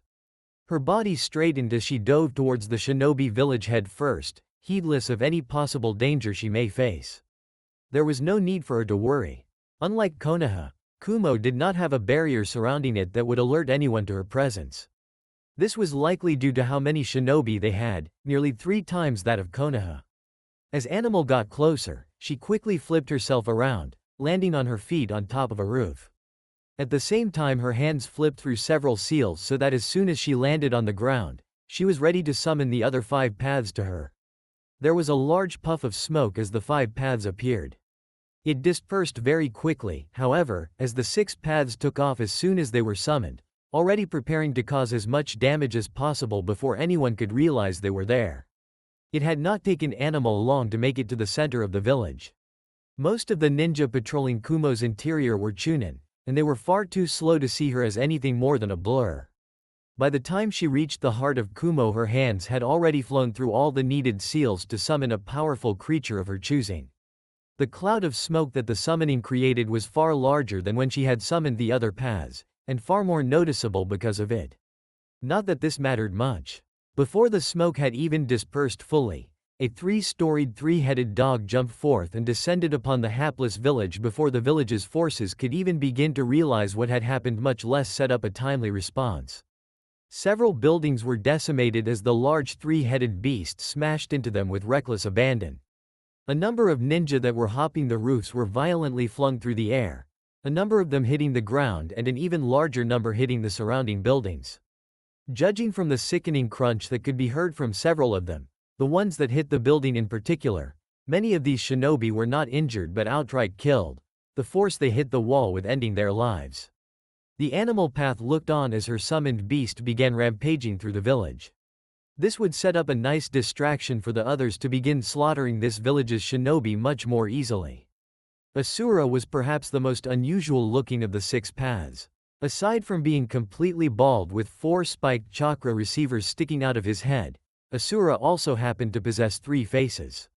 Each face looked generally the same and even had the same piercings, 2 running vertically down each cheek, a loop ring that ran vertically down the bridge of his nose, and 1 large receiver embedded into his chin. Yes, just looking at Asura's face was enough to inform anyone that this was not a normal person. Landing on the ground, Asura skidded across the dirt surface. As he slid across the abandoned alley, his left hand grabbed the wrist of his right hand, twisted, then pulled. Oil poured forth from Asura's forearm as it was pulled off. As he pulled his arm out further, long, 1-inch thick metal wire with several dozen missiles attached to it became more and more visible as the wrist got farther from the rest of the arm. Coming to an abrupt halt, Asura lifted his arm, now loaded with high-tech mechanical weaponry, above his head. Less than a second later, 24 missiles were launched into the air. Many shinobi and civilians who were in the general vicinity of Asura looked up when they saw these strange-looking machines with flaming plumage like those of a comet behind them. They didn't have much time to gawk and wonder about these unusual devices, however, as the first one soon hit a nearby building. One after another the missiles struck buildings and roadways, exploding with enough force that the entire building hit was blown sky high. Many of the buildings that were hit were reduced to rubble, and large chunks of debris created by the destroyed buildings were sent flying. The debris would either hit another building, toppling the walls it struck, or flew into a street crowded with civilians and shinobi, killing many of those it hit and leaving just as many broken. Those missiles that hit the street often managed to do so in a busy intersection or bustling marketplace, sending those that were not in its blast radius flying. Those who weren't fortunate enough to not get a full blast of the missile's destructive force were destroyed outright, their bodies exploding in a spray of blood and gore as pieces of their anatomy were sent flying across the street and splattering all over the walls. With any luck, not only would the amount of destruction generated from the explosives cause enough death and mayhem to keep everyone in a panic, Asura hoped that the way the destruction from the explosives had spread out would keep people from getting a fix on his general location so he could continue causing as much long-range damage as possible. In either event, it was time to move to another location anyways. Ill-begotten was the ninja who stayed still for too long while in enemy territory. Preda counted at least 10 shinobi surrounding him on ground, and another 5 on the rooftops. Their flak jackets and the way they carried themselves showed him that many of them were chunin, but he could spot a few junin amongst the large group of ninja looking to take his head off. Most people would probably be worried about being surrounded by so many enemy shinobi. Preda was not, and not just because he was only a reanimated corpse. There was simply no need for him to worry about the trash currently facing him. What could meager ninja such as the rabble around him do when they were confronting a god? Raiden.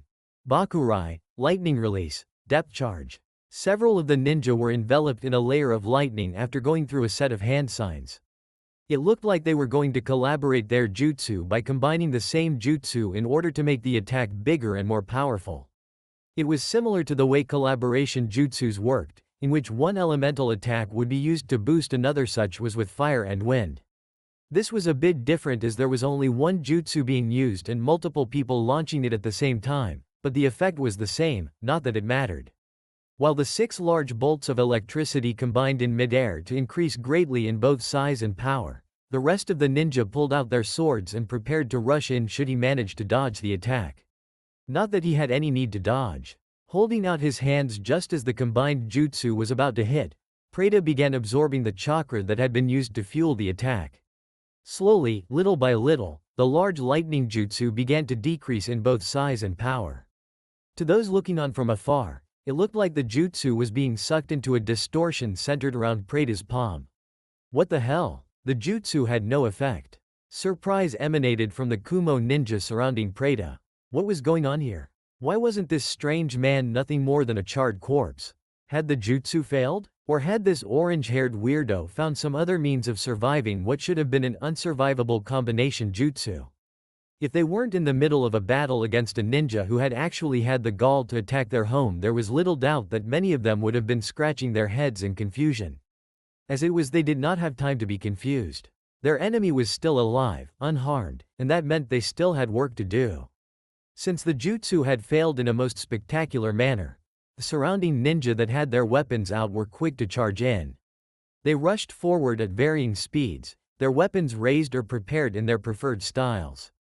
The Kumo ninja had Preta surrounded on all sides. He was boxed in, trapped, and they had no intention of letting him get out of this trap alive. Too bad for them, Preta didn't need their permission to get out of this predicament alive. Something interesting about the paths of pain. Each path has only a single particular ability given to them from the Rinnegan, one of 6 abilities that were techniques only those who bore the Samsara eye could use. Because of this, each path was actually very limited in what they could do. The Preta path could only ever block and absorb ninjutsu, the animal path could only summon, the human path could read the mind of his target and yank out their soul, etc. etc. However, you would never find a path that could do more than the power they were given. A good example was elemental ninjutsu. No path would ever be able to use elemental ninjutsu, because it wasn't a Rinnegan-specific ability. The path's inability to use more than a single technique limited to the paths of pain in many ways. Together they were a nearly unstoppable force, but divided they were weakened significantly, their overall abilities nowhere near as powerful as the total summation of their parts. So how can one eliminate the inherent weakness in dividing the Rinnegan's techniques through 6 reanimated corpses? The answer is simple: taijutsu. Moving at speeds none of the shinobi around him could follow, Preta charged his first target, a younger ninja who had a bit more speed than the rest of them and was the one who would reach him the soonest. Preta appeared right in front of the younger male, and before anyone could even begin registering that Preta had changed position, he rammed a crushing fist into the other ninja's chest. If the sound of explosives from Asura and the roar and noise of buildings being crushed underfoot by animals summoned monster not drown it out, the crunching sound of the young shinobi's bones breaking as they caved inwards towards his organs would have been overpoweringly loud. The young shinobi did not even get a chance to scream, as the blow not only killed him instantly by having one particularly unlucky bone fragment stab him in the heart, but the blow was powerful enough that it also sent the Kumo Chunin flying backwards. Preta did not wait around to watch as the now dead corpse smashed against a wall with a sickening crack. He was already moving. By now, the other ninja had realized that he was no longer in his original position.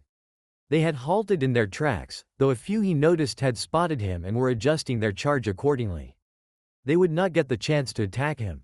Once more, Preta moved forward, lashing out with a powerful kick that connected with a ninja's solar plexus. As the younger man went down with his ribs broken, Preta twisted his body to the left. His right hand shot out, latching onto a wrist whose hand contained a sword that had been descending towards his high. Continuing his spin, Preta soon found himself back to back with the shinobi that had just attacked him, his own hand still firmly gripping his enemy's wrist. With nary a sound, Preta proceeded to toss the enemy ninja over his back and into a group of other ninja charging at him. Several of the charging ninja went down, but most of them managed to avoid being tossed to the ground by jumping either to the side or over the judo-tossed man. They were the less fortunate of the group, as Preta decided to take them out first. Appearing in between 2 ninja who had jumped along the same general path, the large reanimated corpse launched his fist into the face of both enemies with enough force that their faces caved in as they were sent on a flight path similar to the one Preta's first up-close victim received. What the fuck is this guy? He's a monster. No, not a monster, Pain thought to himself as Preta began decimating the rest of the ninja trying to destroy him. A god. The ever-present grin was still on the human path's face as he held his hand on the head of a ninja he had managed to capture while everyone else had been distracted by the fireworks and mass destruction occurring throughout the village. It had not been that difficult to find this man. He had already been walking down a deserted alley near a bar. Likely he had had one too many drinks, and all human had to do was swoop down and place a hand on his head before the man could recover from his shock at seeing the numerous explosions happening within his village. Human was one of the more normal-looking paths. A slightly effeminate male with long, orange hair and Rinnegan eyes. Like all the paths of pain, he had several chakra receivers embedded in his body. The ones on his face were located on his cheeks, with 2 running vertically down each cheek, which seemed to be par the course for chakra receivers, and 1 going straight through the bridge of his nose. With his hand in contact with the appendage containing the other man's brain, Human quickly and thoroughly scoured the mind for any information the guy might have on the Hachibi Jinchuriki's whereabouts. It was not surprising that the location for the Hachibi Jinchuriki was a well-kept secret when one took into account that the Eight Tails host was the younger brother of the Raikage. While a lot of people seemed to know that the Jinchuriki known as Karabi was rarely in the village these days, few actually knew where he was being kept. Like all the others, this man did not know where the Hachibi's Jinchuriki was being kept either. It seemed the Yondaime Raikage had upped the security on his Jinchuriki, or at least his brother. Then again, he did not really need to worry about the Nibi's Jinchuriki, as the young woman was well known for being one of the Kyuubi Jinchuriki's lovers. With the Namikaze's Hiraishin seal likely located somewhere on her person, and a Hiraishin kunai for her to use in case she was ambushed and needed backup, the Nibi Jinchuriki was currently out of Pain's reach anyways. At the very least he could not go after her until Akatsuki had acquired some of the other Jinchuriki they needed. The Nanabi and Rokubi Jinchurikis were still at large. Seeing how this man did not have any useful information to give him, Human decided that he had outlived his usefulness. Pulling his hand up as if he were yanking on something, Human watched as a blue, ghostly object was pried from the shinobi's head.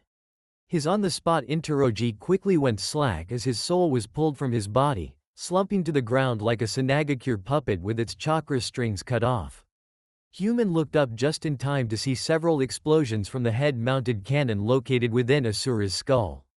The blue lights from what looked distinctly like some kind of high-tech laser beam hit a number of buildings, merely damaging some and outright annihilating others. As Human watched on, one of the buildings nearest him was hit. The laser-like blast took out a large portion of the wall and several support pillars. As the building began to crumble like a stack of cards that had been hit by an angry child having a temper tantrum, Human decided to find another victim he could extract information from while Asura and the others kept them distracted. Hopefully the next fool in his grasp would give him the knowledge he wanted to know. A few minutes before the assault. Damn it, Omoi, do you always have to overthink shit? I'm trying to drink in peace here. Samui was just barely able to keep up her cool persona and contain the irritated sigh that wanted to escape her. She had gone to the bar today with the hopes that she could get a nice drink and relax in peace. Being a Junin squad leader was tough work, especially when said leader had ninja under them that couldn't get along if their lives depended on it like she did. Day in and day out the 2 Chunin ninja of Team Samui would argue over the most trivial and uncool things. Omoi would overanalyze and overthink everything, and Karui would respond with violent words and just plain violence. It got tiring listening to them bicker constantly. Samui felt she deserved a little downtime. They had just gotten back from their latest mission, escorting Yugito to Kirigakure, and she was tired. Look, all I'm saying is that we were really lucky that Courier Ninja wasn't carrying top-secret documents that could have destabilized the entire country. Not only that, but if someone could actually steal documents from us, it means our village isn't as secure as it should be. Who knows what other countries and villages would, gah. Shut up, shut up, shut up, why won't you get it? I don't know care. The situation was already dealt with anyways. Why are you so fucking big on what ifs? Unfortunately for Samui it seemed like her teammates had the same idea she did. She could go to another bar of course, but there was only one shinobi-only bar within Kumogakure. The Raikage did not approve of indulging in alcohol, but couldn't ban it unless he wanted to cut into one of the most profitable ventures in the entire elemental nations. So instead he simply stated that only one bar would be a shinobi-only bar in the hopes it would keep his ninja forces from overindulging since most didn't like the mingle with the civilians. The rest of the bars were civilian bars, which she most definitely did not want to go to. While having to suffer through listening to Omoi and Karui argue was bad, the feeling of several dozen eyes stripping you was worse, much worse. It was times like these Samui cursed her large chest. Sure, her breasts were big. She had even had people compare her breast size with Senju Tsunade's. And they were useful for distracting male ninja. But beyond that they were nothing but a mere annoyance. They sometimes got in the way of her kenjutsu. They were so large they didn't fit her small frame and often gave her back problems, and she couldn't go anywhere without having every male and even a number of females ogling her chest. It was so uncool. You should care. What if something like this happens again? Only instead of something useless like the number of handbooks being published getting stolen, they steal a map with the entire layout of the village, including all of our secret entry points. Speaking of uncool, that would never happen. Her eyes traveled over to the insufferably uncool duo that were her teammates. Omoi was looking contemplative and slightly paranoid as always. Meanwhile, Karui was red-faced and angry and looked 1 second away from shoving a kunai into Omoi's spleen. In other words, she also looked the same way she always did. Her wanting to kill Omoi was just par the course. Naturally, the reason for her teammates' various expressions were because they were fighting, again. Over what, she didn't know. They had changed subjects so many times in the past hour that she wasn't paying attention anymore. For all she knew, they could have been arguing about whether or not the samurai came before the shinobi. Times like these made her wish she had different teammates. When she had first come into the bar, she had been able to claim a seat by herself. Her reputation as a cold and aloof bitch worked in her favor and made it so that none of the average run-of-mill shinobi would ever bother her. There were only a few ninja in the entire village who would actually come up and speak with her. Her teammates were 2 such people. Yugito was another one. Kurabi-sensei would probably be one as well, but since he had never been to a bar because he didn't drink, it was a moot point. My respect for you has really gone up. Samui tore her cold gaze away from her arguing teammates to look at the only other person sitting at her table. The man on her left was a fairly tall, dark-skinned man with a slightly bulbous nose and lazy, half-lidded eyes. To top of his general lazy boy look, his posture was slouched while his left arm was hanging behind his chair. His hair was a mess of shaggy white locks with a thick bed of his hair covering his left eye.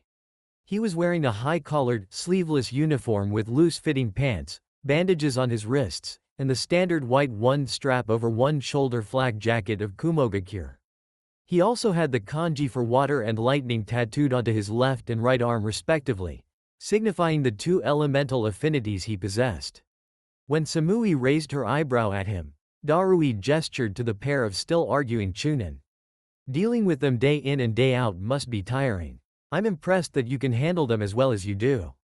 I had Kurabi-sensei as my sensei, same as these 2. Samui shrugged her shoulders, which did very pleasant things to her chest as Darui could testify. Having to deal with their constant arguing as well as Kurabi-sensei's rapping on a daily basis made it easier for me to remain cool when they get like this. Though that didn't mean she actually enjoyed listening to them bicker, or that she could necessarily block them out. She had just grown so used to them constantly arguing like an old married couple that she was able to act like she was ignoring them. That's still pretty damn impressive, Darui continued with an easygoing smile. I don't think I would have the patience to deal with this, he gestured to Omoi and Karui, who were still arguing.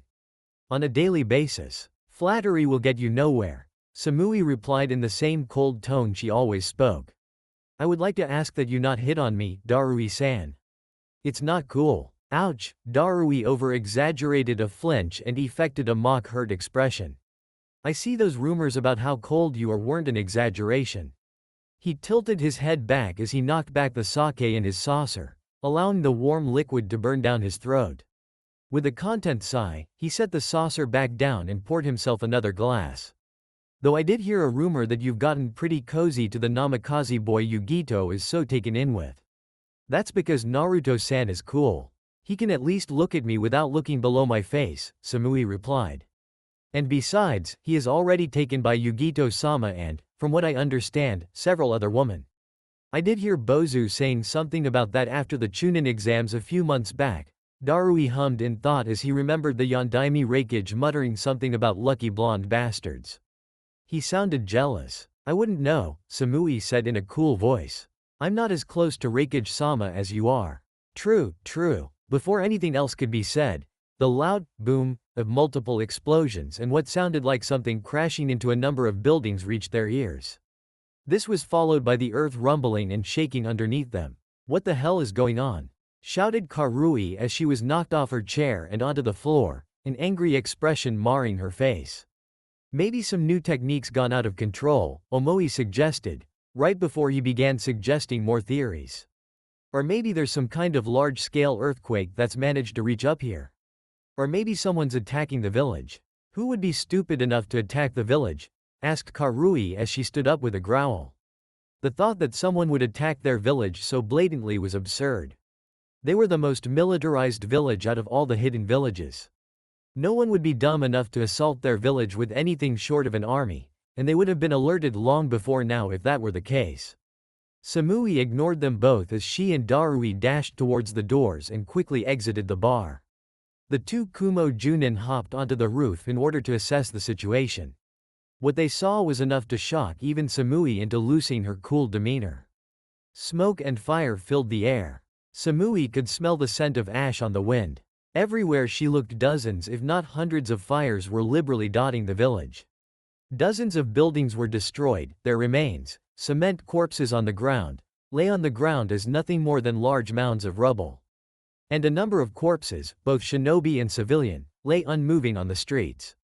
Beyond all that was the large three-headed dog towering over many of the buildings in the village as it tore its way through buildings and people with equal impunity. It roared and snarled at anything and everything, attacking whatever it laid eyes on with the single-mindedness of a beast. It was a scene out of a nightmare, something Samui could have never imagined happening. Kumogakure was under attack, but who could be attacking?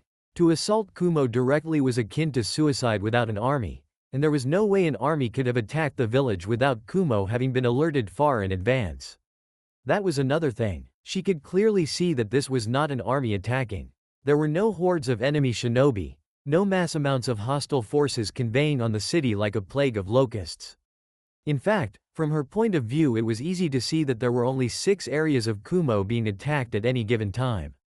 An infiltration assault then? That was the only thing she could think up at this point. But to infiltrate the village with only 6 people was the height of stupidity. 6 people against the most heavily militarized village in the entire elemental nations was like an anthill trying to take down a dragon. All the dragon needed to do was breath fire into the anthill and it would be gone. Could it be Akatsuki? There really wasn't any other explanation as to who could be attacking them. Out of all the groups Kumo had made an enemy of, Akatsuki was the only group that was not only brazen enough to do something like lead a direct assault on their village, but also the ones with enough power to cause serious damage before they were taken down. Did that mean they were here for Kurabi-sensei? Samui shook her head. Of course that's why they would be here. Akatsuki were after the Biju, and of the 2 ninja of their village, Kurabi was the only one possessing a Biju that was still within Kaminari no Kuni. But they were attacking the village. Did that mean they didn't know that Kurabi-sensei wasn't actually in the village? She supposed that was a good thing in some ways, except for the fact that their lack of knowledge meant they had decided to lead an assault on the village. There was always good and bad to any situation. That they did not know where Kurabi-sensei was meant they could not capture him and take the Hachibi. That they did not know where he was also meant they had decided to attack Kumo directly, leading to much death and destruction. Samui would just have to take things as they were and do her best to defend her village. Is that a giant 3-headed dog? Asked Darui, looking at the large monster with a frown. Samui nodded her head. Yes. Ah, okay. I just wanted to make sure I wasn't seeing things. What the hell is going on here? Karui had just come up onto the roof where Samui and Darui were standing to see the sight of her village being attacked by the largest dog she had ever seen. Never mind the fact that it had 3 heads. Beside her, Omoi also landed on the roof and stood in stunned silence at the event he was witnessing. Who's attacking us? Could it be? Omoi gasped. It must be. Samui looked over at the Chunin under her command. She was not surprised he had figured out who was attacking so soon, what with his propensity for overthinking. Aliens. Extraterrestrial life forms are attacking our village so they can capture our people and anal probe us. Even Samui's eyes twitched at his words. Karui's reaction was much more violent. Idiot. She landed a powerful punch on his face, not enough to send him flying like she normally would, but certainly enough to leave a large, red imprint that looked exactly like her fist on his left cheek. There's no such thing as aliens. Stop overthinking everything. It's obvious that the people attacking are Akatsuki, Darui added, Samui nodding her agreement, having come to the same conclusion. The man given the title Raikage's second right hand turned to look at the blonde woman whose cool demeanor was finally back in place. I am going to inform Reikage-sama about this. I'm sure he already knows, but go do what you need to, Samui told him. Omoi, Karui, and I will see what we can do to help defend Kumo. Darui nodded and, turning on a dime, began to jump across the roofs of Kumo towards the Reikage's mansion. I don't know if we can do anything about that dog, Omoi said thoughtfully. We're not really a unit made for mass destruction, and it will take something big to get rid of that thing. Where there is a summons there is a summoner, Samui informed him coolly. If we can find the summoner, we may be able to force them to reverse the summoning. At the very least we can keep them occupied so they can't summon anything else. Right. Karui slammed the fist of her left hand into the open palm of her right. All we need to do is find this summoner and kill them before they can summon anything else. Don't worry, when I get my hands on that bastard his ass is grass. Samui sighed, but did not say anything to dispute her subordinate's words. Let's go. When the first set of explosions rocked Kumogakure, the Yondaime Reikage had been in the middle of his workout. Since he works out all the time, this does not really mean much. The attack could have happened several hours ago or several hours later and he would still have been in the middle of his workout. That did not change the fact that he had been exercising while the attack started, interrupting his training. He hated it when people interrupted his training. Mabui! A yelled out, his voice both harsh and angry. At the sound of it, the door to his office opened, allowing an attractive young woman with dark skin, green eyes, and light gray hair pulled back into a bun with only 2 bangs framing either side of her face, to enter the room. Reikage-sama, Mabui began, already knowing what he wanted to hear. I have just gotten several reports claiming that 6 people wearing black cloaks with red clouds have infiltrated the village. Even as she said this, another series of explosions rocked the village. Akatsuki growled. He should have known they would be the ones behind this. There was no one else who would be stupid enough to attack his village. If those idiots thought they could get away with harming his village and his people like this, then they had another thing coming. Alert all of our reserve shinobi that are not already on the scene. Ordered. Tell them they are to help evacuate the civilians first, and then prepare to help annihilate the Akatsuki. Hi, Reikage-sama. Mabui gave him a crisp bow before hurrying towards the door. Saw this and was about to head out himself when Darui entered the room. I guess you already know what's going on, Darui commented, his lazy posture now gone. Where do you want me? Find C and get over to the damned 3-headed monstrosity and take it down. Ordered. When you do that, find me. I'm going to be going after the leader of these idiots. Bozu, Darui raised a hand to stop the Reikage from doing what he knew the man would do too late. Why don't you, smash, use the door instead? Darui sighed as he looked at the remains of the window the Yondaime Reikage had just busted through in his haste to face the enemy. He scratched the back of his head for a moment, feeling a tad sheepish at what his Reikage had just done. At least everyone is probably too busy panicking to notice any damage Bozu is likely going to cause. With a final shrug, he began making his own way out of the tower. He had more important things to than worry about the mass amount of property damage his Reikage would likely cause before the man even reached his enemy, like finding his partner C for one. I'll apologize to the people whose stalls Bozu destroys later. And that concludes part 6 of this story. Thank you for spending your time here at Ichiraku Ramen and listening all the way to the end. Your support helps keep these stories alive and allows the Shinobi world to continue through new adventures and alternate timelines. If you enjoyed Namikaze's return, don't forget to like the video, subscribe to the channel, and turn on notifications so you don't miss future stories. Once again, full credit goes to the Engulfing Silence, the original writer of this story. If you would like to read the original version, you can find the link to the story in the description below. Let me know in the comments what story you would like to hear next. Until the next time, stay safe, and I'll see you again at Ichiraku Ramen.